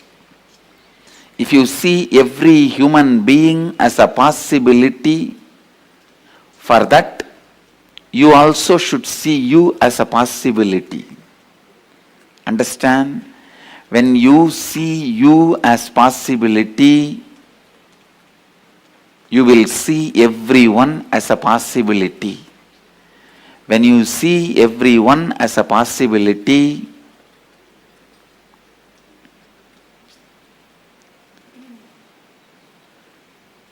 life, wherever you may be living, whatever you may be doing, you will be living with Vijaya Lakshmi. Means the Lakshmi of victory. Don't say my neighbor house is Vijay Lakshmi. My neighbor name is Vijay Lakshmi. When I said the word Vijay Lakshmi, I meant the Lord, the deity of victory, the goddess of victory.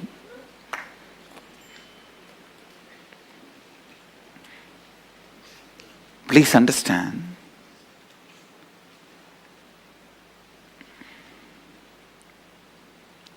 How you see you, how you see others, how you see you and how you see others.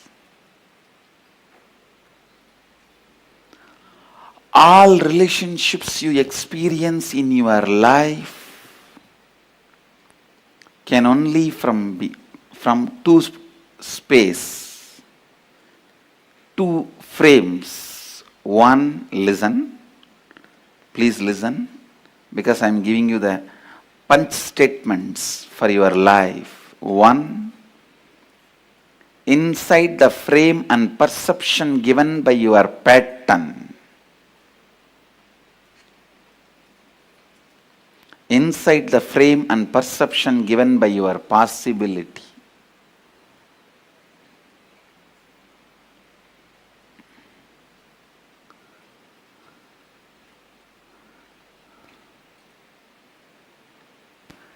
When you are able to see people as possibility, you will have tremendous patience. All ashramites will understand this statement. You will have tremendous patience. You will wait, wait, wait, wait, and go on reminding I am nothing but a reminder.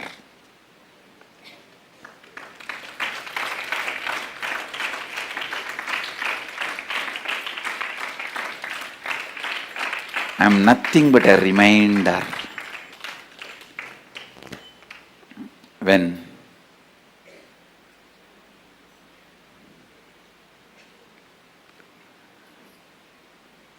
you see the possibilities, I can say in a way, eternal reminder. When I see the possibilities,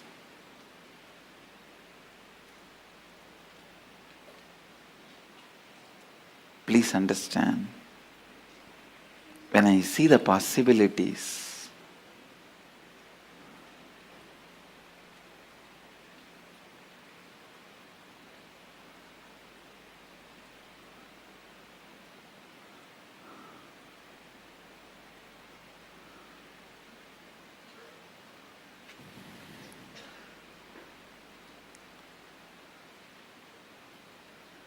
your cognition starts functioning based on compassion.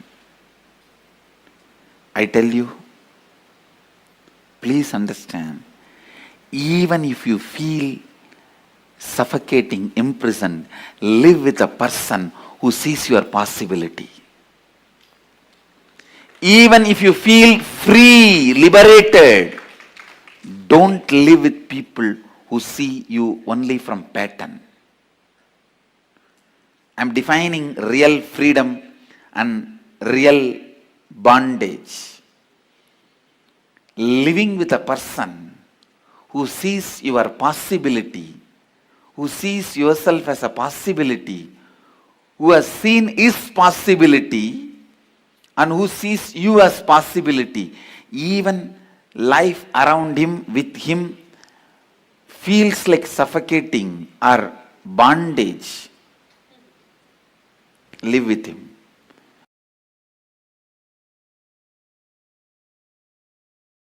When you bring integrity, you will heal all the damage you caused inside you, outside you, due to the relationships, the ignorance you had in the zone of relationships. Listen. Your ignorance in the space of relationship not only causes damage in others, it causes damage in you also. When you cause damage in your spouse, in your mother, in your father, be very clear, you cause damage in you. Because your father, mother, spouse, all the relationships you carry decides the confidence and the energy you have about you.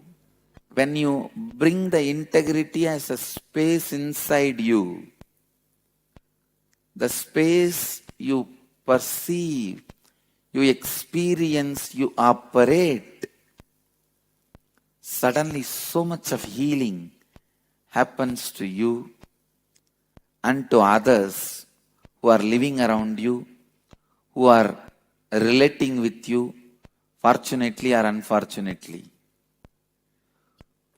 Listen, one of the important healing factor in relationships is the other person feeling confident, you are transformed, you are going to be different in future. To tell you honestly, nobody is too serious about the past hurt. Everybody is expecting about what is going to be the future. If you give them the confidence, assurance, the future is going to be really transformed, authentic and responsible. There is nobody who is not ready to heal their past or drop their past. Everyone is waiting to drop their past and relate with you in a new way. Who is interested in carrying the past wounds? Just like how you are waiting to drop the past and have the new future. Everyone is waiting to drop the past and create the new future. Understand, I have seen in my experience, when authenticity happens, you are ready to spontaneously relate with every new being who is coming in your presence. I have seen some people running away from society, hiding themselves in caves. Listen, sitting in cave and meditating is not wrong, but if you are doing it for wrong reason, it is wrong. If you are inauthentic and unable to handle the people who come in your space authentically, spontaneously, you just want to escape from all relationships and you go and hide in the caves. It is inauthentic.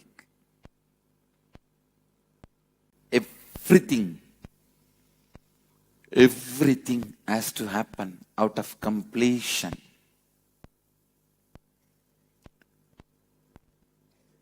Living out of completion is your birthright. Every human being, first thing they should do when you start living your life is find the root thought patterns, suffering patterns, which is causing you suffering, and complete. That completion gives you the courage to relate with human beings with integrity and authenticity.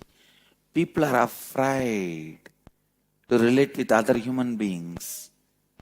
Even when you go to meet your friends, you prepare all the statements you have to tell him.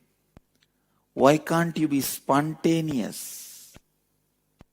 Even to meet with your friend, why do you need so much of preparation? Why do you need so much of inauthentic strategy planning? Why do you need so much of lack of integrity verbal preparation? It is so unfortunate. The trust level between the friends is dropped because the trust between you and you is stopped. You are afraid. Even with you, you don't sit spontaneously. Even with you, you rehearse and talk. That is why you can't talk spontaneously with others. Life is mirror. If you try to project victim mentality, life will say tathastu.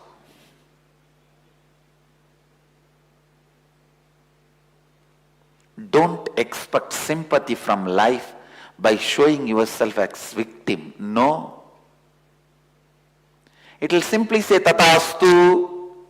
Let you be the victim as you described. Let you be poor as you wanted.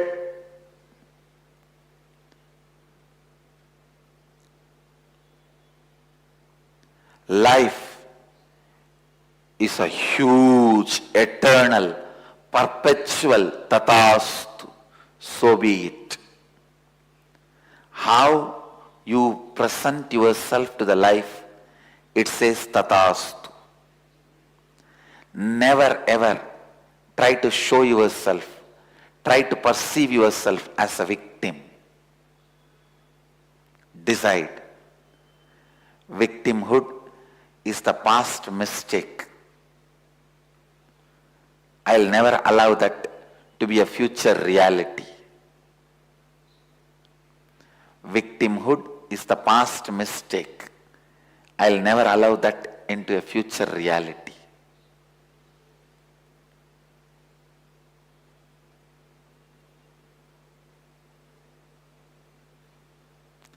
Goats will always be sacrificed. Lions will never be. In the life, only goats will be sacrificed. Lions will never be. Decide to get out of this victim mentality, to get out of this impossibility, and be very clear, it is possible to get out. You may just need to spend little time with yourself. You may just need to redirect your energies towards yourself.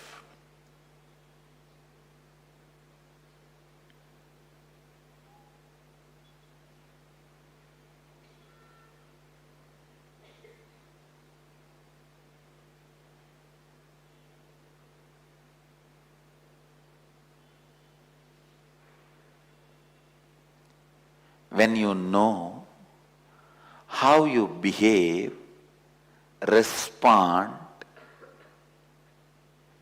when you know how you behave and respond when you are scared and crazy, the moment you know the pattern, how you behave, your standard response, how you cognize when you are scared and go crazy,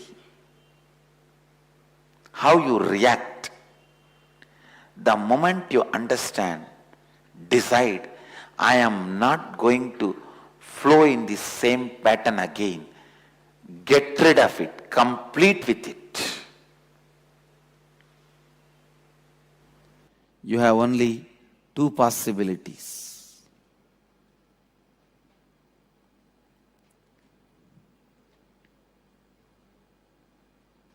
First, heal, enrich your relationship with you. Do Swapurnatva, self-completion, by bringing integrity with you, authenticity with you, responsibility about you, enriching yourself.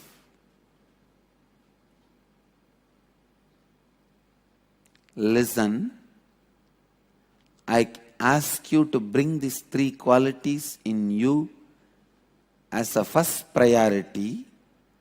That does not mean I am asking you to do only this. You have to be doing it simultaneously with you and others also. Only then it happens in you. When you bring completion to you, relationship with you starts.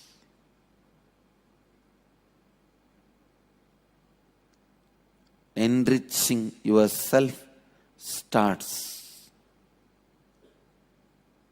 If you don't have confidence, you can look at you, you can be with you, you are comfortable with you, you can raise yourself by yourself. Who can be with you? Who else can look at you? Who else will be comfortable with you? I tell you, in the cosmic constitution, the first amendment is you should be taught to be comfortable with you. That is your first amendment right. Man should be comfortable with himself. You should be able to be comfortable with you. That is the first amendment in cosmic constitution. Freedom of speech comes second. You have freedom to speak with others only if you have freedom to speak with you. Understand the science of relationships. It is not just the phenomena of the mind, it's a phenomena of the body.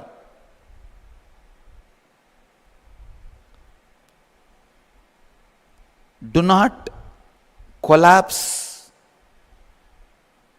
relationships. Please understand.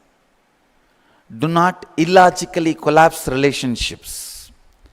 It will directly affect some part of your body.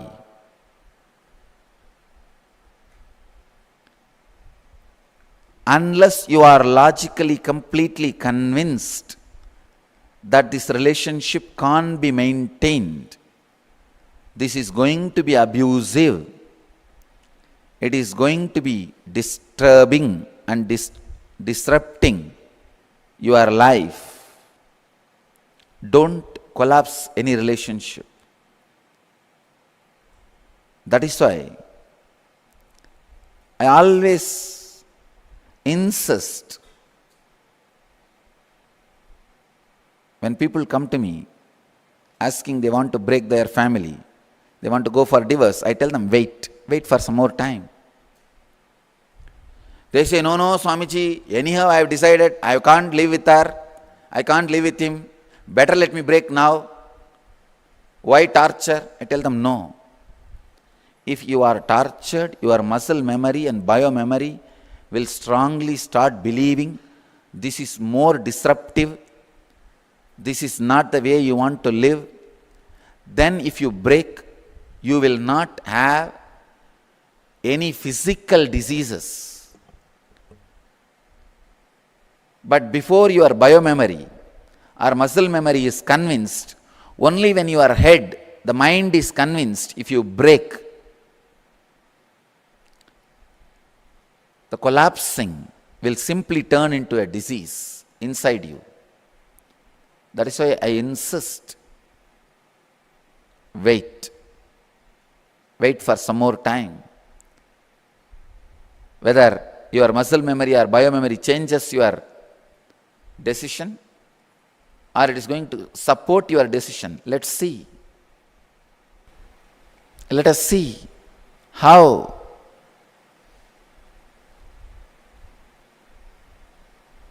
your mind is able to continue.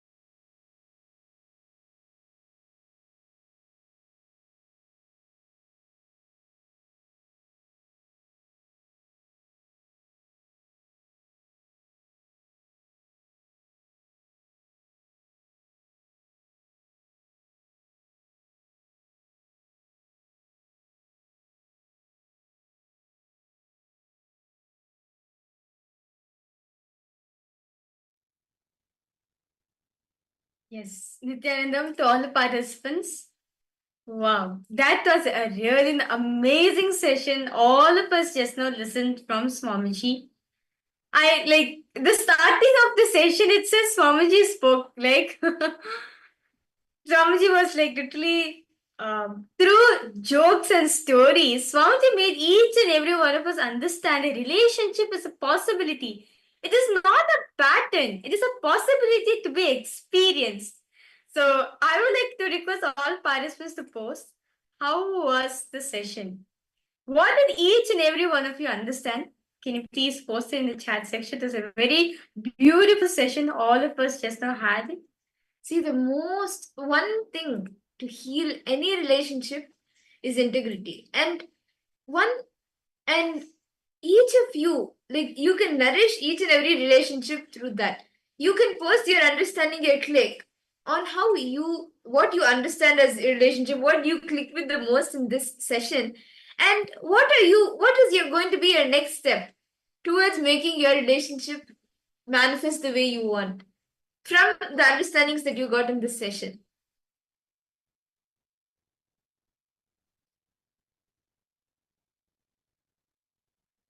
You can manage each and every relationship. I request all the participants to post. What did each of you click with in this session, and what are you going to take as the next step to nurture each of your relationship? Swamiji very beautifully revealed how you can heal your relationships and what usually happens in relationships and how you can heal it. So what did each of you click with? And Ma Linga, how do you feel you can heal your relationship with your mother through these few techniques that Swamiji has given?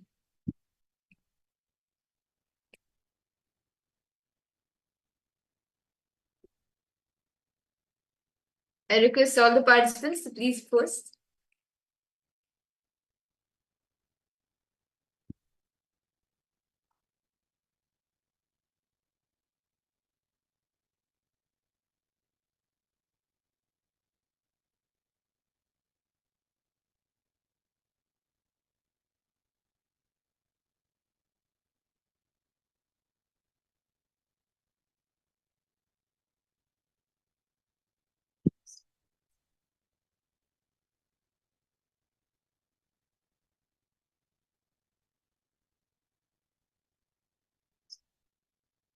See, every relationship that you have, just being in that space of oneness, connecting with them in the space of oneness and integrity. See, having integrity to the relationship is one of the best ways you can heal the relationship.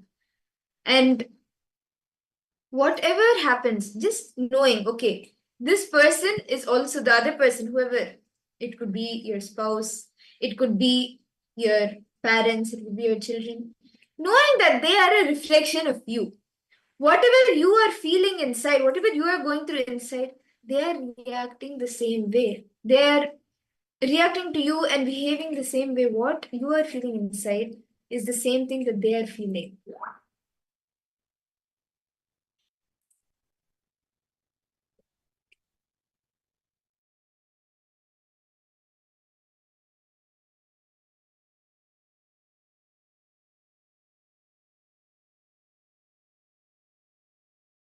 So can I request each and every one of you, how do you feel that now by bringing integrity to your relationship, how can you nourish those relationships, heal your relationships with anyone?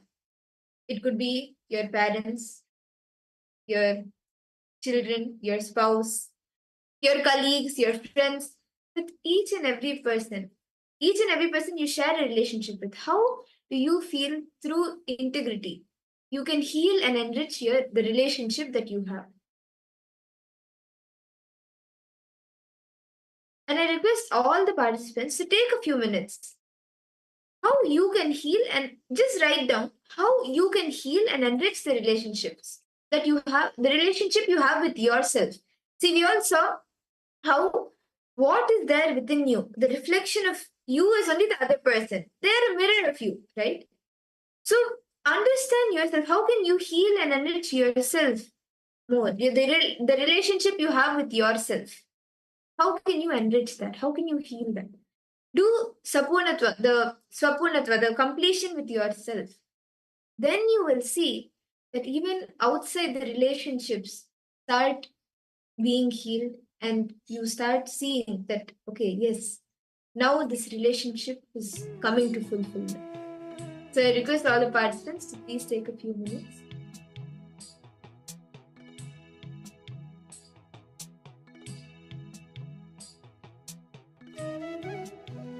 Please take a few minutes to pen down the space that you perceive about you. Whatever you perceive about you, when did you first start feeling not loved? See, usually what we feel this person is not giving enough care.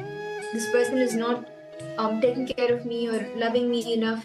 Or many years ago, or just 2-3 years back, the amount of love that I was getting, now the person has forgotten, and I'm not getting that attention. Many of us have this feeling. Pen down, look in. What is the space and the perception about you that you have about you? When did you first start feeling and having that feeling of not being loved or not being cared for? Let's take a few minutes to pen this down and trace back to the earliest memory where you were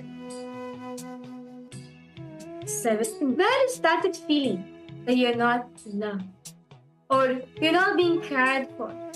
When is the earliest time you can remember that you are feeling it like this? Please detail it. Trace it back to as early as you can, where you felt that I'm not being loved, I'm not being cared for. Maybe your mom didn't buy you a candy, or your younger brother, or gave your younger brother a toy you love the most. Somewhere deep down in you, you felt that you're not being loved. You have this feeling within you where you are not loved, you're not being cared. Go back to that earliest moment. If you were 7 years old, go back to that 7 years old child who experienced this with the same dress, the same maturity, the same environment. If you were 10 years old, go back to being that 10-year-old. See, understand? We start building perception like this. Usually it starts at 7 or below 7. Only we start, as Swamiji said, until we are 7 years old, we develop that inness. We are developing that within ourselves. So go back. So when is the earliest memory you can go? When is the earliest time you could remember within yourself? Where you felt you're not loved? Where you felt that you're denied of being loved? Can be in any situation.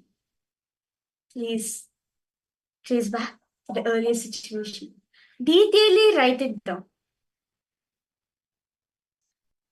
Elaborately, every detail. As you write down, relive it. Go back to that same space.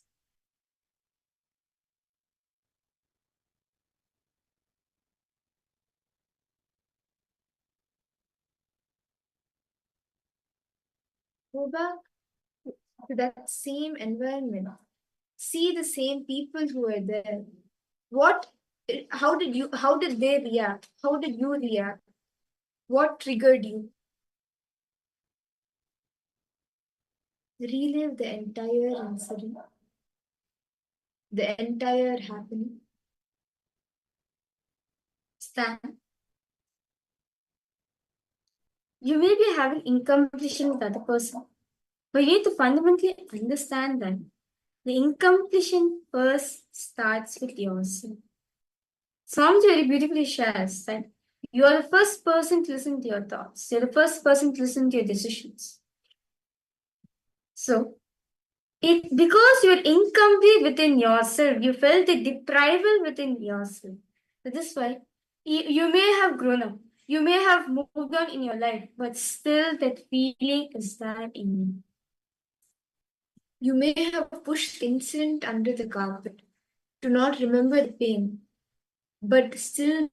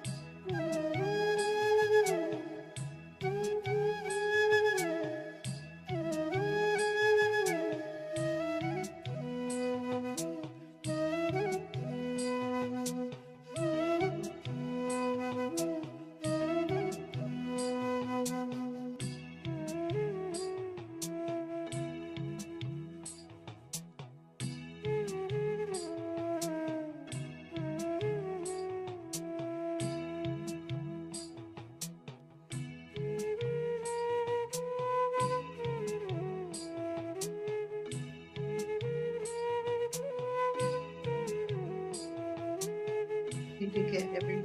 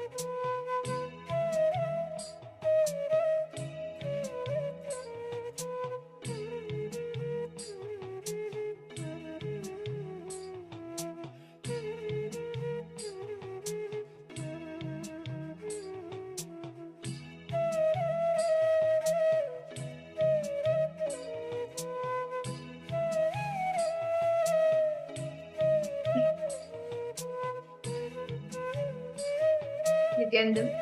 I hope each and every all the participants, all of you have been able to pen down, write down, and relive the incident.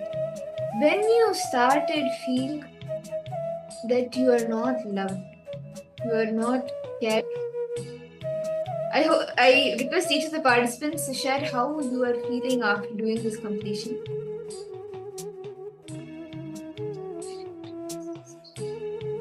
Now, for a few minutes, I request all the participants, just take a few minutes, sit with the Atma Murti. The Atma Murti is like the mirror for you. Just share with the Atma Murti, speak with the Atma Murti all of this as you are, like whatever you are feeling, the entire, share it with the Atma Murti, Swamiji's Atma Murti, share it with Swamiji.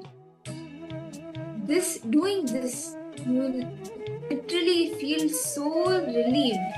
All the pain, the insecurity, the death, it will start leaving you. Can I request all the participants to take a few minutes? Whatever you have written down, and the incident that you have relived, all of this, whatever you have written down, just share it with Swamiji's Atma Murti.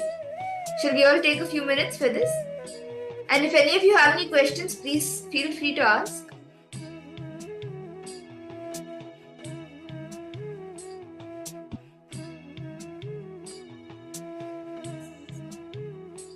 Yes, Nityanandam, to all the participants, it was a very long, intense process, all of us said. I request all you can just drink some water, freshen up yourself and come. Yes?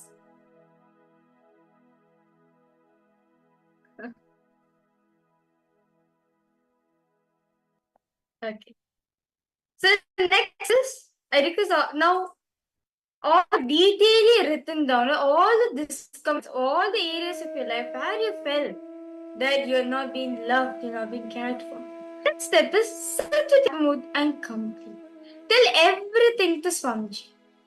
As very beautifully Paramashiva says, Vihaya nije hastam sarvatra smiti bhavayan dhridena manasa dhrishta nanye kshinya sukhi bhavet. He says, Paramashiva reveals, bring completion with the body, dropping the I consciousness of the body. Conscious firmly with integrity and stable mind that I am everywhere. Sarvatrasmi. Not only in this, in each and every body I am existing.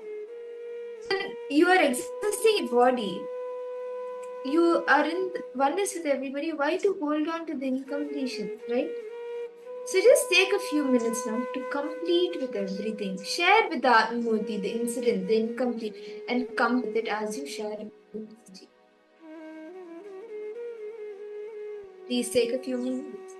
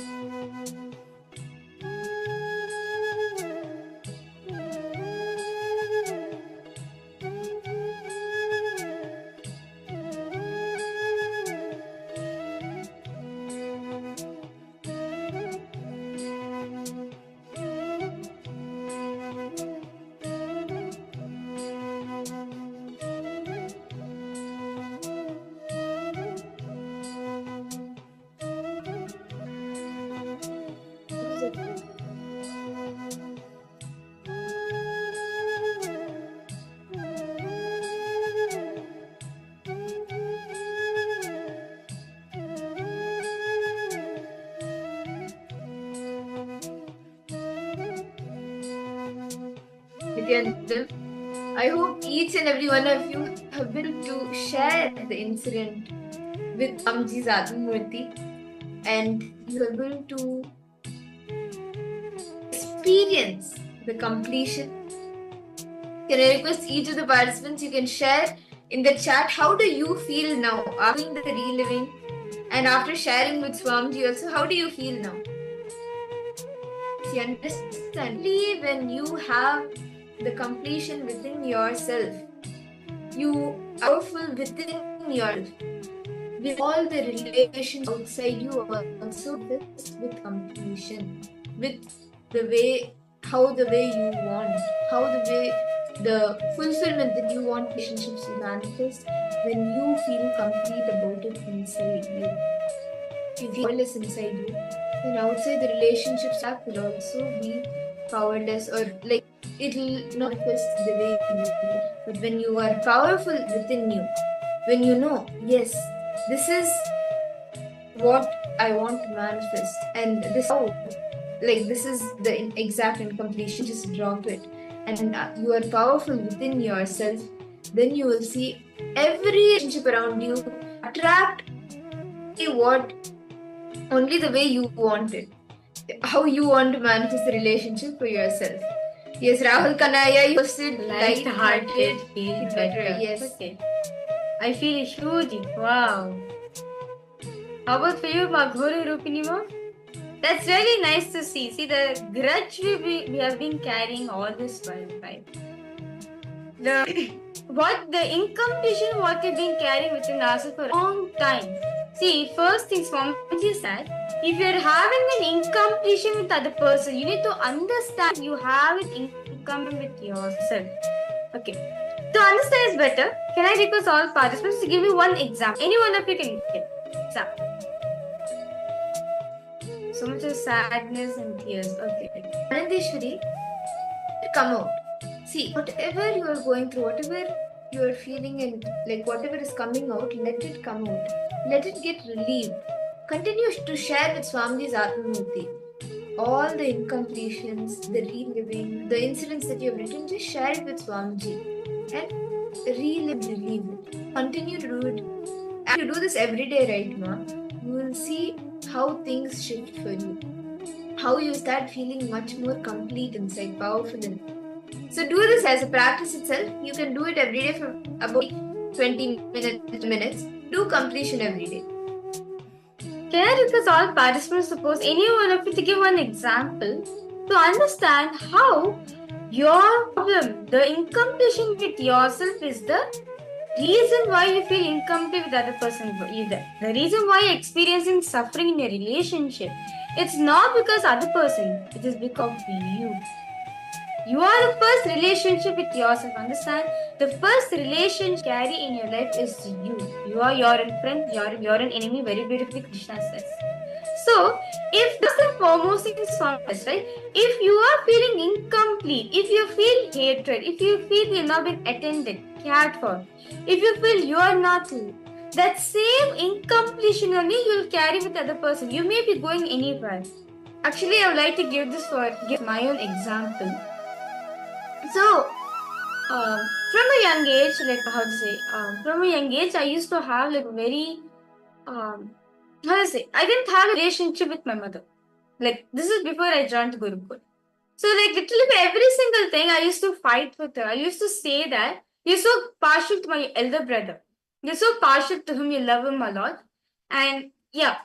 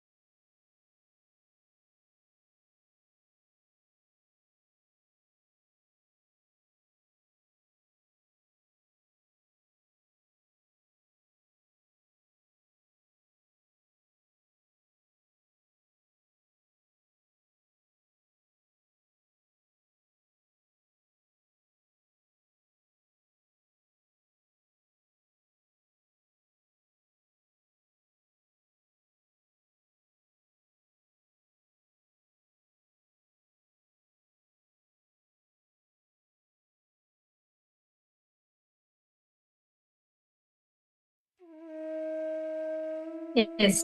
Nityanandam to all participants. Sorry for a technical glitch. Am I audible for all of you right now? Yes? Am I audible? Okay, yes. Thank you so much, Ayyan. So I would like to give my own example for this, okay? So from a very young age, I used to have like a lot of disagreement with my mom. Like I didn't have a good relationship with my, like before joining Guru. Like literally for every single day, like literally every single day, you can't end our day without having a fight. It was like that going.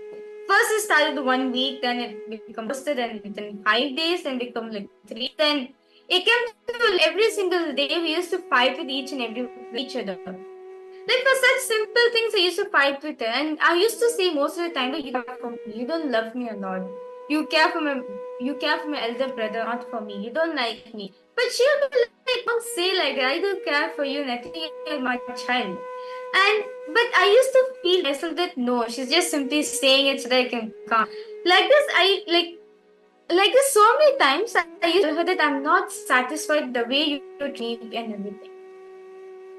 Then it came to a point literally like in a day we used to fight lots of time. Like my parents, like my dad and my brother were like, what's going on with both of them? Why are they fighting so much? Like my father used to come and ask, what is it that's making you to fight a lot? I used to say that my mom does not love me a lot. My mom does not care for me. She's showing equal love, just like how she's showing to her. She's showing to my brother. I feel like I'm being discriminated from the family. Then so it kept going on like this. And after I joined Gurukul, then I for a long time, like for like a month, I did not speak to her. Then after it, like when Satsang Swamiji says that if you're causing suffering yourself, then the suffering comes to you. I was like, wait. What does Swamiji mean by this? Meaning, okay, I have a suffering, okay, I'm not able to talk to my mom freely. I'm not talking to my mom completely. And Swamiji, I'm the cause for it. What does he mean by this? So I kept on chewing on this, kept on chewing continuously. It came to one that I was like, yes, whenever I talk to my mom, I always felt dissatisfied. I always, she does not care for me. This reminds me of incident. I still remember, like this happened at the age of 2. If you can say 1.5 to 2 years old, I still remember. It was my elder brother's birthday. Okay, it was my elder brother's birthday, and they took a nice cake for him. And at the time I was small, I was so fond of cakes. I was so of bakeries at the time. So, though it was his birthday, I was small, so I did not know it was his birthday. So I told him today is my day. So I was like, today is my birthday. Come, let's celebrate together. And I was like, no, you're gonna cut the cake. Your brother is gonna cut the cake because it is his birthday. And I was like, no, I have to cut the cake because it is my birthday too. And literally for like half an hour, it's not like I was literally having like an argument with my mom saying, no, I have to cut the cake and everything. And finally my dad had to intervene. She's like, you know what, both of them cut the cake together and go. From that day till this, like, complete with this pattern, I carry like a deep within me that my mom does not love her. She sides with my brother. She loves my brother a lot more. And actually, no matter wherever I went, whether I went to my aunt or whether I went to my friends or whether I went to anyone who went in my life, anyone who went in my life, who approached him saying, can you please take care of me? Can you please give some love for me? I always felt like no one was there to attend to me. I felt like no one was there to attend to what I wanted. That after Swamiji gave this revelation, then the next Sunday, I called my mom and she didn't expect me to call it. She didn't expect me to speak to her because of the fact that I was really angry and incompetent. She didn't expect me to speak to her. She picked up the call. She was like, who am I talking to? She's like, yeah, you're talking to Virucha to me. And she was like, you know what, Virucha, I want to talk to you. Like, I want to complete with you whatever I said. And I always felt I understand it, like the kind of course, as a mother, I could have been better for you, but I always made you feel not being cared and loved. And she also felt the same thing in her life also. She completed within herself. And I did the completion myself. The next Sunday, right, both of us were like, Mom, I don't know why. I just feel like laughing along with you. I don't feel like I want to talk to you more. And I asked her, did you do something? Then she was like, no. First you tell me, did you do something? I was like, yeah, I did completion with myself then. And I felt really light within me. Then she was like, yeah, I did the same thing. And see, and yeah, from then on till now, here and there little disagreements we do have, but we never end up to a level where we are fighting. We always feel complete with each other. Till now, I always felt complete with my mom. So this is for each and every one of us to understand that no matter what happens in your life, you may go into anything. Unless you complete that pattern within you, unless you complete with an incompletion within you, it will not get healed. Yes, Also, be understanding. You may change places, but ultimately you attract only what you are feeling within you. You attract the type of people who are reflections of you. You attract what you like. Your tribe. Your vibe attracts your tribe. That's what Swamiji says. So when you complete within you, you manifest new reality for yourself. And with that understanding, shall we all enter into the next session of our day? Actually, today is we have powerful sessions where you can manifest the relationship, fulfilling relationships. How many of you want to, like we have asked this a few as well when we beginning of the day. But with the powerful cognitions that you have received today, how many of you really want to manage fulfilling relationship using the cognitions that you have gotten today, and actually doing the completion with yourself to manifest the fulfilling relationships outside and with your? I know many of us want to experience, all of us want to have a good relationship with ourselves and people. Then this session is for you. In this session, Swamiji will be having a beautiful session on relationship. What exactly is relationship? And how can we have a blissful, fulfilling relationships in our life? And what is it that is stopping us to manifest a good relationship? This session is very exclusive and it's very powerful. I kindly request all participants to take notes also if possible. It's actually a very beautiful session. Let's not get ready to listen to this beautiful session revealed by Swami.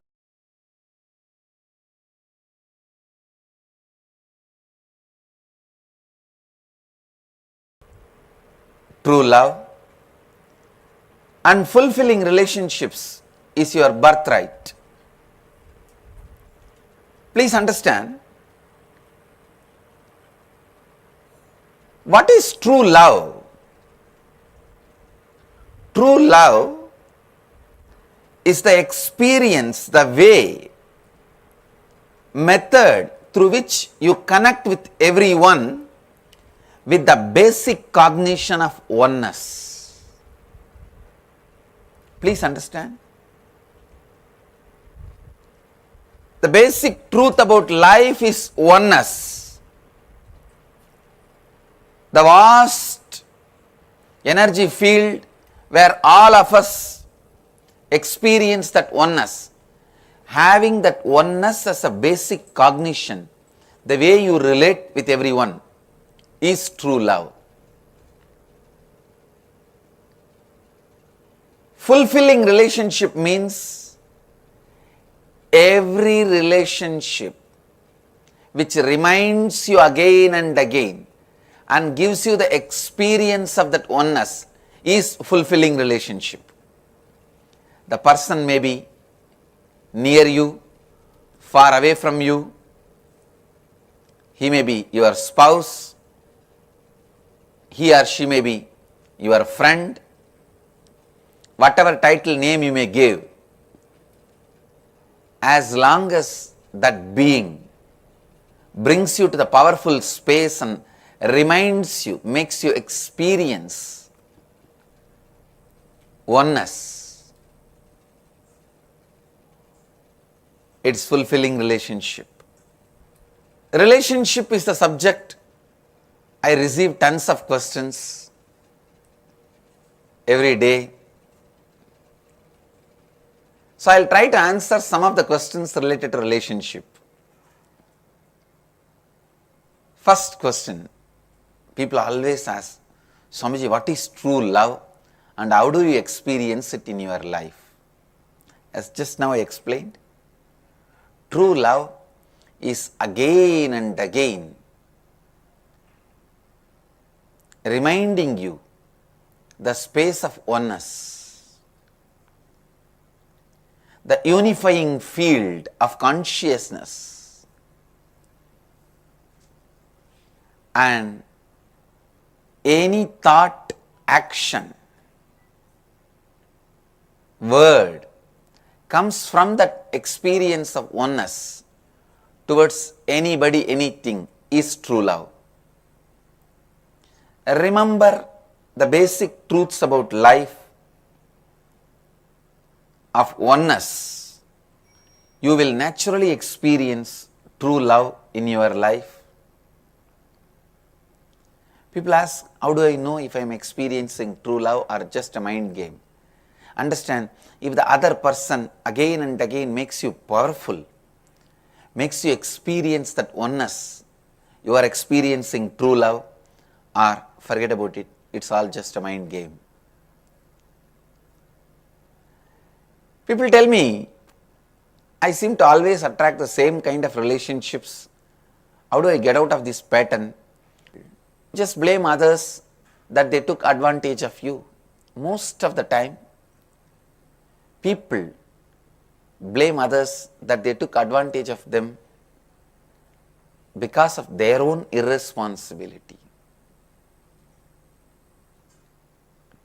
At least be very clear, you were irresponsible in that relationship so that you will retain your ability to trust the next person in your life responsibly.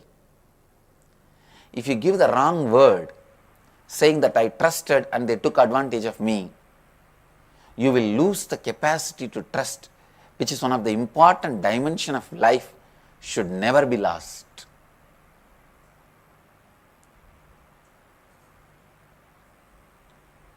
Same way people ask me, how do I know if a person is right for me as a partner? Listen, this is the very important question. How you carry that person in your inner space when you remember that person all by yourself? Does he make you feel powerful? Does he complete you and make you feel more and more authentic? Please understand, I am not asking, does he make you feel excited? Does he make you feel good? Does he make you feel enthusiastic? No, I am not asking all those questions. Does he fulfill you? Does he make you feel powerful? Does he or she makes you feel complete when you remember that person all by yourself, sitting alone? How you feel about it? Completes you, makes you powerful. What is that in him or in her? Makes you experience the oneness. Look in. Anybody who makes you experience that oneness, feeling of non-duality,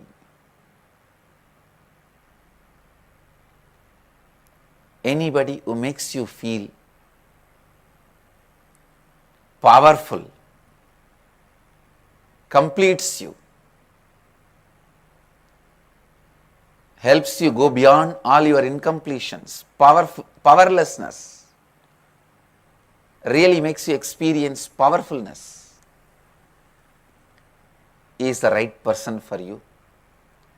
You need to spend little time with yourself and that person to see the way you experience completion with you and completion with him.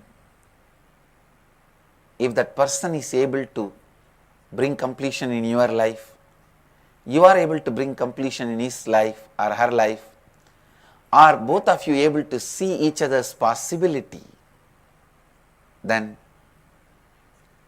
the person is right for you.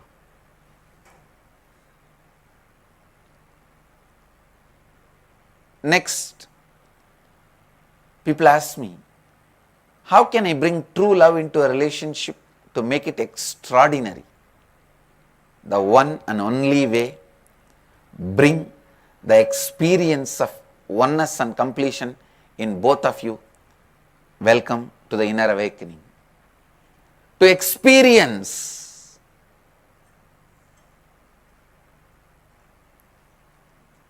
the real, true completion, oneness with the other person, where you complete the other person and the other person completes you. And the true love is experienced.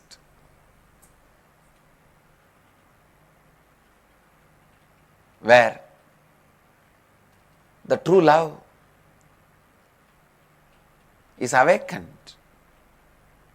Understand, if you bring completion to each other, the true love is awakened and the relationship becomes extraordinary, leads itself to the experience of oneness.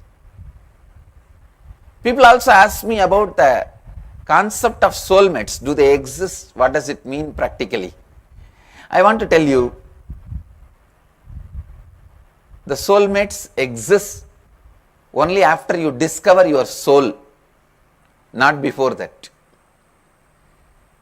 Unless you discover your soul, soulmates don't exist. Unless you experience completion, the soulmates doesn't exist for you. If you experience completion, you will attract the right person to whom you will cause completion, who will cause more and more completion in you. You both will cause each other's reality. When I use the word causing oneness to each other, means causing each other's reality. You don't feel your reality is separate from that person, that person's reality is separate from you. Both of you feeling your present reality and future reality is one and the same, is what I call experiencing oneness. When you know the other person's reality is also same as yours, you will have the tremendous compassion, sympathy, true friendliness. That is what I call love. Fulfilling relationships. Soulmate is a person with whom you reverberate and both of you feel the present reality and the future reality is one and the same. They are soulmates. If you discover the soul, you will have soulmate. People ask me, what is the best way to teach children about healthy relationships? The best way is educate them with the simple ideas, how the friendliness strengthens them again and again. Do not add your selfishness into their being. Do not add your self-centered incompletions into their thinking part. Teach them to be powerful and complete. Teach them the joy of completion. Teach them to relate from the space of powerfulness, bring them to the ingenious program. We will teach them, we will give them the experience of powerfulness relating from the space of completion and healthy relationships.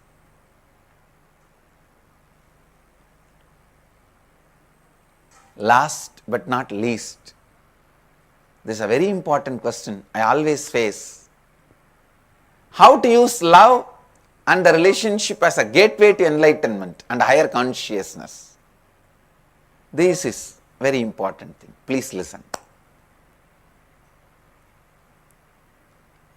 Understand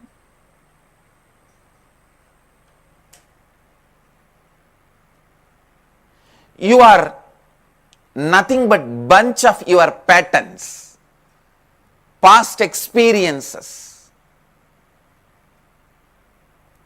Same way the other person also, nothing but the bunch of patterns, past experiences, mainly incompletions.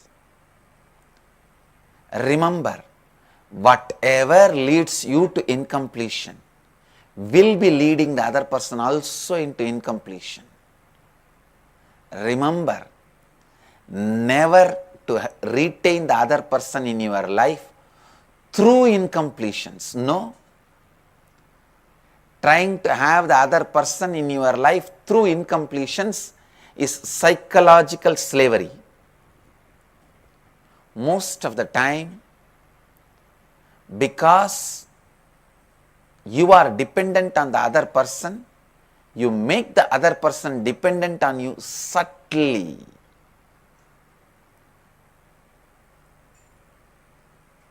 When you understand, you don't want to be bound by somebody, you don't want to be controlled, you don't want to be under slavery, you don't want a relationship with incompletions. When you understand that, having the clarity, other person also does not want to be bound by incompletions, powerlessness or slavery, and giving the same space you want to have to the other person is what I call oneness. Giving the space you want to have to the other person also is oneness. He may leave you, but he will be living with you. He may not be able to stop living with you. I have seen so many people leaving me, but they can never stop living with me. I tell you, the other person is not one.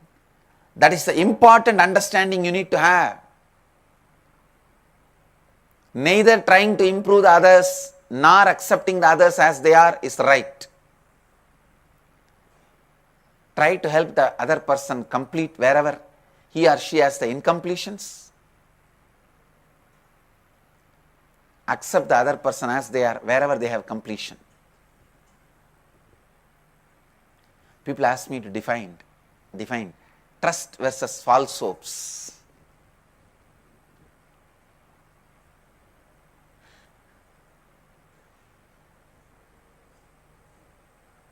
Understand,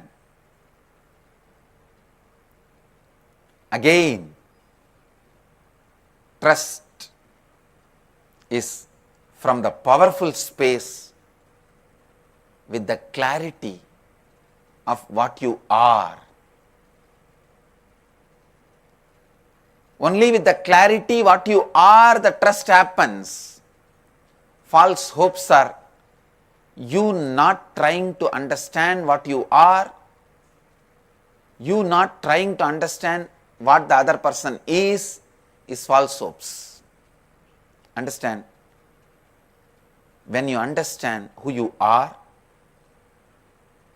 what you feel as you inside, how you show you to others outside, how others perceive you, and how you perceive the world. If all these four are aligned, you know you. When you know you, whatever you feel is trust. When you don't know you, whatever you feel is a false hope. When you know you, whatever you feel about you and others is trust. When you don't know you, whatever you feel about you and others is false hopes. Whatever you feel, whether it's a trust or false hope, depends on whether you know you. People ask me to define loneliness and aloneness. Just now I used the word, both words in the same meaning. But if I have to define both words deeply, in Sanskrit we have a word, kaivalya, means aloneness. Loneliness is you want to have somebody to escape from you and your incompletions. That is loneliness. Even if you have the other person or not, you will be lonely.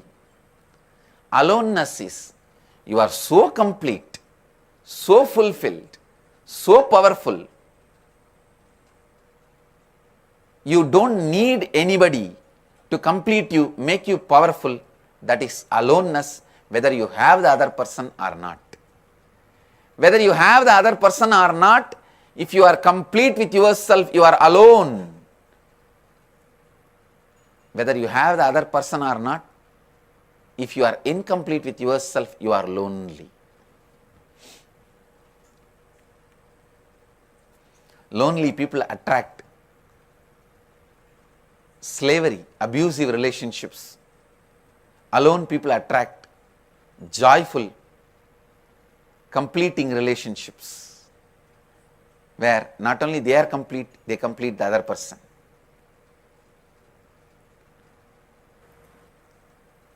Only thing I wanted to tell you, bring authenticity in your being, responsibility in your actions, integrity in your words. You will be just enriching the other person, and the other person will be enriching you. Relationship will become successful, leading both of you to experience the same reality. Now I wanted to give you the meditation process to experientially flower in true love in relationships. The first step, look in and pen down what you feel about you when you are with that person with whom you are in love. What you feel about you when you are not with that person with whom you are in relationship, and how you show you to that person. Pen down all this. How that person perceives you and how you perceive that person. Pen down all these 5 points independently and look in. What are the conflicts and incompletions there between these 5 answers? Look in. When you started developing those incompletions in you, I'll repeat the instruction. What you feel about you when you are with that person? First question. What you feel about you when you are away from that person? Second question. How you show you to that person? Third question. how that person perceives you. Fourth question, how you perceive that person. Fifth question, see, all these 5 questions are answered authentically, and sit and see in these 5 answers wherever the conflicts, contradictions, incompletions, pen them down and look back how you developed those incompletions and relive those incompletions within you. Relive again and again and relieve. Let me elaborate instructions on incompletion. When I say incompletion, the conflicts, contradicts you have, contradictions, conflicts, how you feel about you, but how you project you to that person.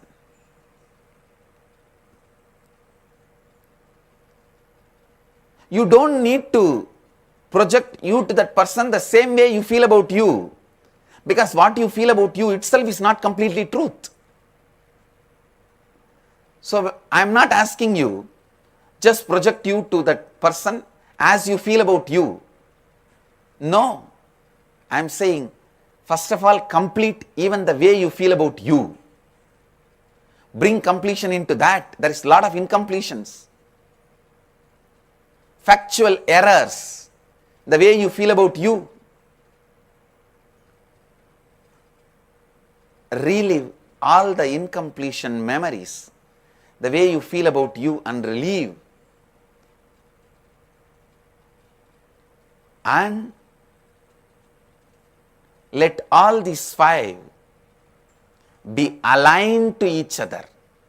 The way you feel about you when you are alone, the way you feel about you when you are with him or her, the way you project you to the other person, the way the other person understands you, and the way you understand the other person. Let all these 5 be brought to completion, to sync, to oneness. Whatever contradictions, incompletions you have in these 5 answers, dig out how these incompletions came in your system. What are the patterns, incidents when you developed these incompletions in you? Go back to your memories. See why, when, how you developed these incompletions, contradictions, conflicts. Relive those incidents and relieve those incompletions. Bring completion within you. Then sit with the other person. Help the other person to come to the space of completion with you. That is what is completing with the other person. Please understand, this meditation process has to be done together. First, you bring yourself to completion and help the other person to bring completion. Both of you sit together and bring both of yourself to completion. I can give you example of this non-alignment between these 5.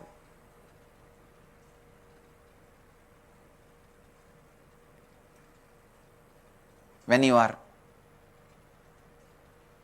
alone without that person, you may be feeling frightened, shivering, victim mentality. But you may be showing to the other person you are very courageous, confident. I am not saying you need to show yourself to that person as a victim, frightened. No. Complete with that victim mentality, frightened mentality, fear mentality. Bring completion into you. show yourself as a complete being. Take responsibility for what he feels about you and decide to have a right possibility and completion with him. This is what I say. This is what I mean when I say aligning.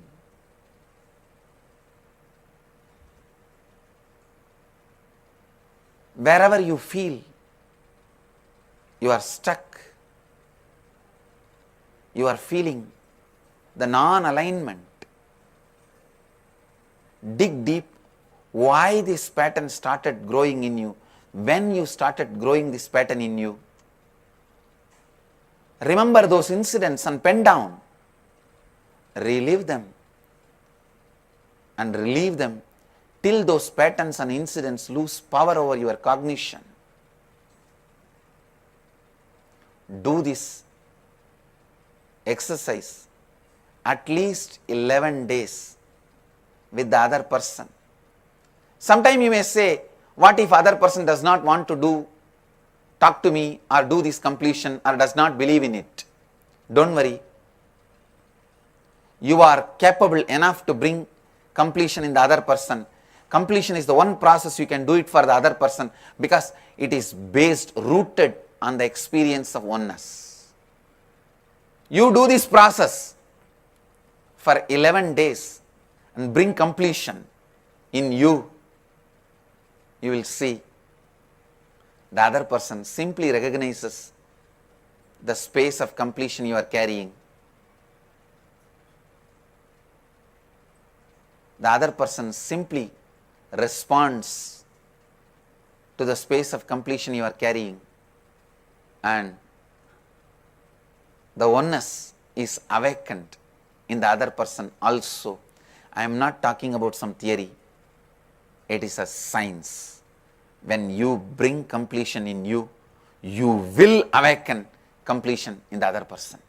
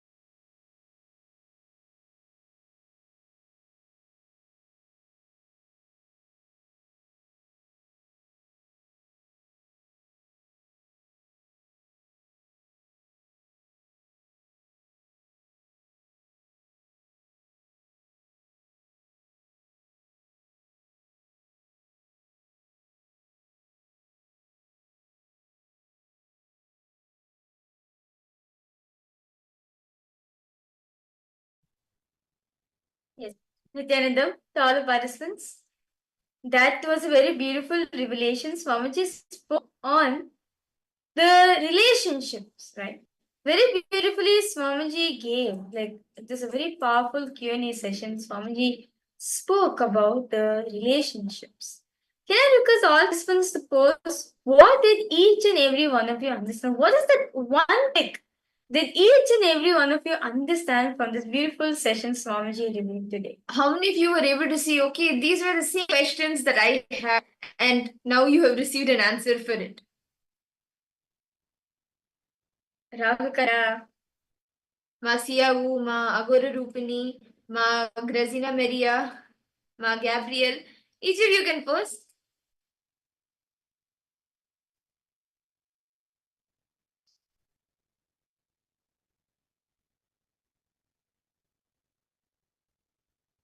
Many of us had different questions, right? Like, how can I have a fulfilling relationship? Or how I feel that, like, how do I feel that oneness? All of us would have had different questions, or some questions, like how you can have a fulfilling relationship, right? And I hope each of your questions have been answered in this session, this Q&A session with Swamiji. Can I request each of you to post what question you had and what was answered? I would like to request all participants to please come on camera. Kixing Vangaya. As I saw if your participants log, I request all of you to please come on camera. Yes, Rahul Kannaya, Nityan. Yeah, I see someone has posted here the powerful cognition. Let me just read it out. Posted. True love is taking oneness with the other person. When the other person empowers you is true love. Yes, that's very true. What we very beautifully spoke about, right? Idea of love. What is love exactly? See, we love is a person who cares for us, a person who likes, a person who will listen to us when we are in a problem. But that is not true love. True love is a person who empowers you. Who empowers you is the one who is the real love. Very beautifully says in the Upanishads.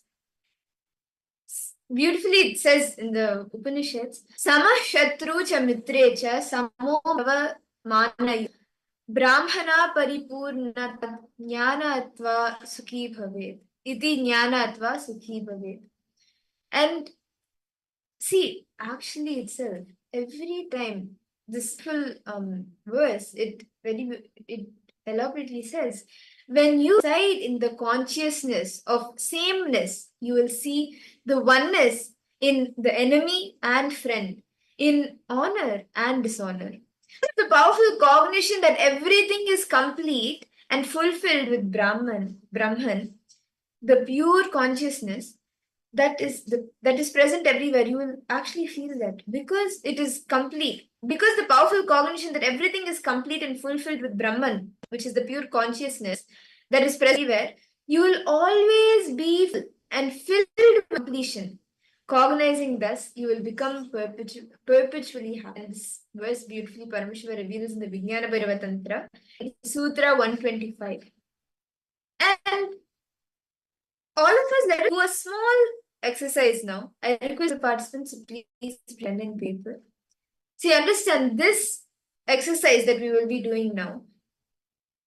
You will be taking any relationship where you want to experience true love with that person. But you are facing some conflict. You can choose any one person who currently you are facing conflicts with them, but you really truly want to experience the true love of them. Any one relationship. Can I request all the participants to choose that one relationship which right now currently be facing conflicts, but you really want to accept true love. You can post in the chat if you this is the person you want to accept with. Okay, I would like to request all participants to post. Who was that person all want to experience completion? Okay, someone has posted a question over here. Ma Teresa, you have posted. How to mend broken down relationship? Okay, the answer from Swamiji. Keep the friendliness towards the other person and yourself, even if you're not communicating. Right now, the time friendliness is the key. Yes, that's nice. Okay, Ma Gabriel, you're posting your mother. Okay, how about the rest of the parents? I request all of you choose one person who you want to come in your life. It can be anyone. It can be a father, your closest friend, it can be your wife, it can be your brother, it can be your sister, relative. I request all parties take one person. Let's just do it one person. But ultimately you're going to be doing every one of the relatives. Can I request all participants take one relative? Which is the one relationship you want to come in your life? Malinga, do you want to share? Ma Resina Maria, Ma Orietta di Ferrari, Intiandam, Ma Irene Lemos. Each of you can.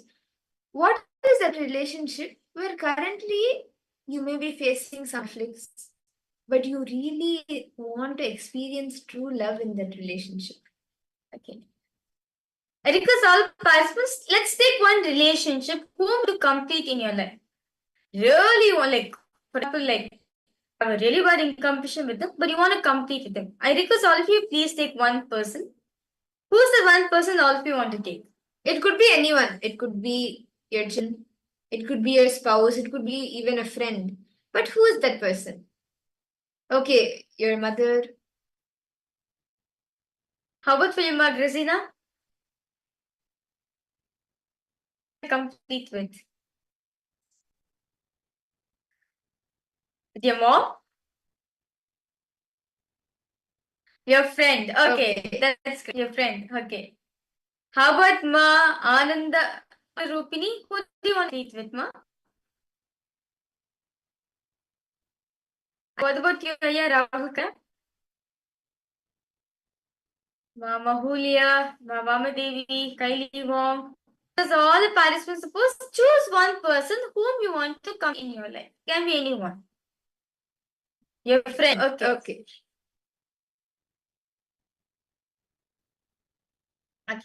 So now, sentence this beautiful exercise given by Swamiji.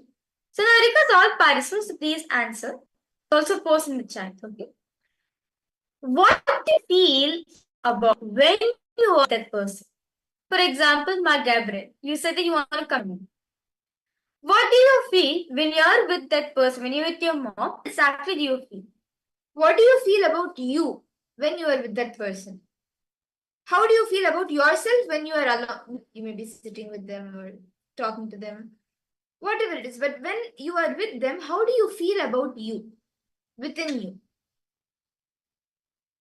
Do you feel like a friend, your mother, like for example, your opposite friend? Do you feel your friend is the best in the whole world, or like he's like the best in everything? What exactly do you feel when you're with your friend?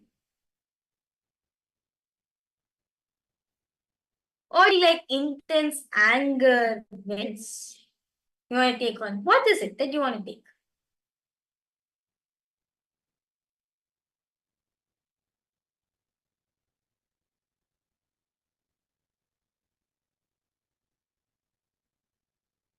I request all the participants, all of you also, please write down, pen down, what is the way you feel you within you when you are with that person, with that friend, with your mother. How you feel within you? Do you joy?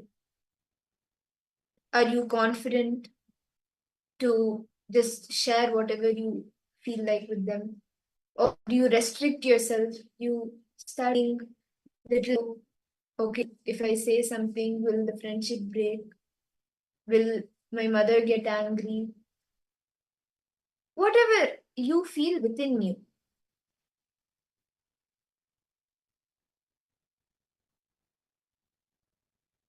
My mother get angry. Whatever you feel within you.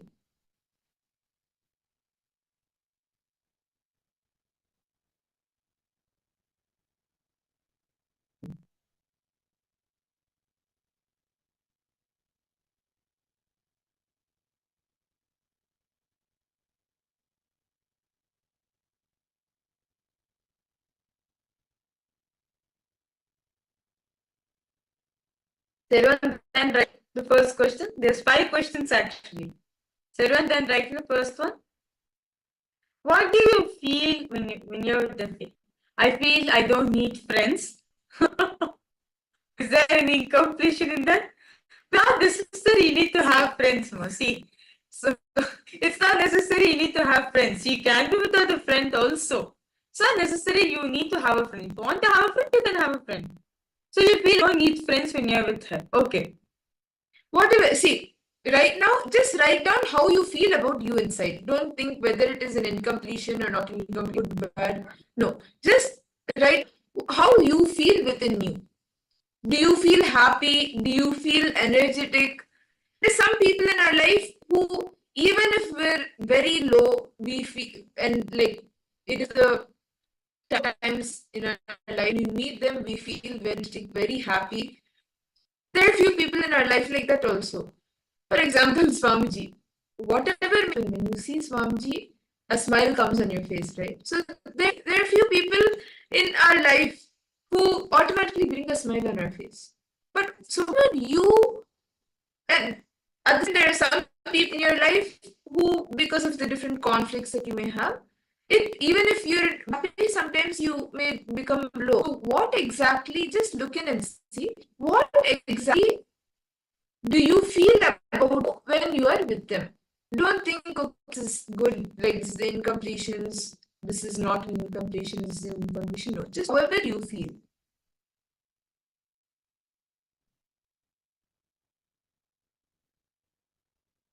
How about Gabriel? How do you feel with mom?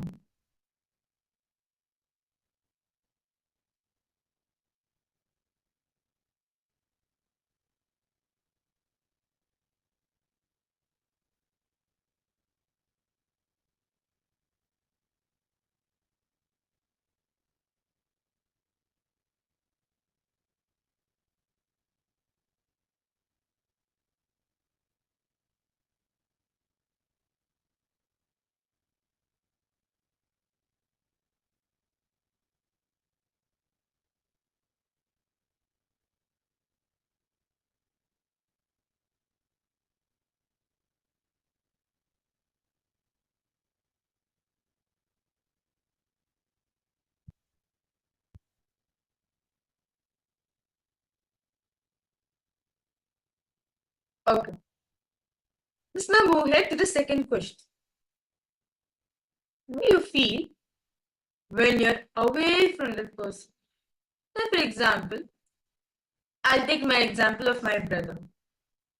Actually, I'll take example of my. Actually, take example of my mom. Okay, when I'm with my mom, what do I feel? Yeah, I do feel like before I did the completion with her. Before I did the completion with her, like when I'm with her mom, angry, irritated, agitated. But when she's far away, I miss her a lot. I miss her a lot. What is it that you feel when you're away from that person? Like Ram Kanaya. What do you feel when you're away from your family? Gabriel. What do you feel when you're away from your mom?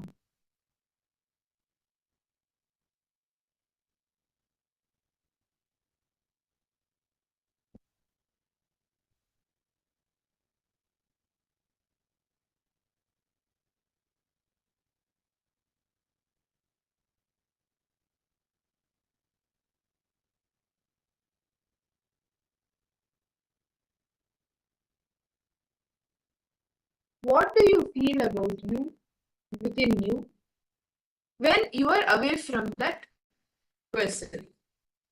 Whether it is your friend, whether it is your spouse, whether it is your mother, your father, your children.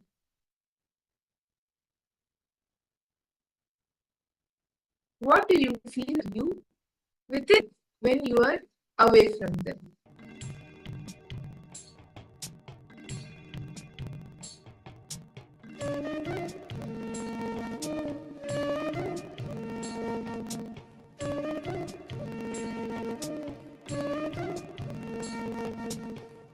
I'll let you in contemplate, no problem. Nityanandam, Chinmaya, welcome for the program.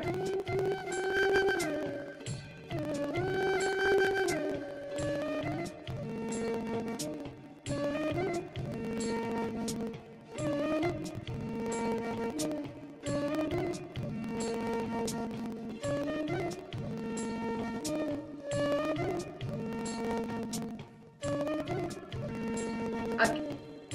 Let's have Mohit's question. How do you show you to that person? Do you show yourself to that other person? Meaning like you show yourself like I'm a friend too. I'm a good person to talk. I'm a caring person. I'm a good friend. I'm a nice person to talk to. How do you show yourself? How do you carry yourself for your friend? For the other person?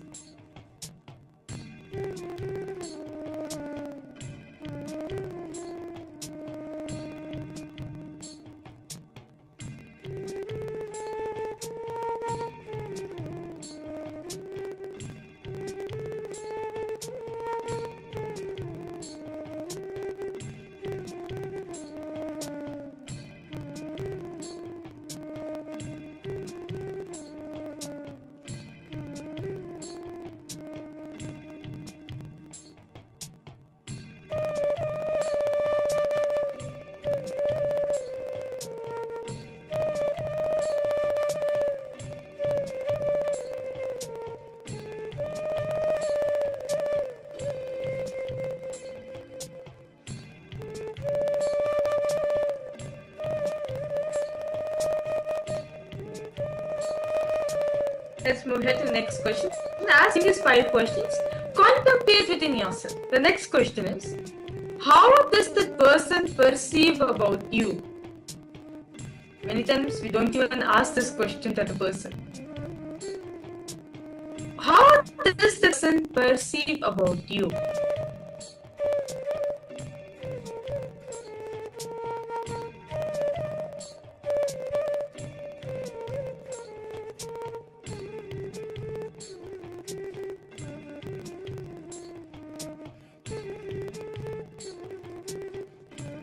You may have heard from them, or you yourself would have maybe understood by speaking to them how they perceive you. How do they perceive you? They perceive you as a good friend, a good daughter, a good son, a good spouse, or do they feel that you are not interested in maintaining relationship, or whatever it may be? Or do they feel that it is only from their side, always speaking, but you don't show much interest?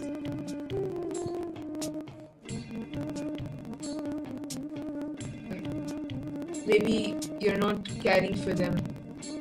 What do you see that they perceive about you?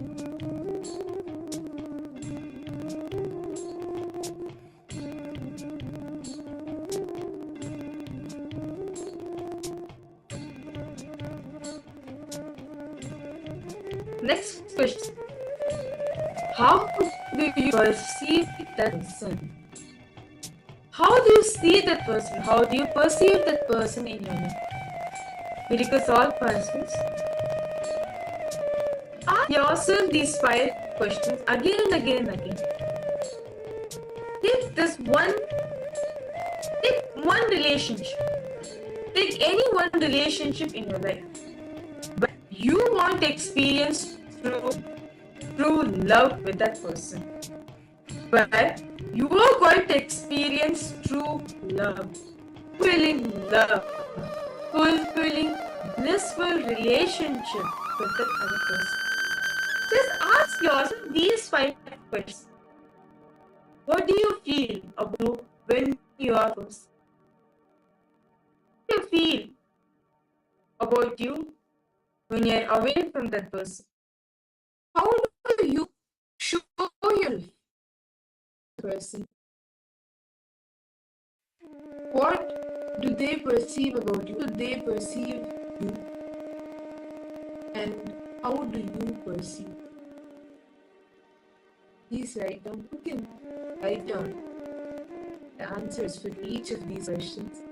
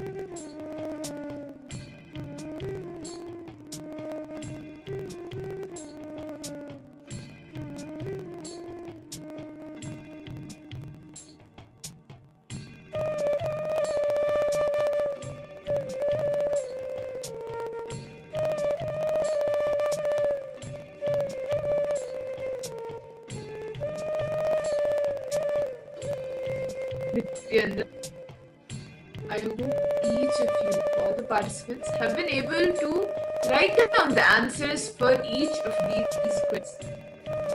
Now, I request all participants to share what you have written.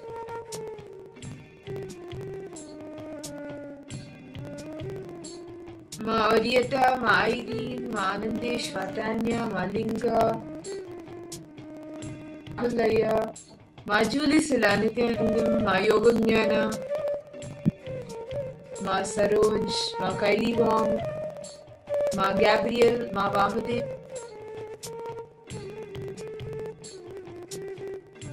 Ma Gora Rupini, Nityanam.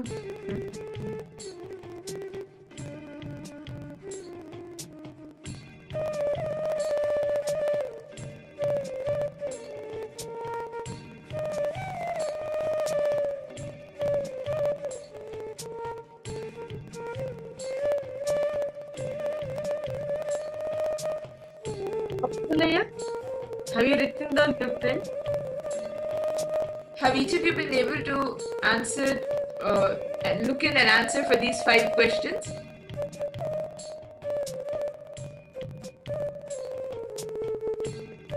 Yes. Okay, that's great. Now, the next is all participants now to analyze whether have you authentically written whatever you've written for them or not. Please review it. Like, read it again. Review what you have written. See what you have written. And analyze if that is actually, like, what you have written is authentic to what actually it is. Like, the way you feel within you when you are with them. Then the way you feel within you when you are not, or away from them, not with them.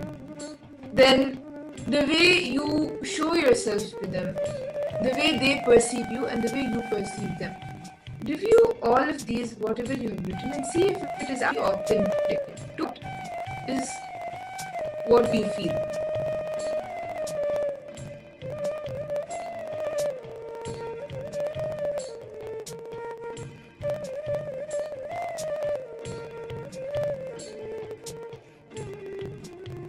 Okay, Grace also said yes, you feel you have done it authentically. Okay, that's great, no problem. I will request all participants now analyze what you have written. Have you written it out of complete authenticity or not? Sometimes we may just write out of our anger, sometimes we may write out of our frustration. But now, in space of completion, see, understand because Swami just said, no, son. Never make a decision when you're either too happy or never take decisions when you're too sad. Take decisions when you are in this place of completion. See, you wonder what does mom mean? What does Sanjay mean by not take decision when you're too happy? Yes, when you're too happy, at that point of time you take certain decisions in your life, which you repent for it. When you're too, you take certain decisions in your life, which you also repent for it. Take any decisions out of your life out of pure clarity, space of completion. Only making this, only when you're making a decision on the space of completion, you'll get clarity whether you're making the right decision.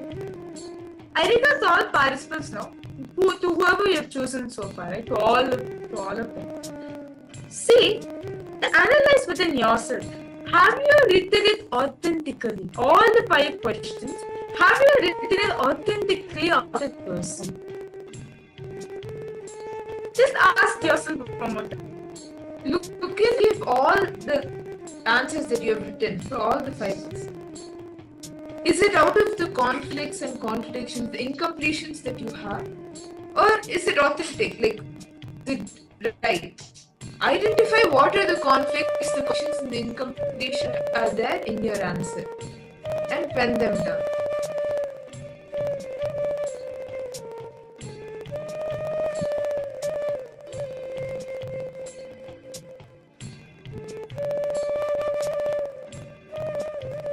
Because currently you are having a conflicting relationship with them, which of course you want to create into a loving relationship, but right now it is in a situation where you are having some conflict. Because of that, sometimes write down or you feel when you're down will lead you out to completions. So identify what those incompletions, those contradictions, those conflicts, what exact are there.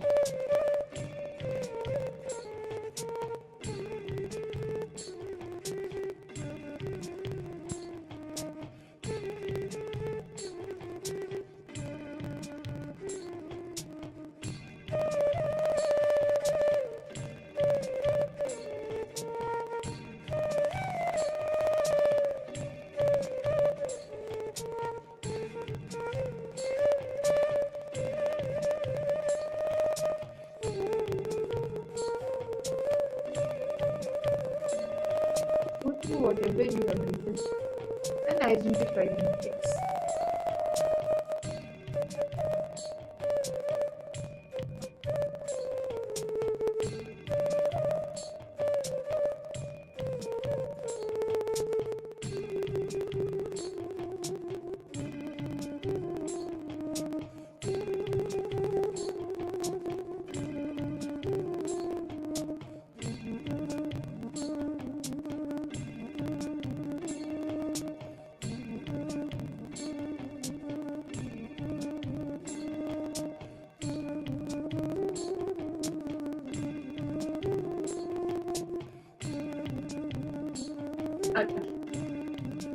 Once you've done analyzing whether you've written down or not, let's move next step.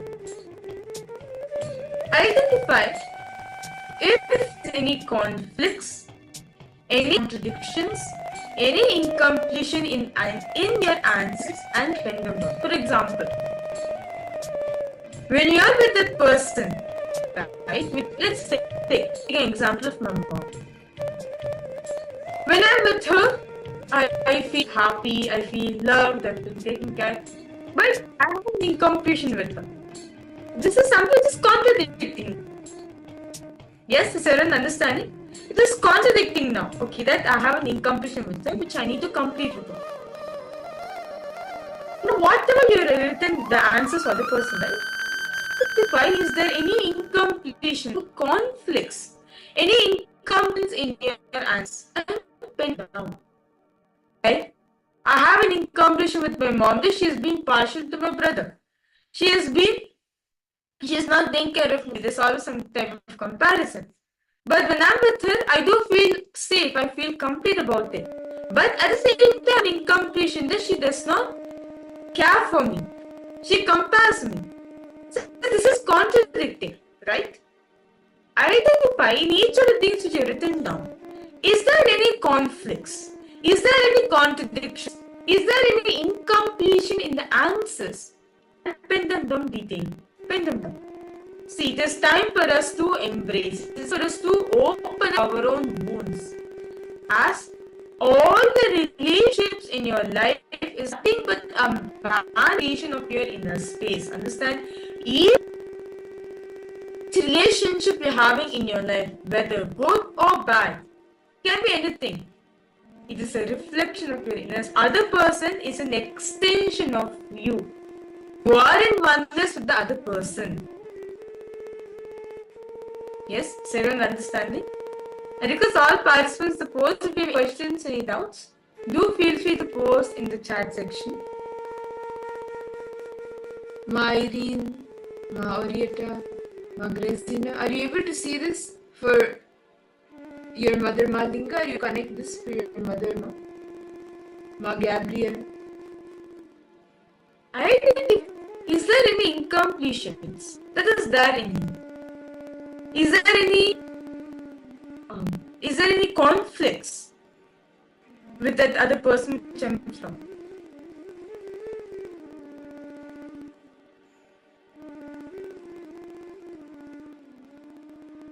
Please detail them.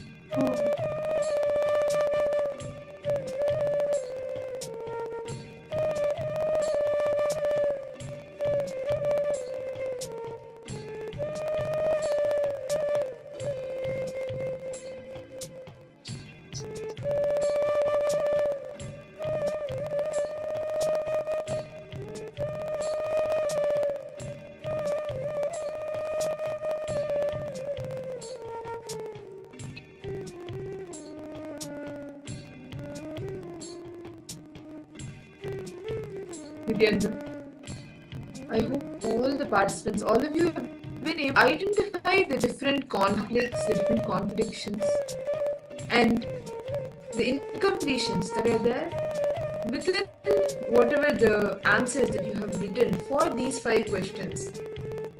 How you feel about you within you with them, then when you are away from them, and then how show yourself to them, what you perceive about them and how they perceive you.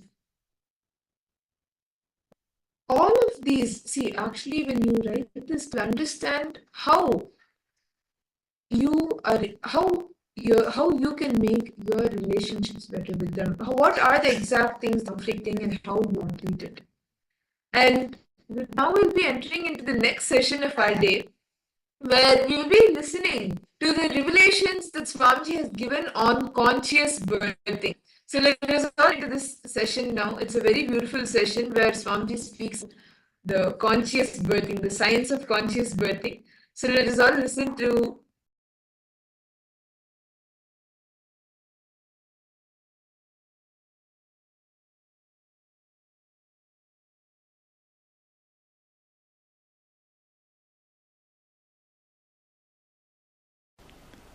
Listen. Microcosm becoming macrocosm is enlightenment. Macrocosm becoming microcosm is incarnationhood. You having the cosmic cognition and cosmos having you in the cognition.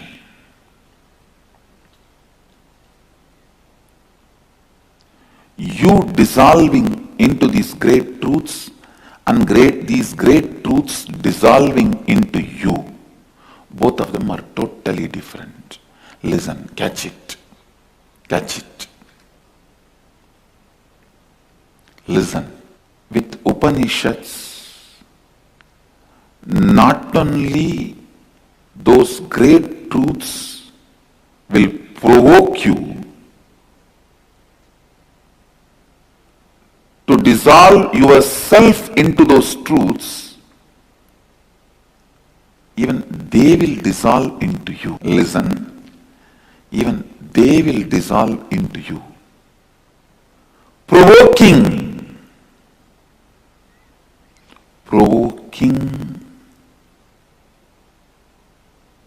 your being to dissolve into the truths can be done by any spiritual book.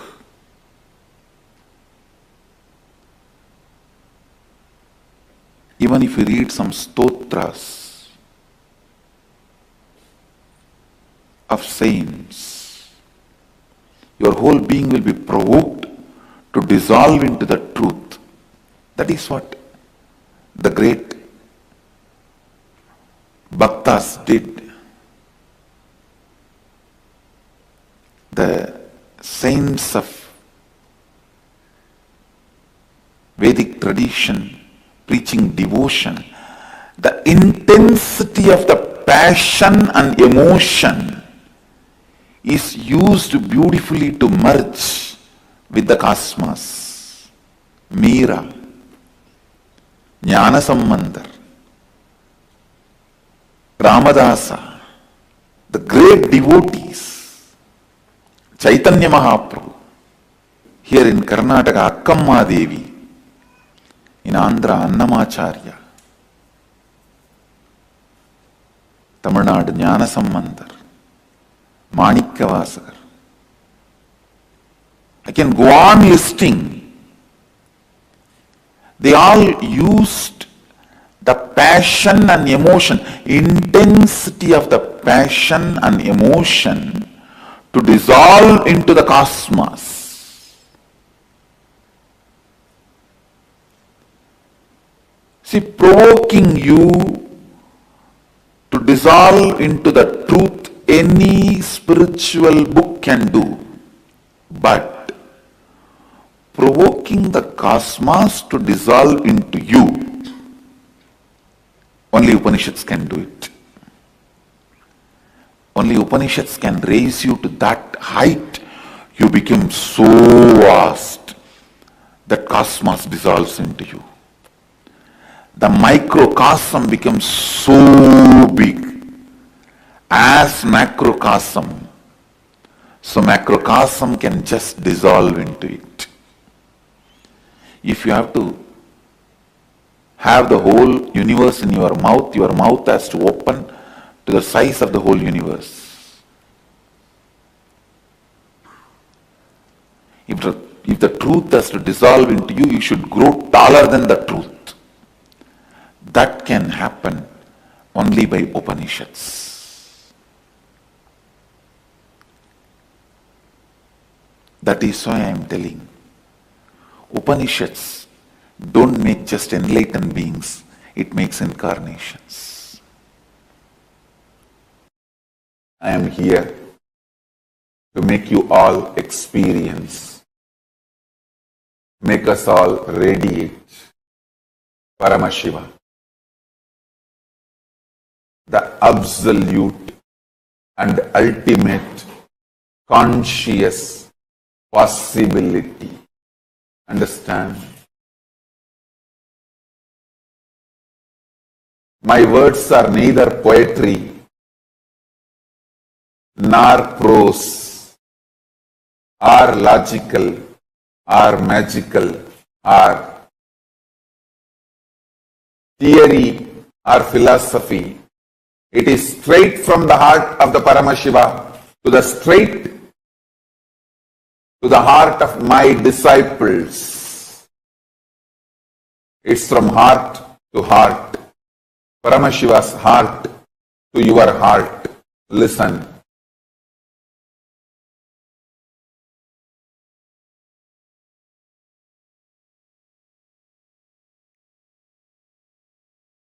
My Guru, Vibhudanandapuri, Kuppammal, she used to say, I am the explosion happened in Arunachala Linga, the Arunachaleshwara. And she used to say, she brought that explosion through Mahakala Bhairava. In Arunachaleshwara temple, there is a beautiful Mahakala Bhairava with 8 hands on the banks of Brahmadirtham, the temple tank. And she said, she brought through that Mahakala Bhairava's deity and kept it in Brahmatirtham to cool off, to settle, then brought it to my mother's womb. And she says, my mother's womb and my father's body both were prepared at the same time. Then through father's body, the male component was brought into my mother's womb, and I was given form and manifested. Let me explain the science of Yajna and Aushadha. The great rishis, the scientists of the inner world, mantra drashtas of the Sanatana Hindu Dharma, people like Vyasa, Agastya, Kapila, Ankirasa, Bharadwaja, all these great beings, they sit together. Whatever reality they want to cause, strong thought current which expresses those reality, they bring that thought current and energy into these 5 elements.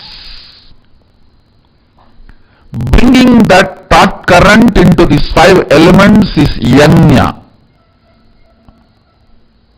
They bring those gods, goddesses who are embodiment of that thought current. For example, if they want to manifest huge wealth, they bring down the energy of Lakshmi into fire and please her by offerings and receive the boon from her for the manifestation of wealth. If they want the divine city to be constructed, then they bring the energy of Vishwakarma and offer the offerings, take the boon to manifest the huge creativity and construction. So for each action, they bring that energy and please it by offerings and make that thought current into reality. And the thought current which they manifest, when it become reality, means when that blessings, that boon is given, that energy is consolidated into an aushadha, a herbal product, and shared. Whoever receives that aushadha manifests that reality. Now, I am going to do 2 things. Understand, this Putrakameshtiyaham was performed by Dasaratha, and when the yajnam was complete, when the yagam was completed, the whole essence, the result, the phala was infused into a milk pudding, into the milk, and it was converted into payasam, and that was shared to all the 3 wives of Dasaratha, and Rama, Lakshmana, Bharata, Shatrugna were given birth. Same way, Meenakshi's parents have conducted the Putrakamesh Yajna, and it was so powerful. Devi directly landed into the fire and walked out of the fire. She did not even want that result to be converted into a matter and conceived, and she did not even want to go and stay in the Garbha of Kanchanamala, the mother of Meenakshi. Meenakshi's mother, father, both of them are not biological mother and father, because she just walked out of the fire. And same way, Draupadi, the Draupadi's parents did Putrakamesh Yajna and she walked out of the fire. We have huge references. I was trying to find who is the first person who did the Putrakamesh Yajna, and I saw it is Sadashiva himself. Because the science of creating the Putra, inheritor, without physical relationship. See, the Manmata's wife Rati has cursed Adishakti, Parvati, that you will not have physical relationship. Of course, the curse is nothing, they could have just thrown out. Anyhow, Sadashiva's form is beyond gender and sex. So without physical relationship, he has to create now Subramanya to destroy Tarakasura and Suravatma. So the first Putrakamesh Yajna, with the fire of his own third eye, he manifests that whole software with his 5 faces. The energy gathers and all the faces of Sadashiva contributes their energies. then is unmanifest, the avyakta component showers the energy, then Adi Shakti showers her energy, the whole thing together becomes the form of Vishwarupa Skanda, Subramanya. And now the Skanda Sashti, auspicious time, when this process was done in Kailasa first time, now we are repeating the same process in Gupta Kailasa again.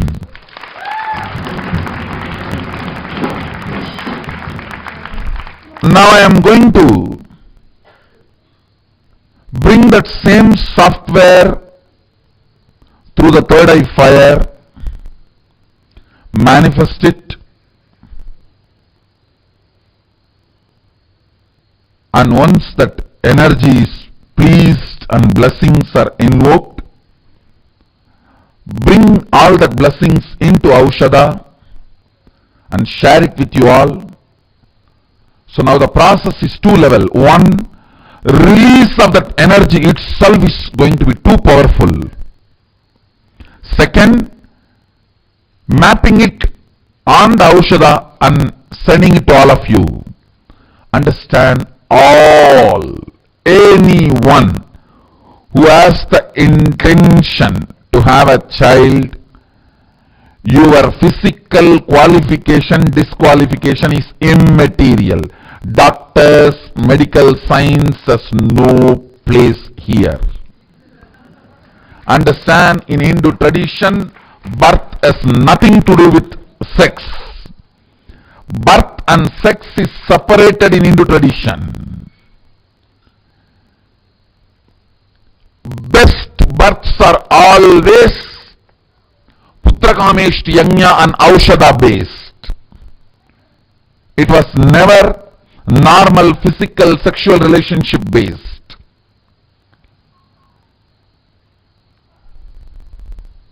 Everyone who is sitting here or online with this intention will be blessed, and all the babies will be embodiment of Subramanya.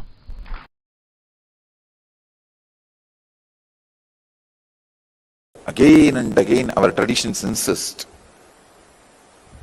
the parents should have highly evolved mental setup before giving birth to kids. Before getting pregnant, mother should prepare her mind, because the body is going to play a major role. The biomemory is going to play a major role. A person with arthritis has to continuously suffer with hypocrisy till the person decides to re-alter the whole setup. Please understand, the person with wheezing trouble has to continuously experience suffocation till he decides to break and alter the body itself. The genetical disorders and diseases you receive from the parents does not come just as a physical disease. It brings the biomemories related to those diseases. If you inherited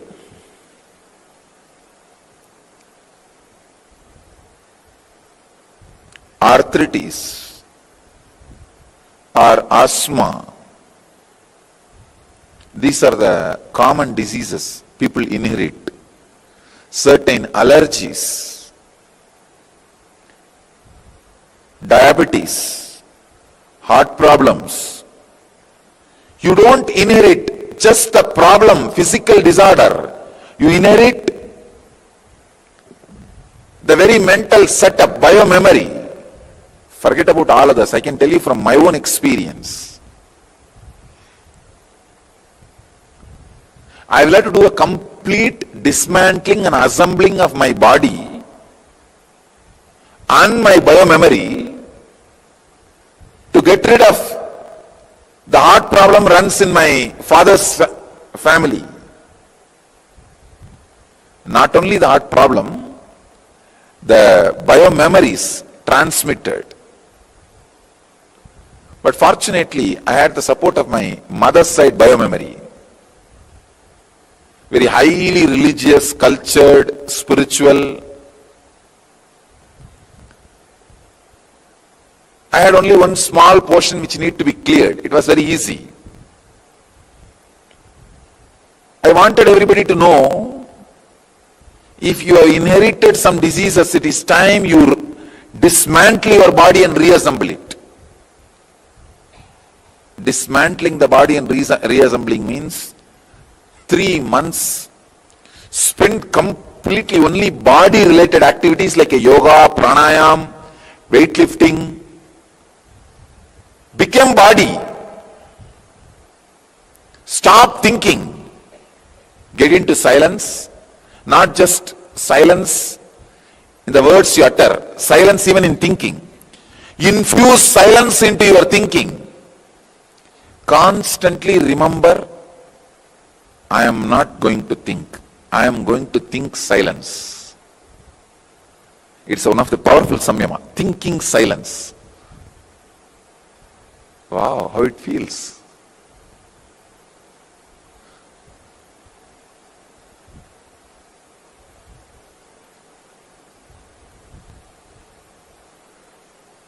Thinking silence. Becoming body. Become body. See, when your body gets created, it needs 9 months. But when you recreate, you don't need 9 months. 3 months is enough. Drop all your responsibility, job, business. 3 months, take off. Become body. I tell you, this will not just liberate you from disease, this will liberate you towards enlightenment. Because there are many biomemories which are responsible for the disease are directly the mental samskaras, suffering. Before the end pregnancy program, the husband and wife, both of them should do samskara dagana kriya related to their own body and each other's body and lust pattern. Then they become a pure channel for enlightened being to land through them.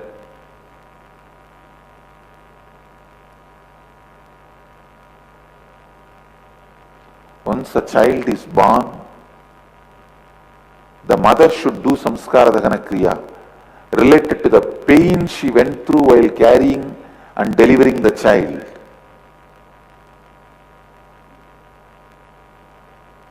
That will heal the child completely.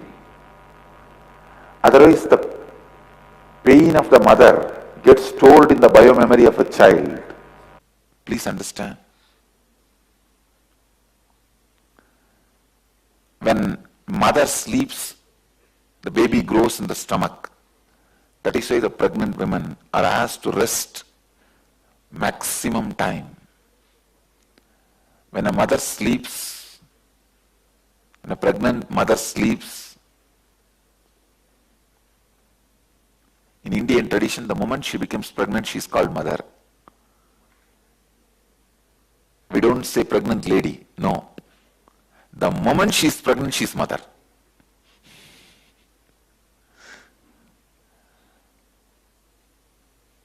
A pregnant mother, when she sleeps, the child, the body of the child grows inside her womb. The avyakta, unmanifest component of Mahadeva directly functions in your womb, carving the body.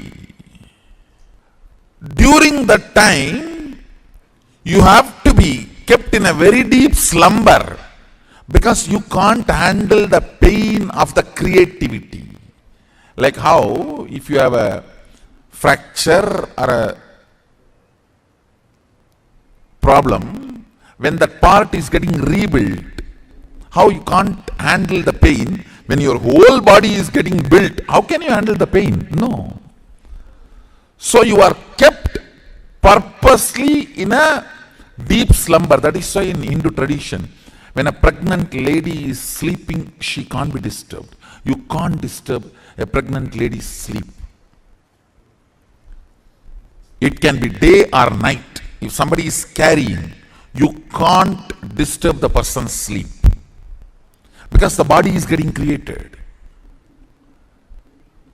She is not sleeping. She is in that avyakta space, unmanifest space.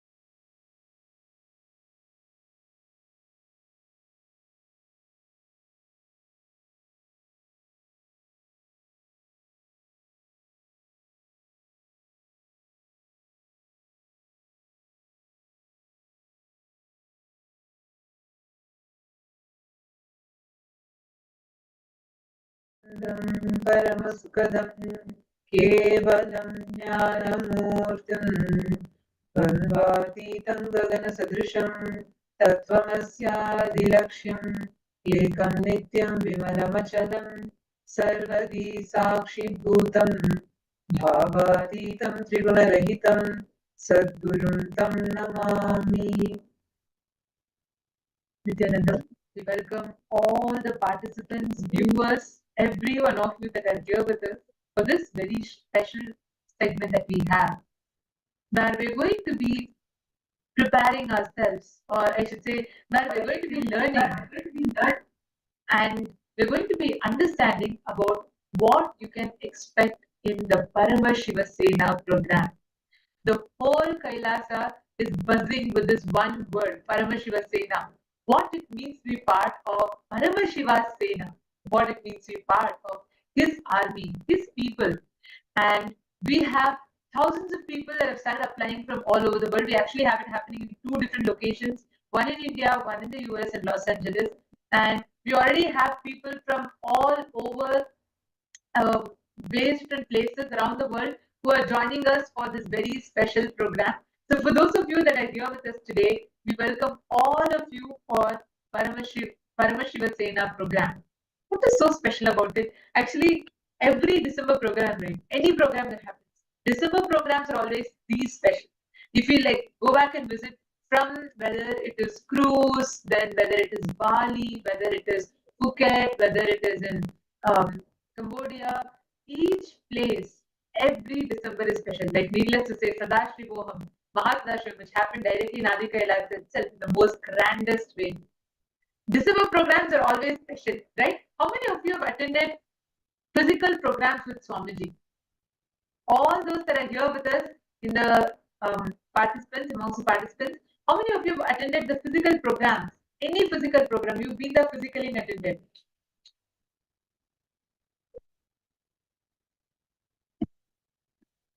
Ma Gabriel Harris, Ma Shobhana Saxena, Ma Jinhao, Nityanandam, Ma Wong Kalili, Ma Maluhya Mauna, Ma Margarita. Can I request everyone to come on camera? Come on, all the participants that are here, I request every one of you to come on camera. Please settle down.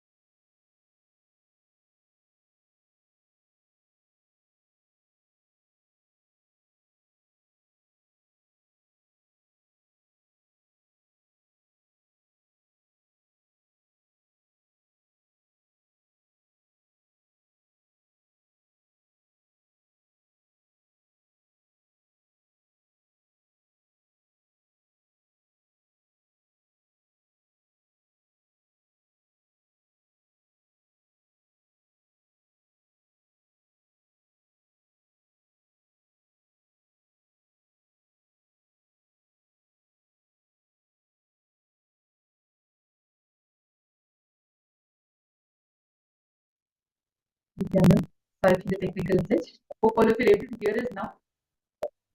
All right. Nityananda, I request all the participants that are here to please take a moment and come on the camera and please settle down. All the participants that are here, Ma Fatima Dehestani, Ma Linga, Ma Yoga Jnana, Ma Julie Silla. Can I request everyone to come on camera, please? Please come on the camera and settle down. Today, we are going to be having the live darshan. Swamiji is going to be gracing and blessing all of us as Kalyana Sundara Murti, form of Paramashiva. I request every one of you, all the participants, each of you to please be seated, settle down.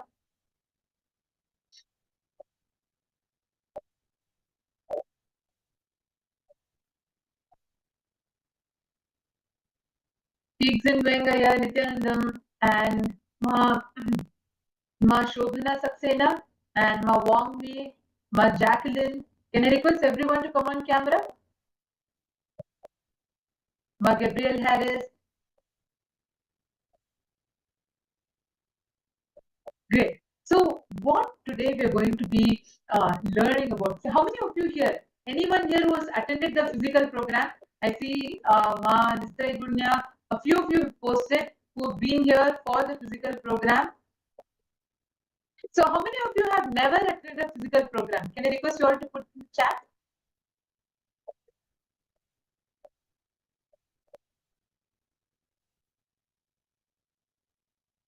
How many of you have never been in a physical program? Like you've never been physically around Swamiji, you've never experienced it. Myrian and Spokesman, I have participated in the program in the initiation in Navikeela 2018. Oh wow, very nice. Myrian was wonderful. And Mark Gabriel, have you been part of any of the program?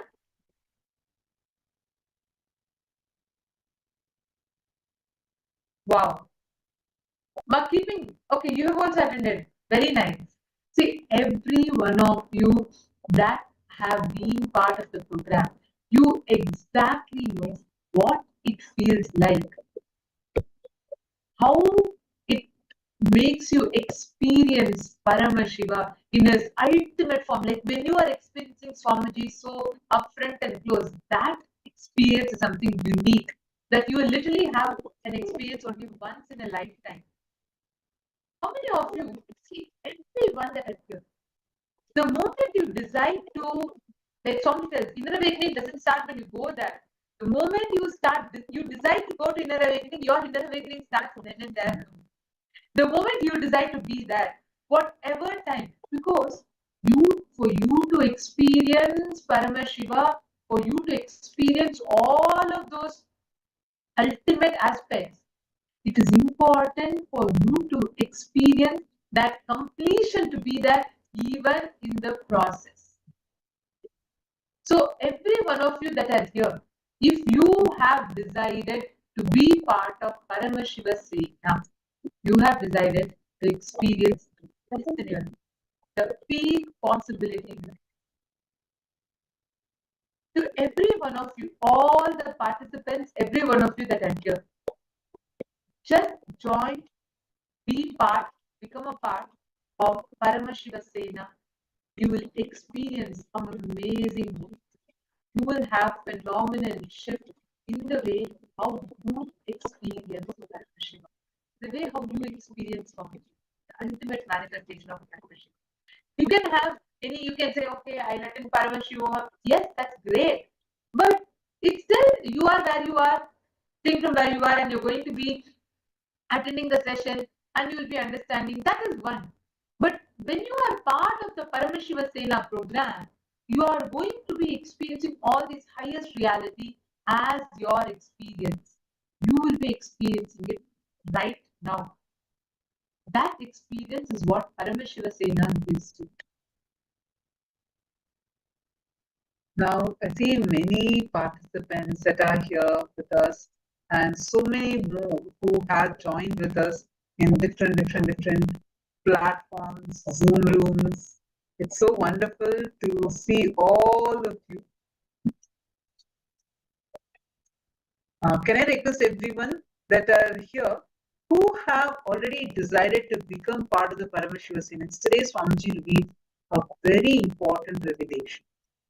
How many of you understood about how the different layers of tamas exist in us? How many of you clicked with it and understood? Please post here in the chat. How the different layers of tamas exist in us. Elaborately about how to never allow delusions to overpower you. Continuously feel the delusion layer by layer by layer. Never allow the delusions to overpower you. Every layer of the delusion, you feel it. You just free yourself from it. Your suffering will drop. Understand? Every delusion covers you like a layer. From that layer, the incidents of your life manifest. It's like a movie on the screen.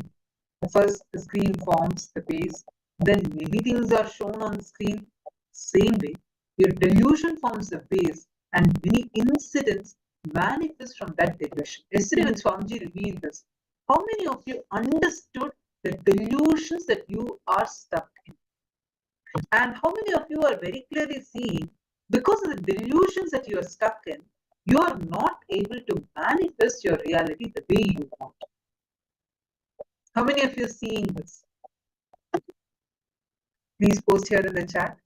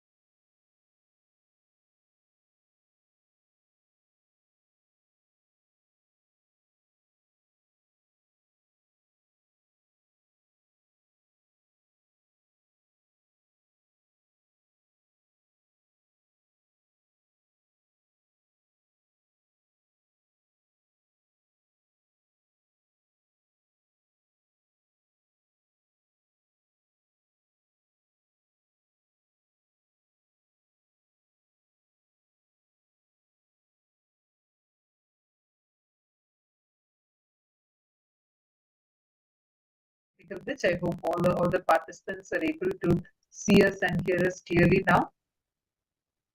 Great. See, yesterday Swamiji revealed some of the most important revelations about how layer by layer delusion blinds us. Like the way you manifest certain situations in your life, some realities in your life, all of these are based upon the delusions that are there in you, actually the delusions. Like how a screen needs a base. Like if there's a base, then the screen is there, then so many things gets projected on that screen. Same way, there is a base that's getting created inside us when you apply a delusion. And from that delusion, really things manifest in your life which matches that delusion. And you go on creating similar situations, and you actually at one point you start even feeling, oh, life is very sadistic. Look how life is chosen. But that original delusion, Ma Teresa Allen is posting, you're not able to hear. Nityananda, are all of you able to hear us clearly?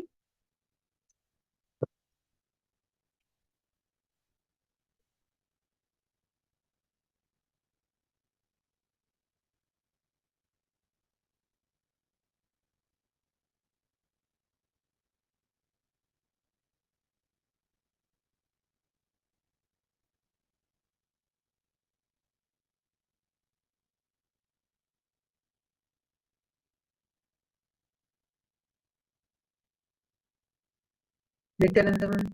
Okay, great. Thank you all. See, a very important thing. The satsang that Swamiji gave yesterday is too important. That's why we're repeating this, because it's so every word Swamiji said yesterday and every single powerful cognition that Swamiji gave. All these are extremely important, and because of these powerful cognitions, powerful revelations that Swamiji gave, it's like a very, very powerful way you can just decide and break free from the delusions that you're stuck. So many times your restrictive patterns, whether you may be having a desire to manifest wealth, to become a very wealthy person, you may be having a desire that you're not really wanting something big, but you just want to experience completion with your relationship, someone that's very close to you. And there's nothing wrong with having that desire. But the problem comes when the original delusion is forgotten. So when you fall into the original delusion, it's like suddenly you're inside, like you just start visualizing, dreaming that you are inside a game set, like a video game. You visualize yourself being inside, and there you're fighting with enemies, you're going through different situations, all these, and you go on suffering there. Oh my God, why am I struggling like this? Why this? So many people are attacking me. Why am I stuck in such a situation? Array, the first fundamental delusion, you started imagining, visualizing that, and then you think as if you are powerless in that whole thing. Understand? You are responsible for you to enter into the dream state. You may not be responsible for what's happening in the dream state, but you are responsible for entering into the dream state. How many of you remember the different layers of tamas that Swamiji explained about yesterday? Swamiji explained different layers by layers. Can I request all of you to post here in the chat? Whatever you understood from that, because Swamiji went to the next layers, how deeper and deeper and deeper it goes, and more stronger and stronger and stronger it becomes. Nityananda, Margin, how? Nice to see you. Do you remember what did Swamiji tell yesterday? Swamiji told a very powerful Nityananda. What did Swamiji tell yesterday about how the different layers are there of tamas? Come on, let's see who's posting. Swamiji gave one example. I'll give you all an example. Swamiji said, wow, the tamas that puts you into the sleep state, and from that you start dreaming. That's a strong tamas where you're not in your own control. Like this, Swamiji gave 3 more ways how the tamas happens, which are deeper and deeper and deeper layers. What's the second layer that Swamiji mentioned? This is yesterday's satsang. Let's see who's telling. Come on, Ma Virupaksha, Ma Teresa, Ma Sarojoplish. Please post it here. Rahul Kannaya, do you remember? Yesterday, Swamiji said how the tamas becomes deeper and deeper and deeper. What's the second layer? First layer, Swamiji told us about sleep. Imagine how that's right. You said about how Swamiji told about the Narada story and how the food and anger, each of these also creates the tamas inside us. That's right. The second layer, though, Swamiji mentioned. See, first layer is the sleep. And the second layer that everybody please turn on their camera. Nityanandam, are all of you able to hear us clearly?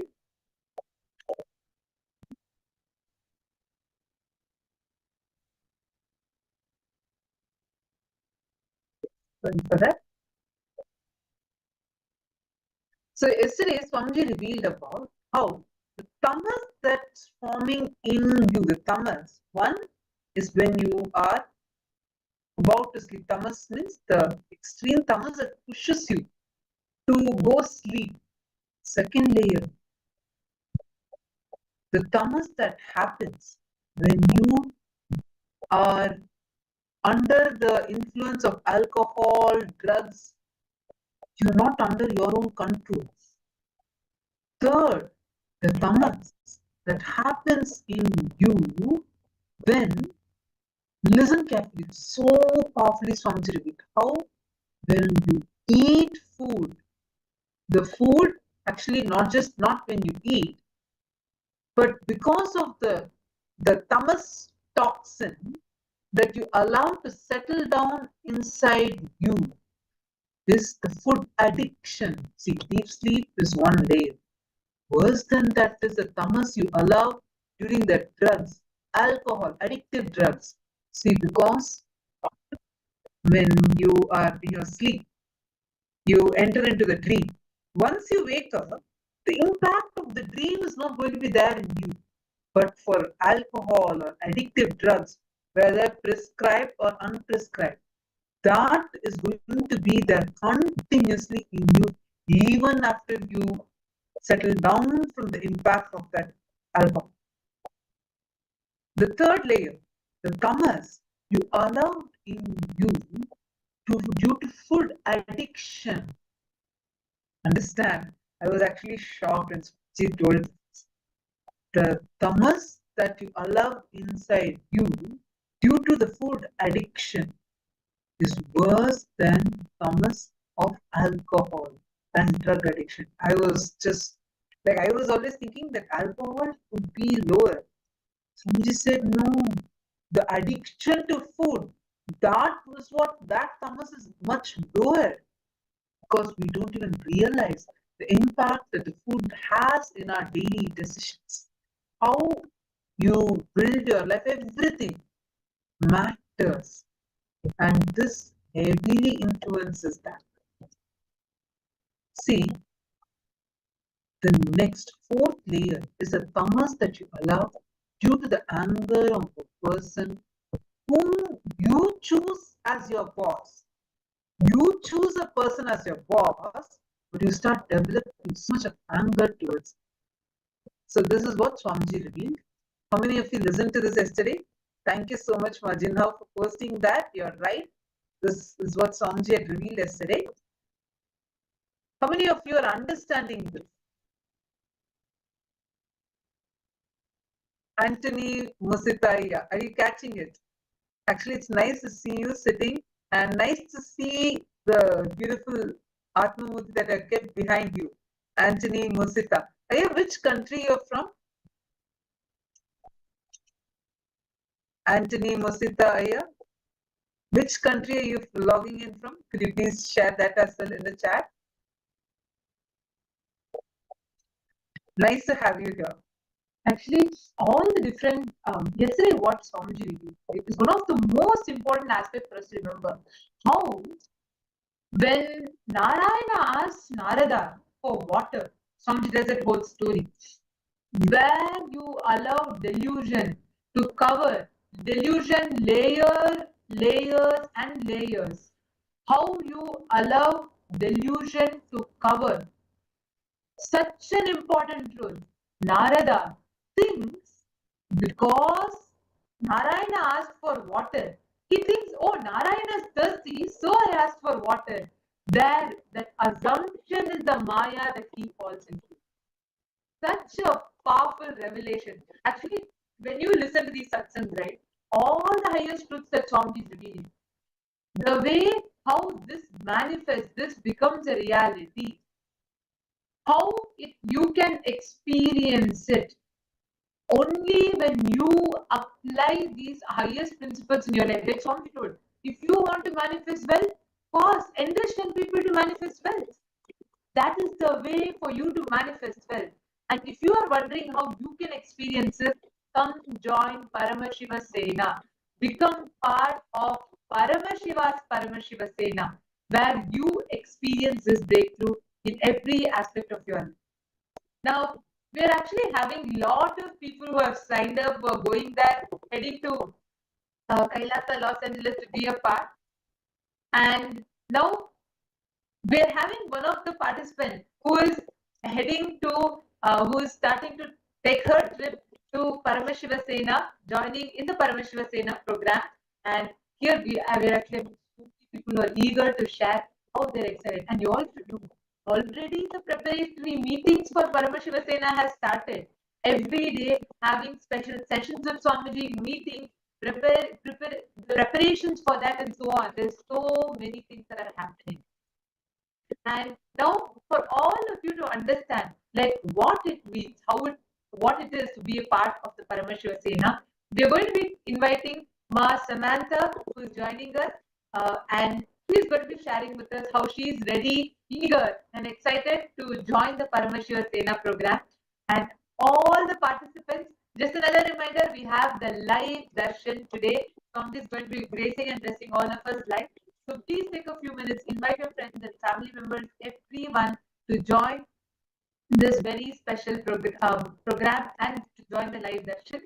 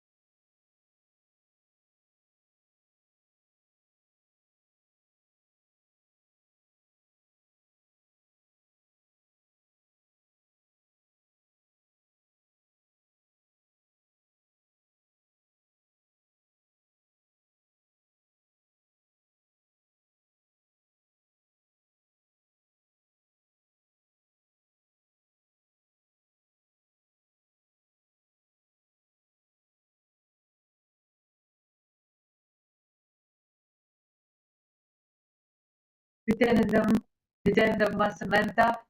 Thank you so much for joining with us. And we are so excited to have you. Actually, this Paramashivoham program, already the buzz is everywhere. Like everyone are wanting to come and be a part. And the best part is, this time Swamiji has opened it up in 2 places, India and in the US. And we're having so many people that are joining us. So welcome. Thank you so much for joining with us. Would you like to go ahead and introduce yourself? Yes, actually, I'm so glad that I decided to join the program.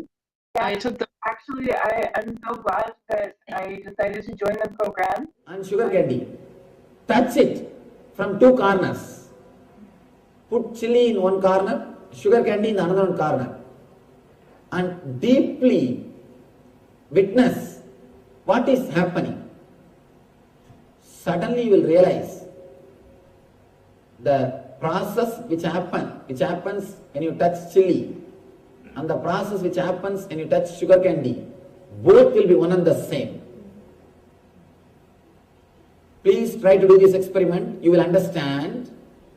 If you go a little deep, if you go a little deeper inside your system, the hot and sweet both are one and the same. Only when you stamp that this is hot, this is not good for me, this is sweet, I like this. Only when you put a rubber stamp, only when you label it, the trouble starts. As a process, as a nature, both are one and the same. Try today. If you experiment, you will understand. Both processes are one and the same. You label that based on your belief, your earlier beliefs. Based on that, you label them. You decide. You downhole your experiences based on your recorded memory. Suddenly you decide, this is not good for me.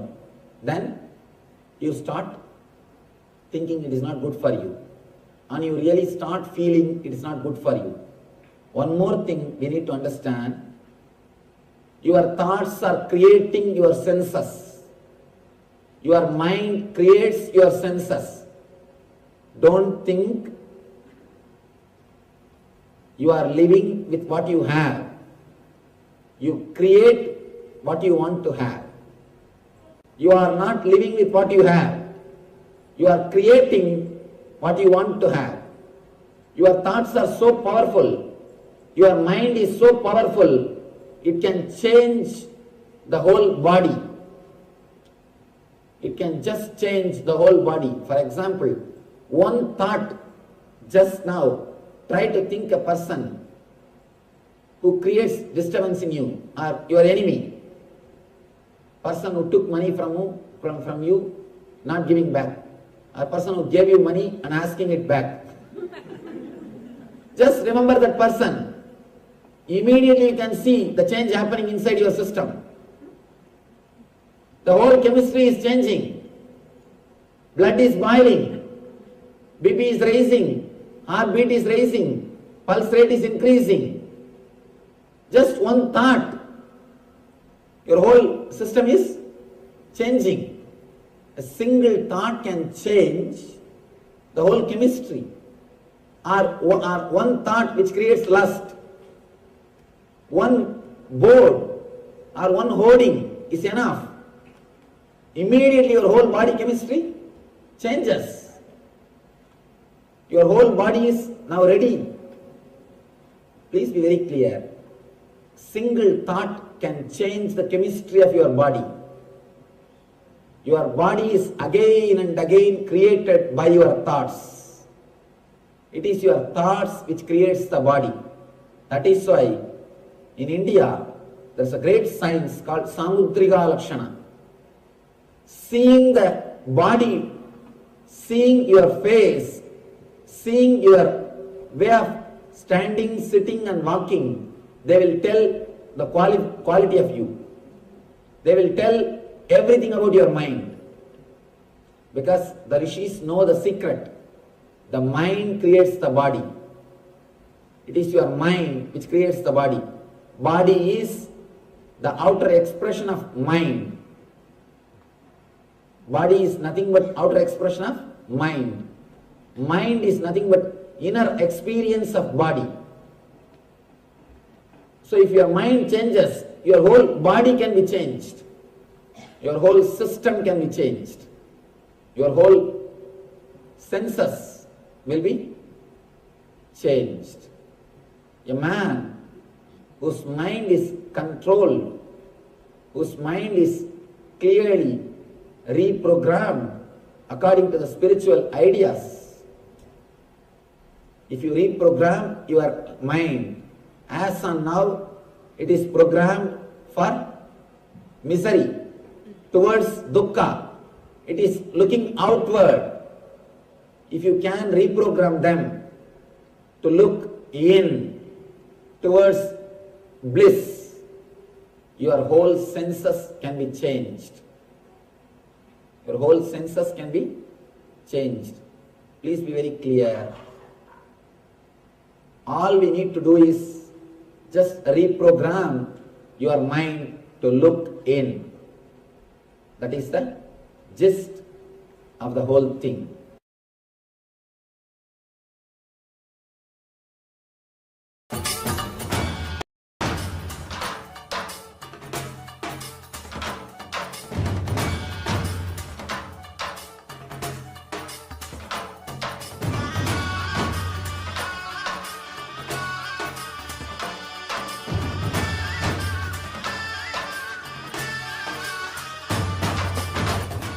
Today is the best day. Sadashiva appears for Brahma and Vishnu early morning in the form of light shaft. Means the consciousness which is beyond time and space enters into time and space. Sadashiva declares, let me become many to celebrate myself. So morning we celebrate he becoming many. You can see every deity, every god, we go on light the lamp. So each, the Sadashiva himself becomes many. So whole campus we went round. It was such high energy. So again the many becomes one.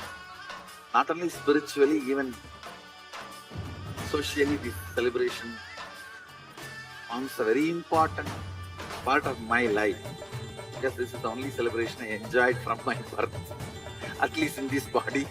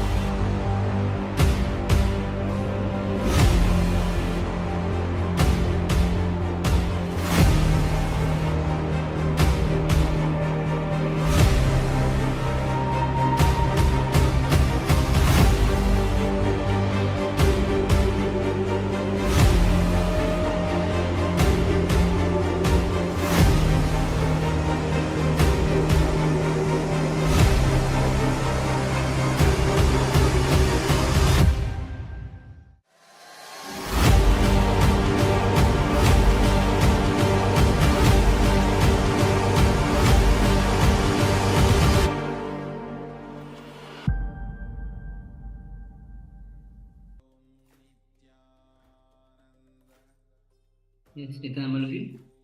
To reprogram your mind, that is the only requirement to look in.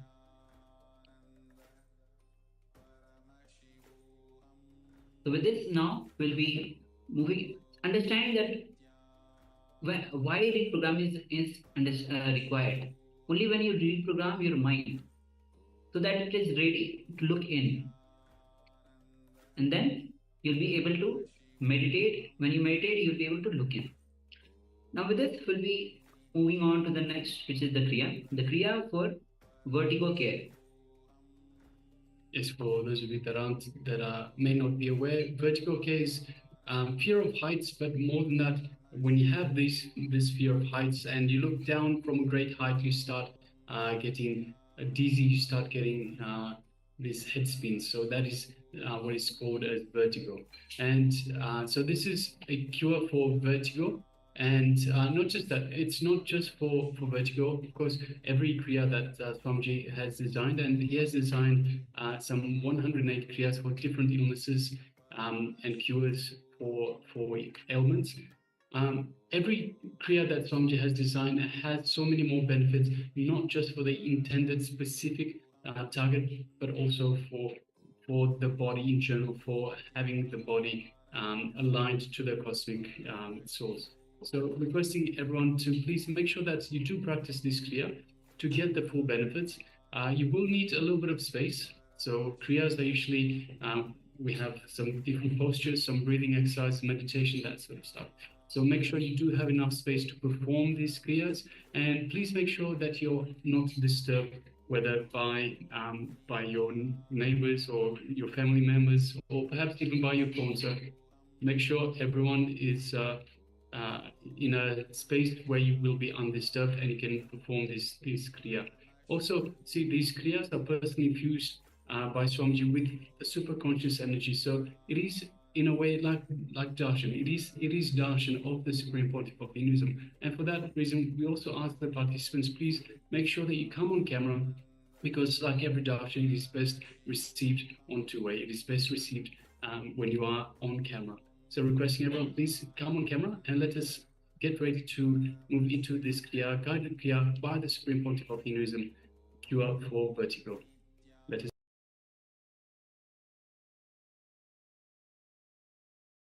Let us start the Nitya Kriya for cure for vertigo problem.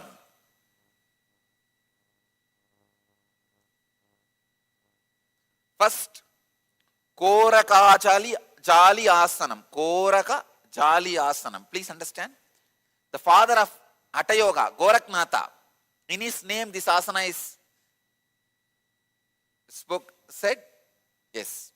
Usually he always sits only in this posture. Actually, I am making a murti of Goraknatha, Dattatreya, Vaschendranatha, all of them, to be placed in our ashram all over the campus.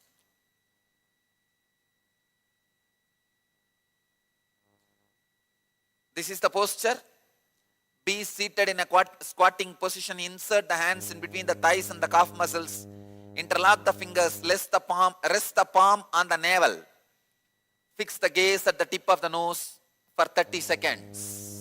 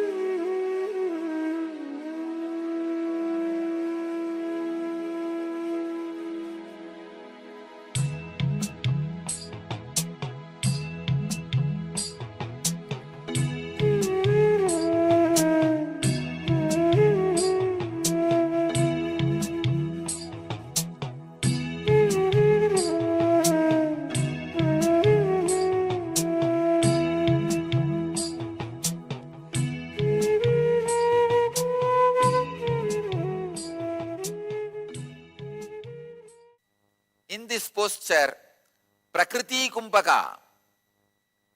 Let me give the instruction for Prakriti Kumbhaka.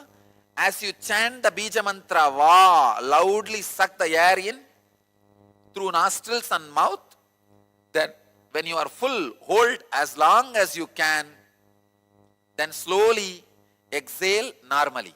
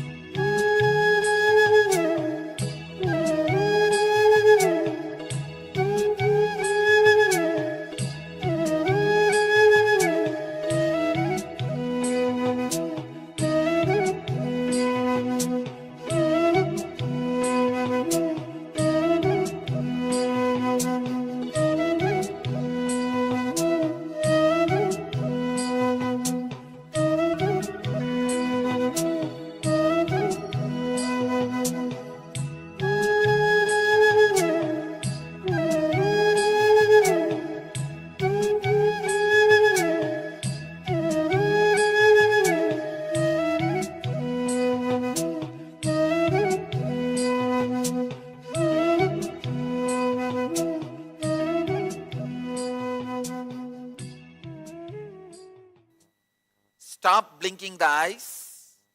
Concentrate on your nose as strongly as you can, tip of the nose for 2 minutes.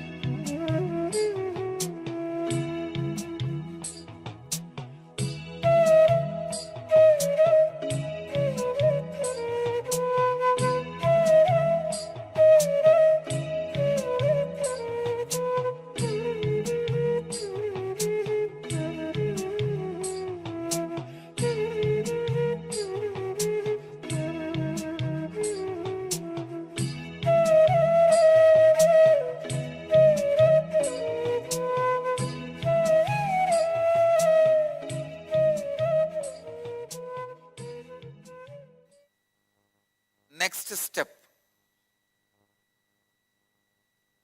change the asana. Kanipava asana.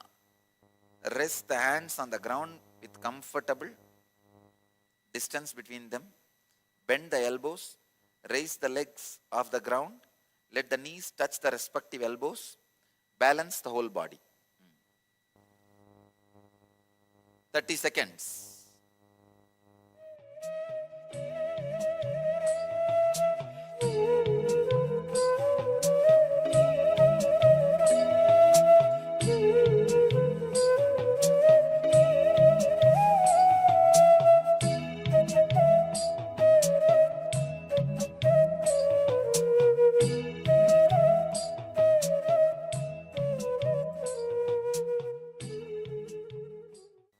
Now, in this posture, Gada Kumbhaka. Gada Kumbhaka is inhale through both the nostrils, hold the breath, exhale through right nostril. Please understand, inhale through both, hold the breath and exhale through right.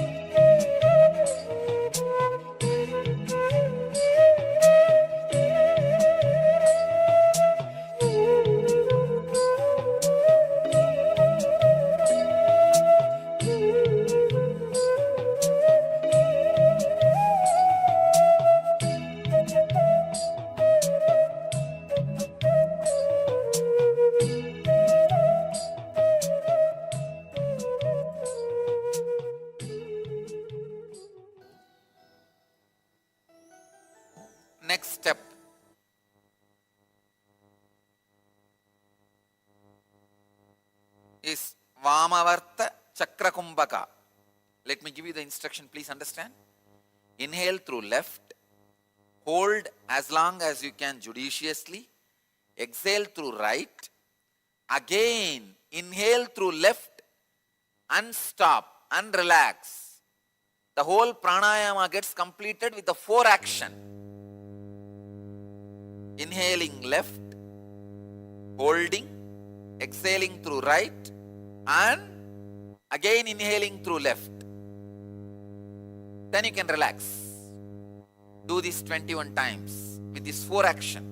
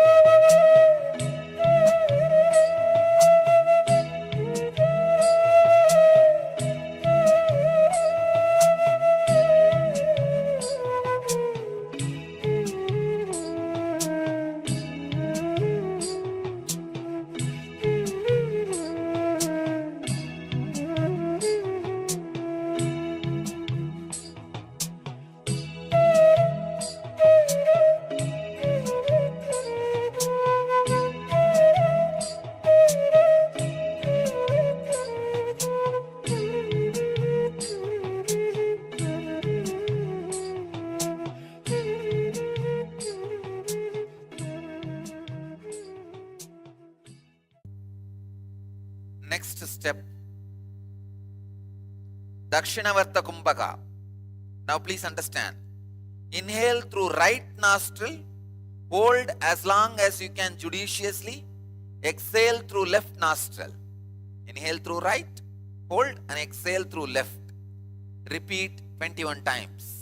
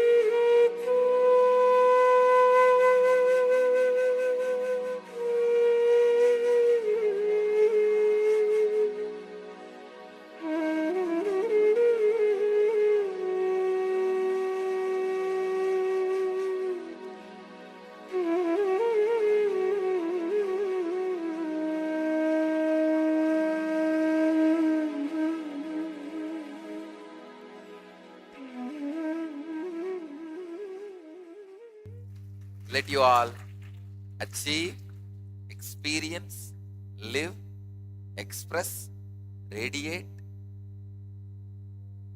and share the eternal bliss, Nityananda. Thank you.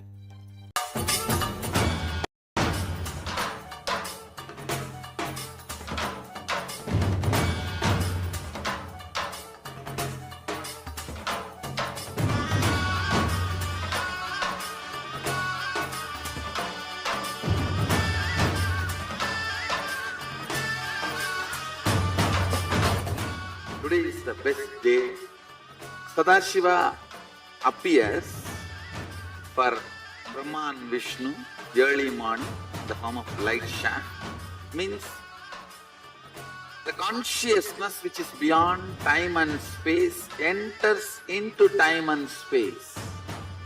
Sadashiva declares, let me become many to celebrate myself. So morning, we celebrate He becoming many. You can see every deity, every god, we go on light the lamp. So each, the Sadashiva himself becomes many. So whole campus we went round. It was such high energy. So again the many becomes one. Not only spiritually, even socially, this celebration forms a very important part of my life. Because this is the only celebration I enjoyed from my birth, at least in this body.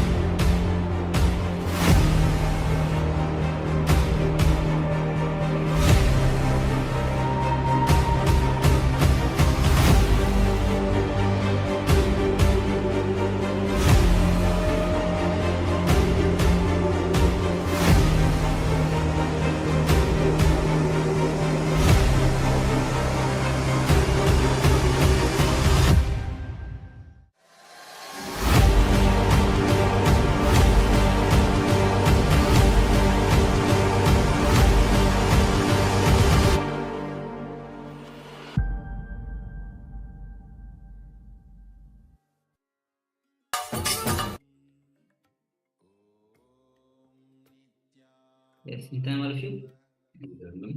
So, the Paramashivoham, and we have Ma Chetna who has joined us. Nitanama. So, Paramashivoham, Swamiji's own Sena. Actually, in Agama it is written that when Paramashiva, the Saptarishis of Paramashiva became the Shivaganas, they become the Paramashiva Senas. So this opportunity Swamiji himself, because Swamiji himself is the incarnation of Paramashiva.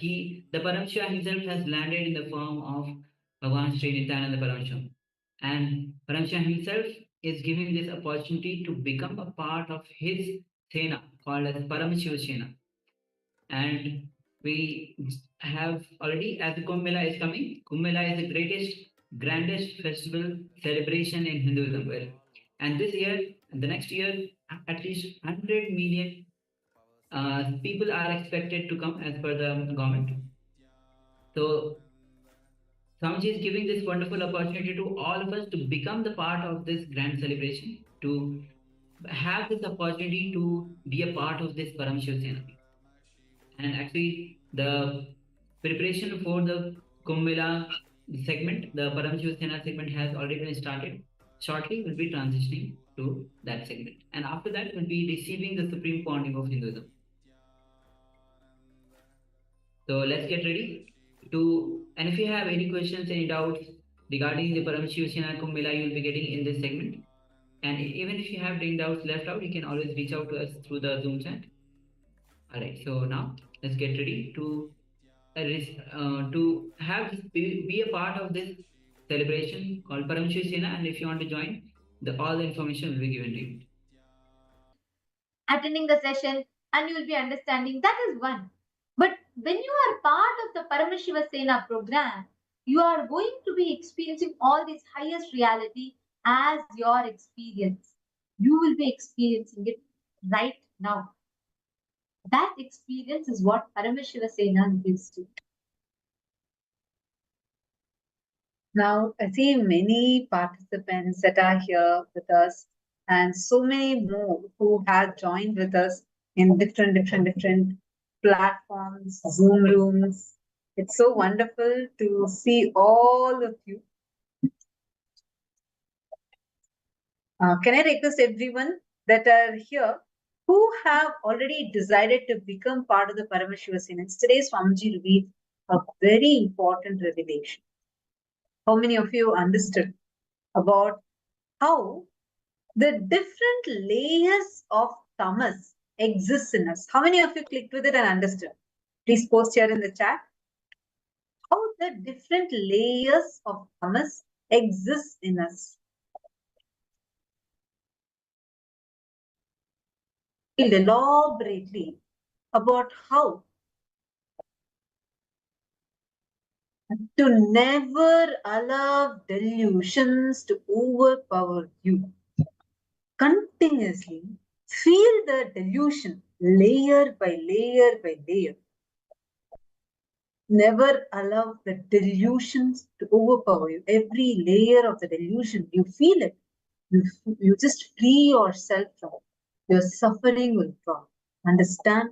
Every delusion covers you like a layer. From that layer, the incidents of your life manifest. It's like a movie on the screen. First, the screen forms the base. Then many things are shown on the screen.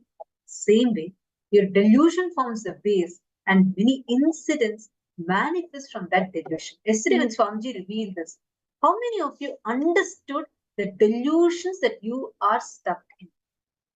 And how many of you are very clearly seeing, because of the delusions that you are stuck in, you are not able to manifest your reality the way you want? How many of you are seeing this? Please post here in the chat.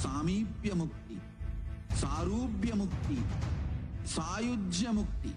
ओम नित्यानंद परमशिवोहम। ओम नित्यानंद परमशिवोहम। உள்ளே இருக்கவங்க நமக்கு தெரியாதா உள்ள வர்றது?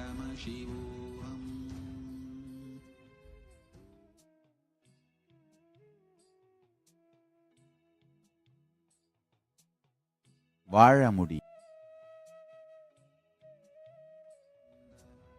परमशिवोहम। ओम नित्यानंद परमशिवोहम। ओम नित्यानंद परमशिवोहम। ओम नित्यानंद परमशिवोहम। ओम Nityanand परमशिवोहम।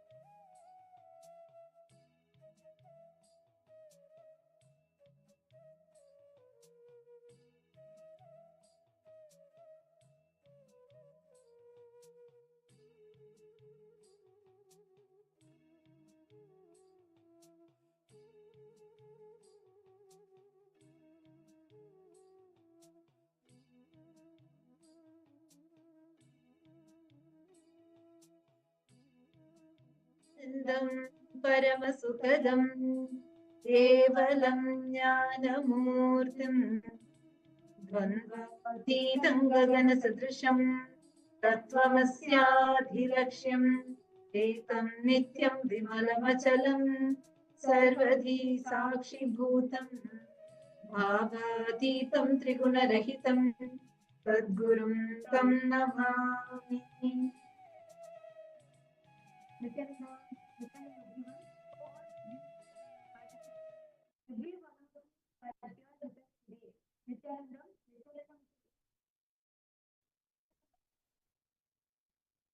Today is we are all the viewers and watching on YouTube, Facebook, and all the members of Rajya Sabha, all the members of and every participant, all the participants level 1 and level 3 participants, every one of you that are here in world joining us, welcome all for today's special darshan with Swamiji. And today we are all going to have a special darshan would be for Paramashiva. Today's darshan is very important for anyone that wishes to receive that fulfillment in relationship, in any and all forms. Any fulfillment that you want to experience, that you're looking to find. Today's darshan is very, very important. So I want to first that is you all are about to enter into the darshan, you all receiving the darshan today. I want to request every one of you all members and all the and if you all would reach out to all the fellow Rajya Sabha members and please take a moment to your Facebook, social media platforms and just start inviting people for the darshan. Please take a moment.